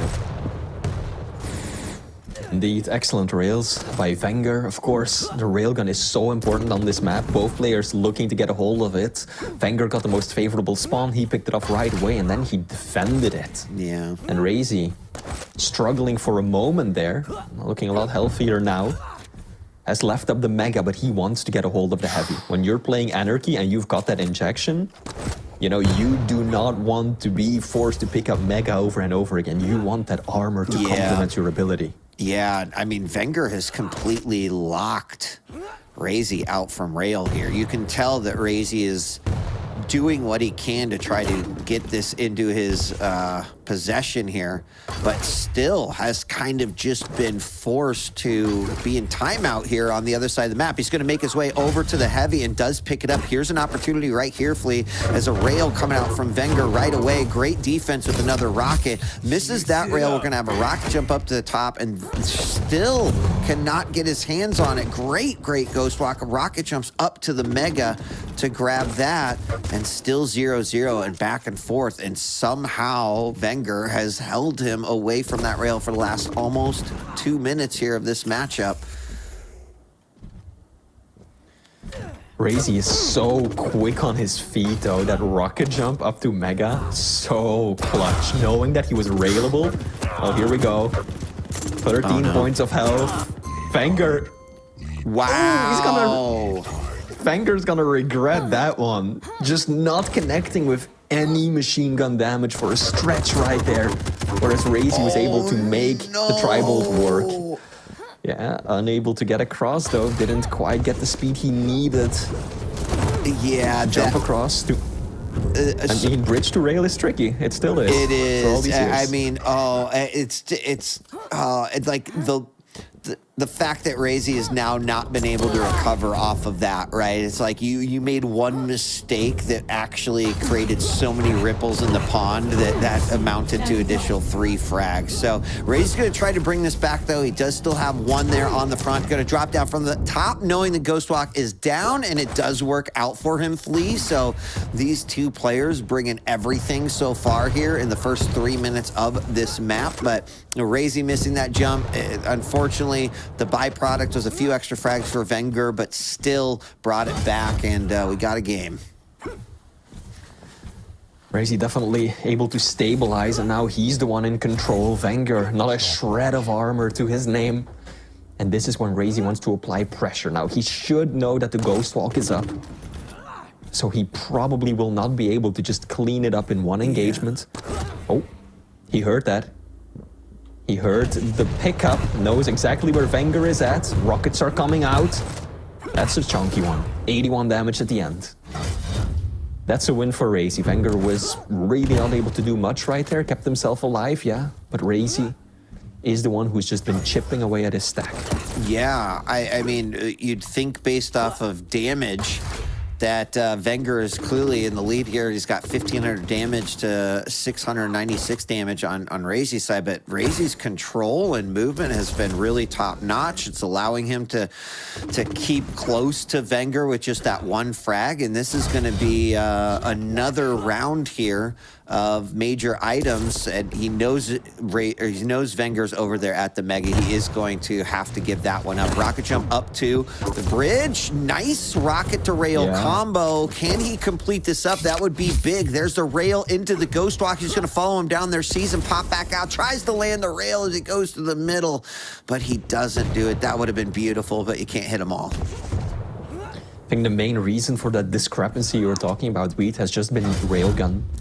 Up until this last engagement, 10 seconds ago, Razy had landed just one rail versus Wenger hitting 11, make that 12, right? That's a huge difference on a larger map like Blood Covenant, and that just comes to show how important that early weapon control of Wenger was when he really denied access for, what, 2.5 minutes or something like that? So that's a big part of the reason why Wenger is now 1 point in the lead. It's his dominance of the rail. Yeah, and he's kept it up, right?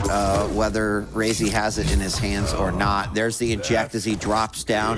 He's going to run out. He knows his opponent's probably behind him. Turns around just as Wenger turns the corner and comes back into the play field. We are halfway through this game, and I like what we've been seeing so far from both players, like two kind of distinct styles, and we're seeing kind of the best of both come out in each of these. Razy still down by 1, but again, continues to do a great job there on items. Heavy up by 5 pickups and up by 6 pickups on Mega, so it's helping him out immensely. Yeah, Razy, despite trailing by a frag, is definitely the one who's been in control for the past couple of minutes. Even doing a little bit of self-damage, not once, but twice in a row, just to deny those small armors. And now he knows that this is an excellent opportunity. If he can force out the Ghost Walk now, he's in a really good spot to tie things up, because there's so few resources. It's still 20 seconds before Wenger can secure either one of those 2 armors that he just denied. So if he can apply pressure, if he can chase him down now, this would help tremendously. And that's massive. He knows he's on the other side. He's going to catch him down in the LG room. And now looking up there, great rail coming back in and picks up that armor down below. Now hurting on life, needs to be very, very careful here, but still knows that he's done a considerable amount of damage, and there's probably no armor there on Wenger's side.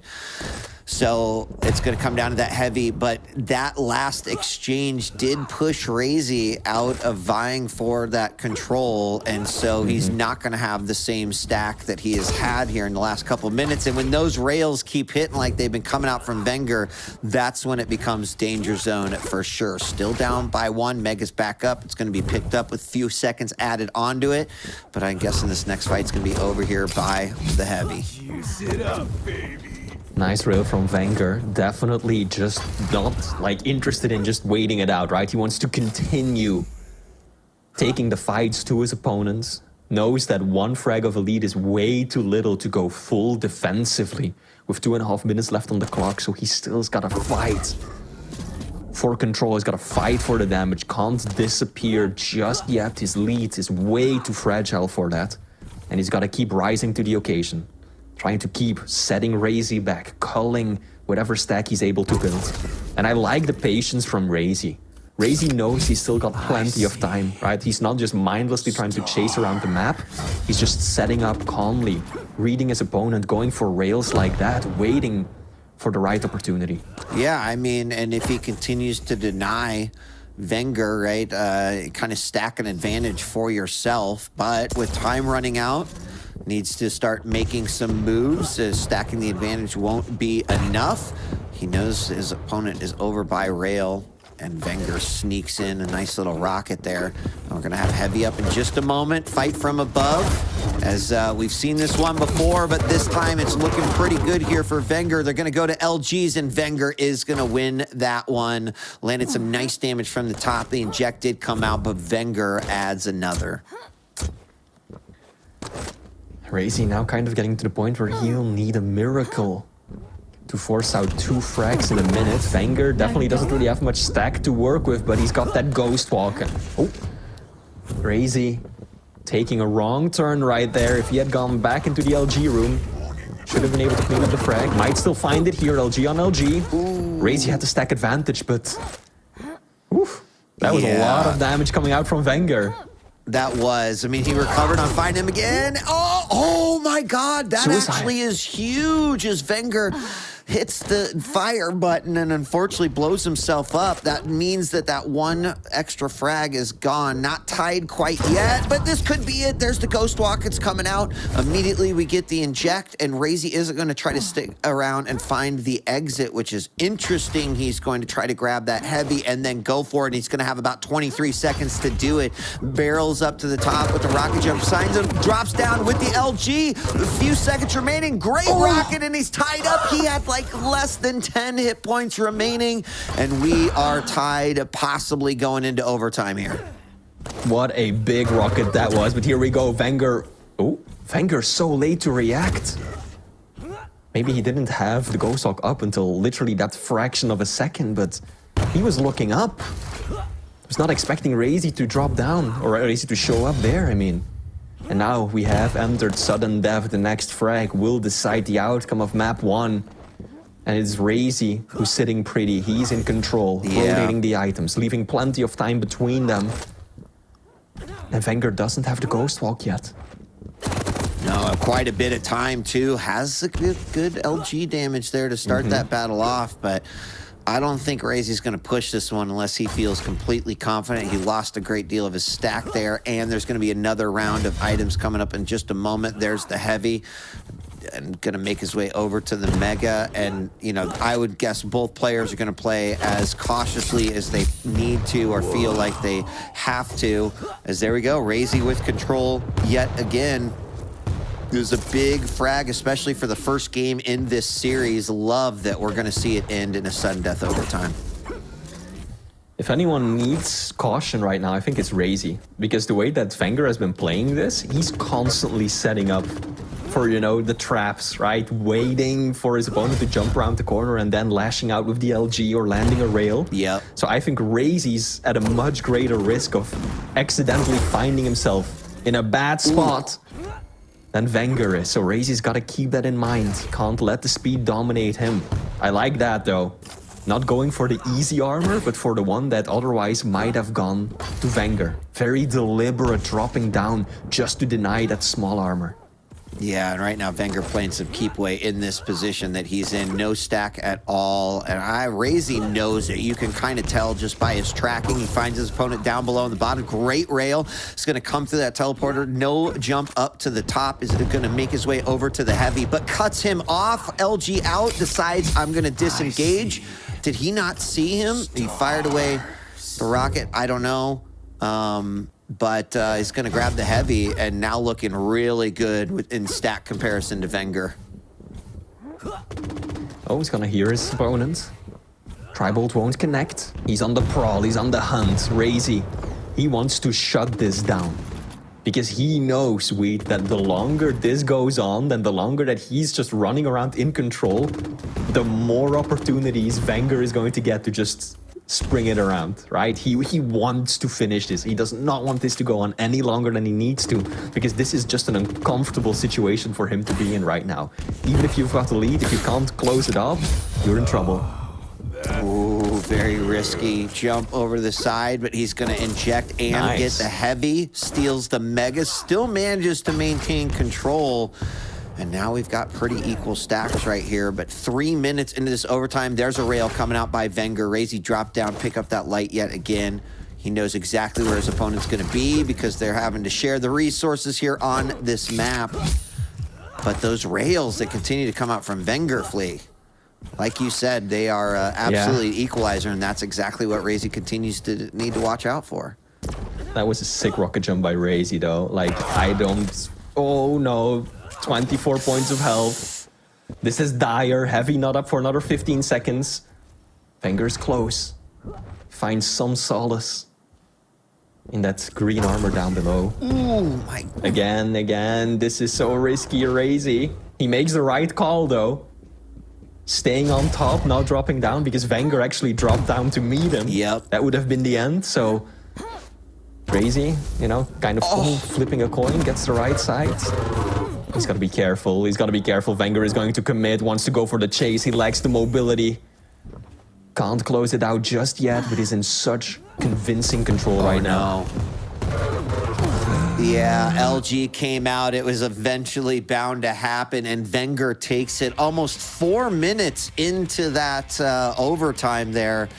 And yeah, that was rough, right? Like, I mean, Razy, I think, started off that overtime really well, was able to get control, a couple exchanges there. And as you mentioned, once Wenger was on the chase, Razy making a lot of great decisions and sort of how he was going to reroute in order to stay alive. But then at the end there, we saw that one rocket. It did not connect. And I think at that point, it was, you know, if Wenger got his LG out, that was going to be all she wrote on that one. But exciting first game, and clearly why, right, we did not think that there could be a 3-0. Like, we expected this one to be pretty close, and close is exactly what we got. Wenger's aim was just superb. His positioning, him setting up to make the most out of every LG fight, every rail, and it reflects in the final stats as well. Wait, I don't know if you managed to see, but Wenger had just under 5,000 points of damage. Wow. Whereas Razy had barely half of that. He was at like 2,800.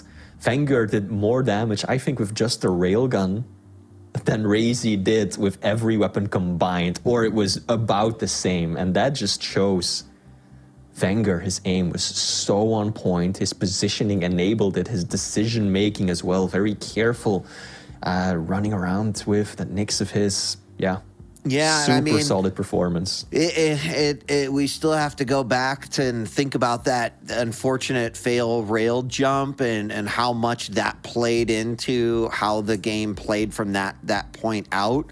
That was Wenger's opportunity to stack that a little bit. Of course, on the flip side, we then had the Wenger blowing himself up on Razy as he came through that lower hallway. So some interesting events unfolding even in that match. But the fact that those things happened and it still was as close as it was is pretty impressive. But now we take the railgun, off the table. We say, okay, what can you do with everything else? The way these two and lots of folks have been using the tri-bolt lately, a lot of that, a lot of shotgun lately on Corrupted Keep, obviously LG. So I look to this one to be just as pleasantly chaotic as the last game was.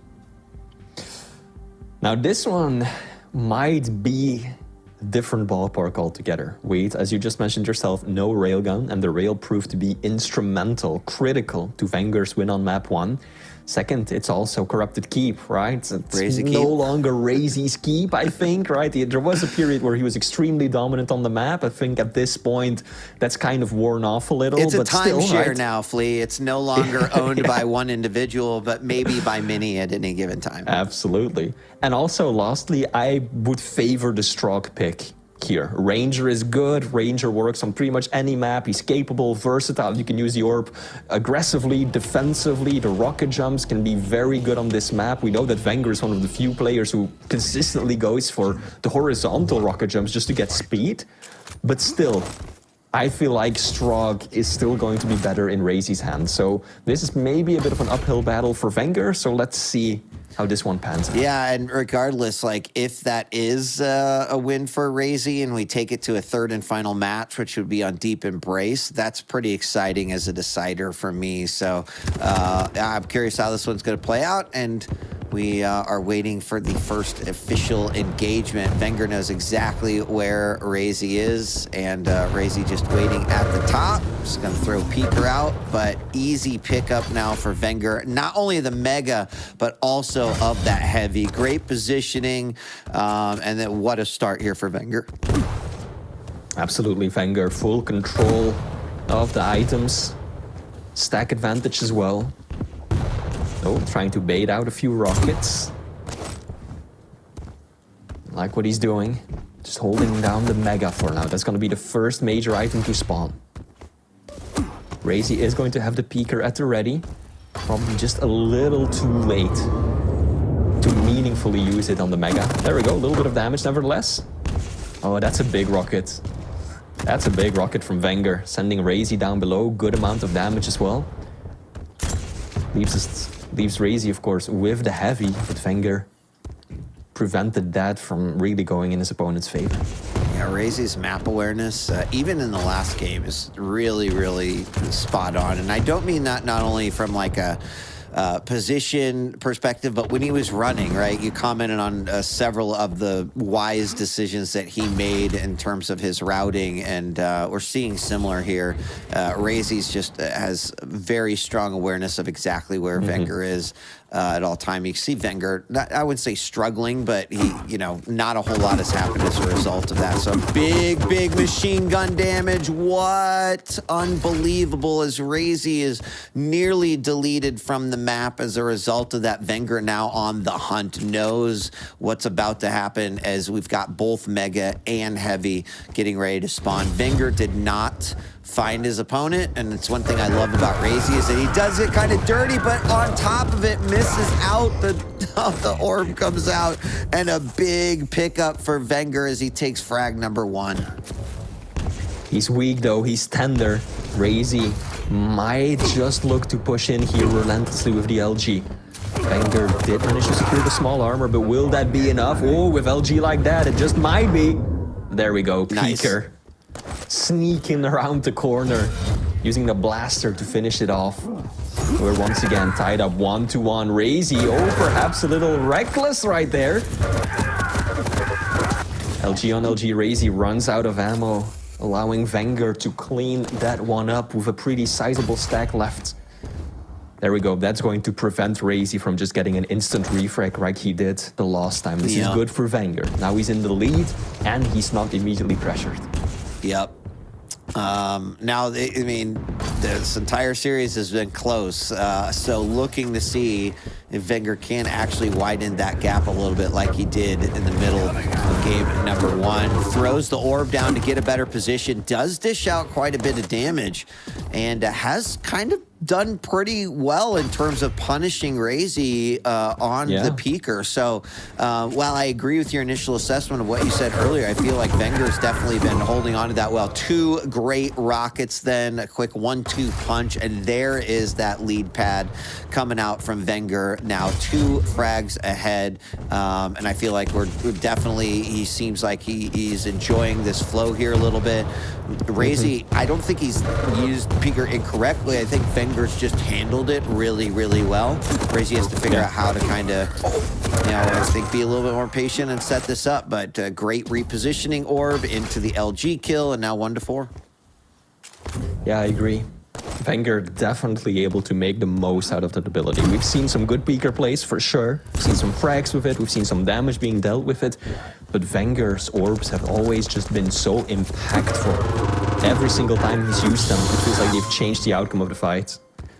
There we go. Ouch. Good LG as well. Yeah, Razy caught in a bad spot. Up the bounce pad. Nowhere to dodge, nowhere to run or hide. Oh, Wenger caught looking in the wrong direction. Critical rocket right there. He needed that to be such a girthy one too, or otherwise he would have been overrun completely. So Wenger with those famed defensive rockets of his. There's another one on top of Mega that was narrowly missed by Razy. And now Wenger still wanting to hold on this middle, but Razy still knowing his opponent's low. He's going to go ahead and push up on this aggression here. Orb to get out, unfortunately, right on the lip, and Razy with the LG to easily take it down. Now, can he convert? Well, you know, yes, the answer is yes. He does convert quite easily. That is an unfortunate spawn there for Wenger. Razy right on top of it, and now Razy has an opportunity to try to bring this back. He's holding on the momentum. His opponent does have a stack, but he's got a lot to work with here. First hit coming out there by Peaker. And now Razy in a great position to potentially add 1 more frag. He looked maybe like a little frustrated there just for a moment, but quickly recovered from that one as we've got less than 5 minutes left to go and 2 frags separate these two. Ooh, big rockets from Wenger. And another one. Razy hesitant to make a move for Mega. Good use of the LG though, but I don't think he's got enough stack to bring this one home. But oh, Wenger kind of peaks a little too far over the edge right there. I was not expecting him to get up as far on the statue as he was. I thought he was just gonna, you know, use a bit of cover to peek, but nope. Wenger just took it heads on, and now Razy is just 1 point behind. Just 11 points of damage out of that peaker. Razy was definitely hoping for more, but still able to do so much damage on the LG follow-up. Walkway with Mega, secure, heavy, and now the tables have turned completely. Razy, full control and on the hunt. I mean, it was that machine gun damage on top of the Mega that was massive for Razy. It forced Wenger off to the side room very, very quickly, and then Razy got both of the major items. However, Wenger handling this situation very well as that stack just starts to tick away a little bit. Wenger still low, and Razy kind of cleaning up some of these armors that Wenger would love to get his hands on. There's Heavy. Oh, manages to take him out before he picks it up, and that is going to tie us back up, and it is 5-5. Big opportunity coming out right here as Peaker dishes out a fair amount of damage. Oh, the defensive rocket stops him for a moment, and now the LG battle from top to bottom. Who's going to win it? Wenger. It was close though. Very. It was close, and there's still some potential for a refrag. Razy doesn't have rockets, doesn't have Peaker, can't really do anything when Wenger is behind cover like that. Heavy's about to spawn, but no, Razy, he's unafraid. He knows that he should be able to walk away with this one cleanly too, keeping both his health and his armor over 100. There we go, nice. LG, brutal, brutal. Oh no, sees him on the side. That plasma can be a little nasty, but he can disengage with that lead. 2 minutes left to go. And what an exciting series, and absolutely deserving of being here as a featured match. This is great, and you're just getting a little preview of what these players are going to bring to the table here. At QuakeCon is another one, the chase down into the inevitable death that occurs when your opponent goes up the jump pad and you've got the LG. Nicely done. Big orb to the face, trying to bring it back, and Wenger pulling out a somewhat risky play. play to try to equalize it, but it works. I would not have included somewhat in that assessment, That was a hell of a risky play, just straight up there. And it worked. Beautiful. Yeah. Needs 2 more, though. And a minute to do it in. That's a lot of damage. I don't think Wenger knows where Razy is at. Good play from Razy, just patiently waiting at the bottom of the bounce pads and then coming up. Fortunately for him, Wenger had already turned back in the opposite direction, but that could have been the 10 frag right there. Oh, okay. Oh my God, that was so wonderfully beautiful right there. What an incredible set of sort of defensive rockets, and that's that map awareness that we talked about with Razy, just kind of anticipating. Now, still 30 seconds left. Wenger very, very low. He did manage to bring this one 10-8. It's looking like it is probably going to be Razy, and there we go with the machine gun down to 3 frags. That's going to be it. But what a game between these two. He read the spawn correctly and everything, and he was in position, but he just didn't have the stack anymore. Razy did so much damage in that last engagement that even though Wenger got the frag and walked away with the kill, he was in no position to just instantly pressure him again, and that's what allowed Razy to walk away with this one after a pretty dominant start by Wenger, right? This is the second map in a row where Wenger really gets off to an excellent start, and then Razy brings it really, really close. Last time he wasn't able to get that final inch, but this time he most definitely did. Yeah, I mean, it's so impressive by both players, right? I mean, Razy with just a map victory.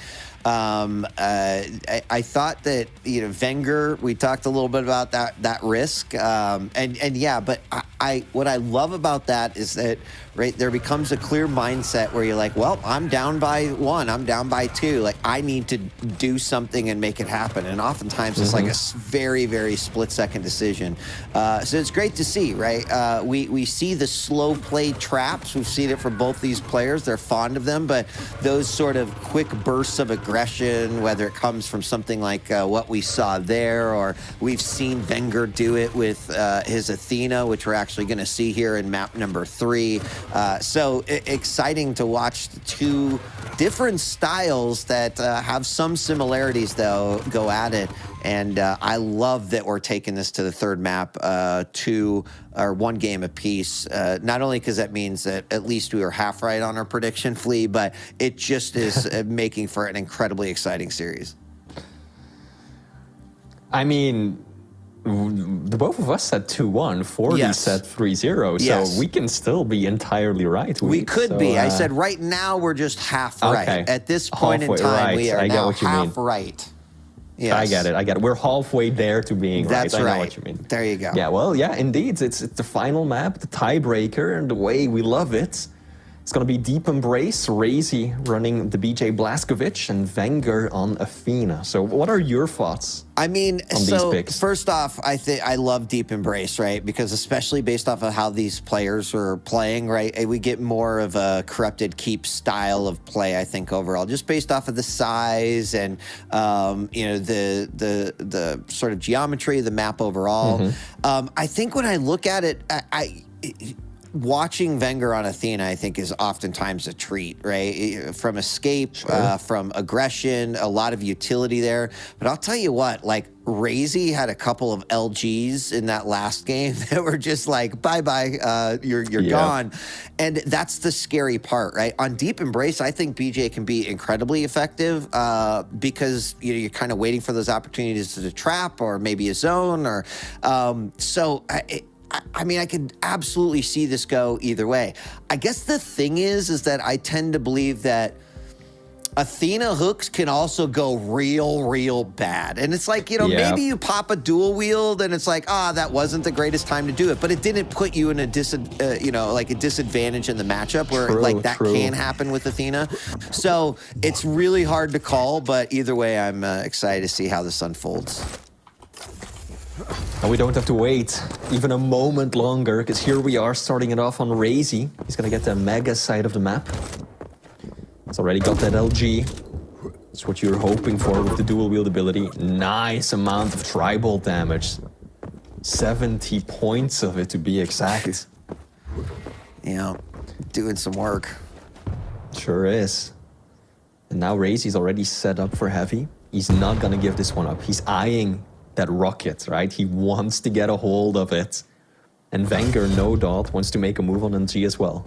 So both players just kind of looking for an opportunity. There we go. Razy's got rockets. Wenger's got LG. Razy knows exactly where he is. Wenger doesn't. This is an opportunity for Razy to set a bit of a trap. Ooh, Can he spring it? Nice dodge. Yeah, no damage. No harm, no fall, right? Yep. I mean, Gateway's position could have been a lot worse. Great rail coming out. Another one. You could tell that was something to want to get his hands on. A big direct rocket, but recovered and had the right weapon of choice right there. And Wenger going to be on the board with one. Pretty low, though. Not much of a chance here for conversion for another frag. But, oh my gosh, the great rail as he reads his opponent going for his own rail. And now the kind of tempo and pace has started to pick up here a little bit. Now there's the dual wield pop, and the best case scenario happens is that Razy actually goes off the top and Wenger is safe on the higher platform. So far, now that he's gotten that first frag, the game is definitely playing a bit more in his favor.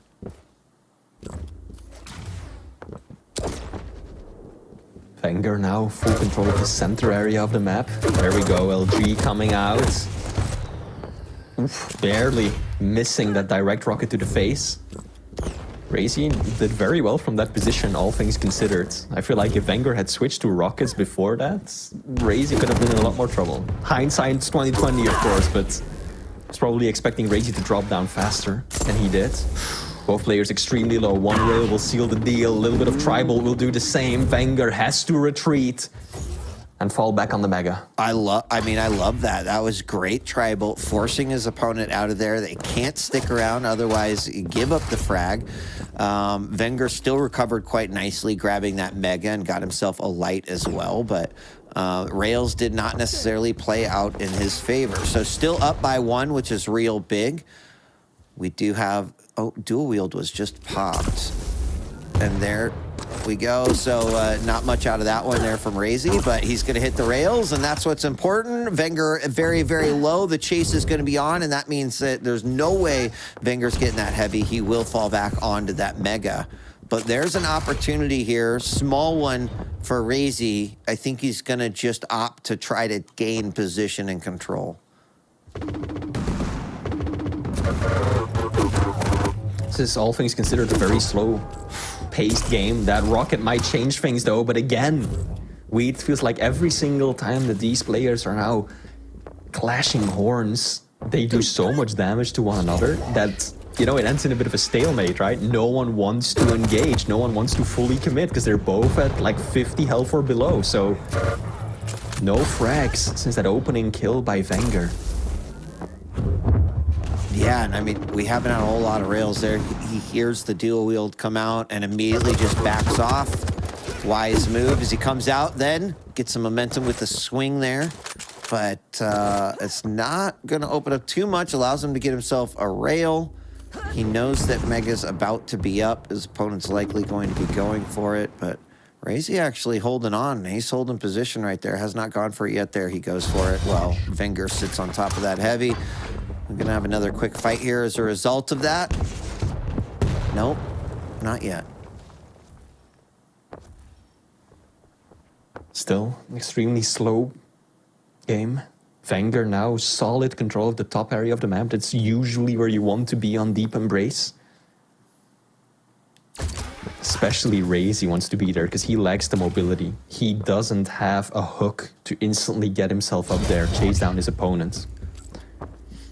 Wenger is doing an excellent job at denying him the spot that he wants to be in. Also, shout out to that little ramp jump earlier. Not sure if it was entirely intentional, but damn, that was some sweet defrag action right there. It totally looked intentional, but I also says like, oh, that's nice. That is very nice. There's another rail from the top. Is that going to open up an opportunity here? Rocket does hit, pushing his opponent back a little bit, but Wenger going to chase it down. There's the rail. Only needs a little bit of damage. And he has to back off. He knows that heavy's up, and Mega was there for him to recover. But LG out now on the middle area. Rockets, we see the dual wield come out. And you know, you mentioned the stalemate, and again, that's kind of exactly what we're seeing. These little bursts that happen, disengage, but right, no one clearly taking full charge here. There's big positioning hook by Wenger, and I would say that's risky too, but he plays it to his advantage, and now he is up by 2 with a great lightning gun kill. Now he's in the exact position he wants to be. Already kind of slow playing and just setting up these traps. Again, he knows, right? We've seen this in the previous matches. 2 kills is not enough to just coast on by till the end. So he wants to get more damage, more frags. This might be one. That's a very good defensive dual wield from Razy right there, right? He didn't have an angle on his opponents, had no way of dealing damage, but that was really just a warning, right? Like, if you enter this zone, exactly. yeah, you know what you're in for. So just to ward his opponent off, to deter Wenger's push. There we go, so good. And then he uses that hook, the grapple, to close the gap and finish off his opponent. And now things are starting to look very tricky for Razy. Keep in mind, Wheat, he has got 3 frags to make up, trying to chase down an Athena. That's going to be difficult, even if he gets back in full control. Yeah, and Wenger has kind of, you know, valued this side a little bit. Was wondering if he's going to try to deny that rail. He actually does allow Razy to sneak in and grab one. But with a 3 frag lead, a little bit more wiggle room here for Wenger. He doesn't have to push things. Oh, there it is. That's exactly what I'm talking about. You know, it worked out so well for him aggressively, cool trick jumps as well, but not that time as you hook into the wall. And look at what Razy compounds it by another one. We went from a 3-0 lead for Wenger to now 3-2 with 2.5 minutes left to go. Not a good rail. Oh, Wenger actually showing his face. Both players are low. Literally 1 point of health for Wenger. Sneezing on him would have given Razy the frag. Look at Wenger still playing this aggressive game. The LG doesn't quite have the range to reach him there. Tribal sends him falling down.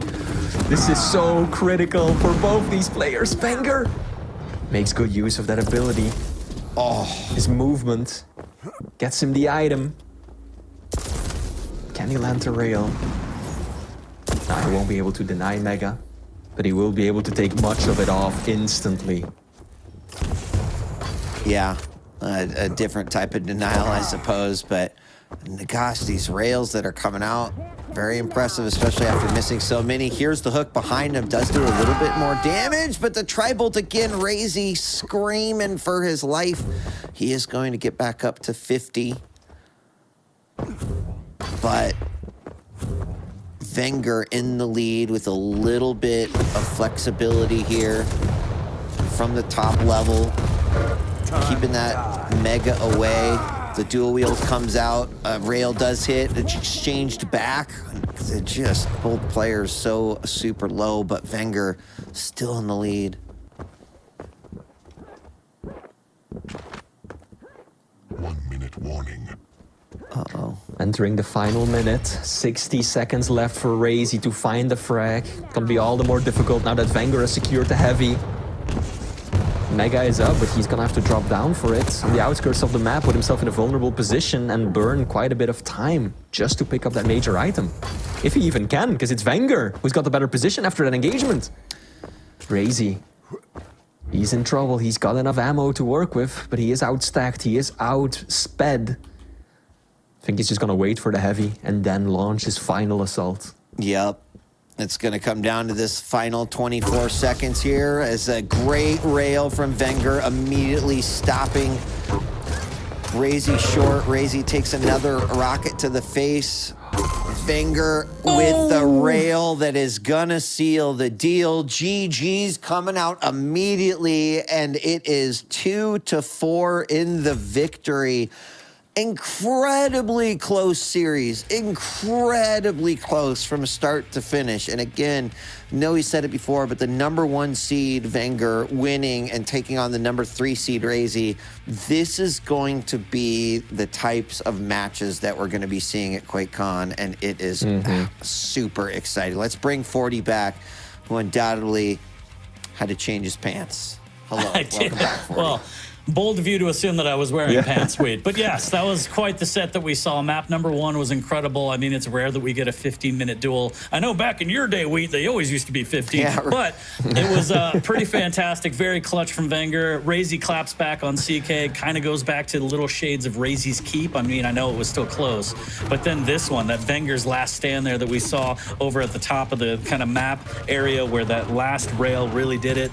Just an incredible series. And as you said, this is kind of what we're expecting from QuakeCon. And also, it's going to be even more interesting because some of these are going to be best of 5. So you're going to see a deeper champ pool, a deeper map pool. And it's just so exciting to see this level of play moving forward. This was like a grand finals.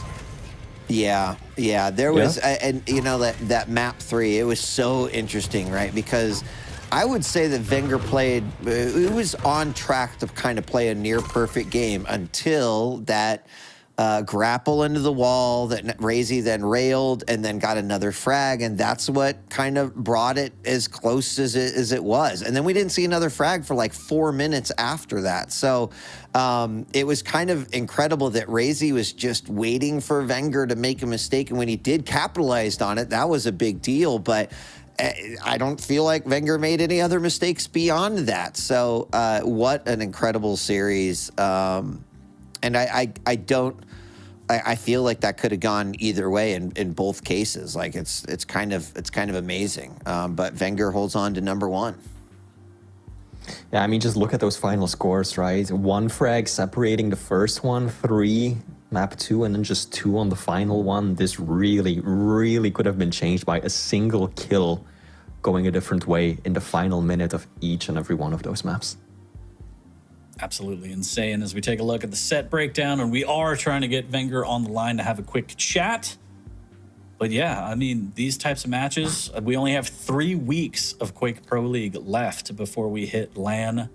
We also have the NA Challengers. Don't forget, Pi Hero, Effortless, Death Row. I want you all in there. For the NA boys, NA qualifiers, the only one left. Somebody needs to punch their ticket to QuakeCon, but 3 weeks left.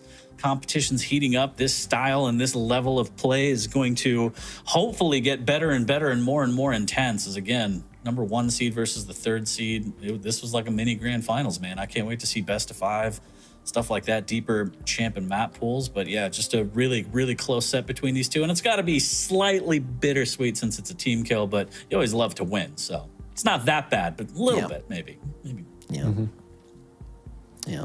Bound to happen eventually, especially with another Maestro player like as high up as they are. So be great to watch what happens at QuakeCon.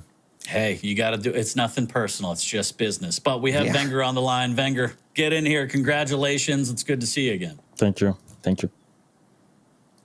Wheat, Flea, I'll let the professionals take over. Yeah, sure. You know, Wenger, I think we knew that was going to be a close game. I mean, we kind of felt it in our heart of hearts. We actually predicted ahead of time that you would take it 2-1, but would love to get your thoughts. I had the chance to watch you scrim a little bit versus Rafa this week, a few other matches, and I mean, there's some incredibly close games, right? So I would love your analysis of kind of like the top of the talent pool right now in QPL. Just in terms of like, would you expect us as fans to see a lot of close games here in the final weeks and heading into QuakeCon? I mean, for sure. I think the competition has really rise the past few months. And for sure, everyone is going to be practicing harder for QuakeCon. I think right now, people are not really at the best shape yet. So everyone is going to build up to the tournament shape. But at the same time, I think it's like the only season where I can see 5 or 6 people actually making it to the grand final for the first time. So looking forward to see how it will play out. Awesome. By the way, just want to say, love the content you've been making. Watched your patch analysis review. Good stuff. Keep up the good work. Yeah, well, I mean, it's amazing that there is a lot of work going on with Quake, trying to make the game better. So even if not everyone can always be happy, but it's still good that devs are putting time to try to improve the game. So shout out to the team behind it. We are always thankful that Quake is running and Quake is forever. So that's right. Hell yes, brother. Sorry. Well, Wenger, first of all, congratulations. Really well played. Just kind of a question about the switch from map 1 to map 2. So map 1, Blood Covenant, was really rail heavy, right? I think you did almost as much damage with just a railgun as Razy did with every weapon combined. And then we move over into map 2, the only map in the pool that does not have a rail. So how does that kind of like factor into, you know, your game plan, your transition? Do you just substitute it with the heavy machine gun, or do you completely change your style around? Well, I'm playing Nyx, so my only chance against Anarchy, since I think Anarchy is the best counter to Nyx, is to avoid getting like letting him play rail, you know. So I have to avoid it at all costs, and you know, it's like a bit boring maybe for viewers sometimes, but I have to deny rail from Racy, and that was the plan for Blood Covenant. About CK, I just played not really good. I think he played it better than me overall, and he deserved to win. He was hitting more, and he was playing more like better with the items. So I could have done better because I actually needed to win 3-0 this week, because I think now I'm tied with Rafa. Yes, still games to play, but 3-0 was important for me today. And yeah, it is what it is. But I'm still happy that, like, you know, Race is an amazing player, and being able to beat him is always like, you know, huge performance. Of course. Wenger, congratulations. Once again, it's always good to see you. Thank you. Moving into, I mean, there's 3 weeks left of official matches, and then we're heading to LAN. Is there any kind of preparation? I'm just kidding. Chicken salad. Let's talk about this, because this is super important to me. No, I don't know. I don't really have a question. I'm glad to see this level of play. Thank you for generating the content that you do. And I think I just want to echo what you said, where it's an absolute pleasure, and we're very lucky to have a team that's still working on this game after all this time. And I think we should be thankful to have Quake. So I think I absolutely love what you said with that, and I think that's the most important thing. So I agree. Yeah, and also shouts to the players. We don't get to thank you guys enough for putting in the time and giving us these matches and this entertainment and something to talk about. So thank you. True. Awesome. I mean, That's all I got. about QuakeCon, yeah, if I can answer it, is like the Yeah. preparation is always the same. I think you need to, like, you know, be ready mentally and be prepared, like, also physically to attend the event, because we are playing 8 months or whatever it is, 7 months, and everything gets decided in like 2 or 3 days. So the amount of pressure you have to perform is like crazy. So if you can practice, I think if you practice hard, it's gonna be the best way for yourself to perform good. If you know that you put in the time, then it's gonna be good for you. So, Do you see Keel being picked at all? yeah, maybe in a show match between you and ZSX, but other than that, All right, it's going to be Keel versus Scale. You heard it here, folks. Wenger, congratulations. jokes aside, I think on Veil it can work still. So. I think on every map, but you're the pro. So Vale, at least viable. But thank you again, Wenger. Congratulations. Always a pleasure to talk Congrats, to you. man. Thank you, guys. See you soon. Have a Bye. good one. Gentlemen, another week in the books. Week 15 officially over. Again, only 3 weeks of Quake Pro League left. Any closing thoughts for today and moving forward? Yeah, I'll just say I'm super excited for QuakeCon. Obviously, we got a few more weeks, so make sure you're tuning into each of those Saturdays that we are live. But I think you are thanking the players, and I'm going to think of ahead of time, because I think they're going to give us an incredible treat here coming up at August and at QuakeCon. Very, very excited. Hope to see some of you there. And gentlemen, as always, it's a pleasure to cast with you also. Thanks for having me.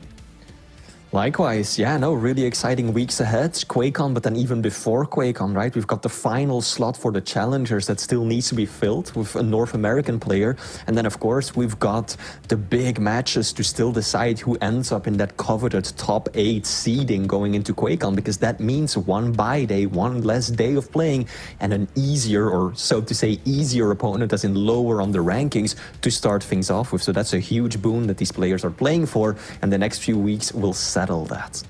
Absolutely. So again, next week, more Quake Pro League. The week after that, that is the NA Challengers. So Waz, Brick, come out of retirement. You got 2 weeks to prep. Let's see what happens. Sign up. Everything you need is on the website. So from all of us here, first of all, pleasure to cast with you guys as always. But for PGL, id, Bethesda, everybody who puts on this show, players, everyone behind the scenes, thank you so much. Chat, thanks for tuning in and being awesome. We're going to be out of here. We'll be back next week with more Quake Pro League action. And have a good one. Take care of yourselves and each other. Peace.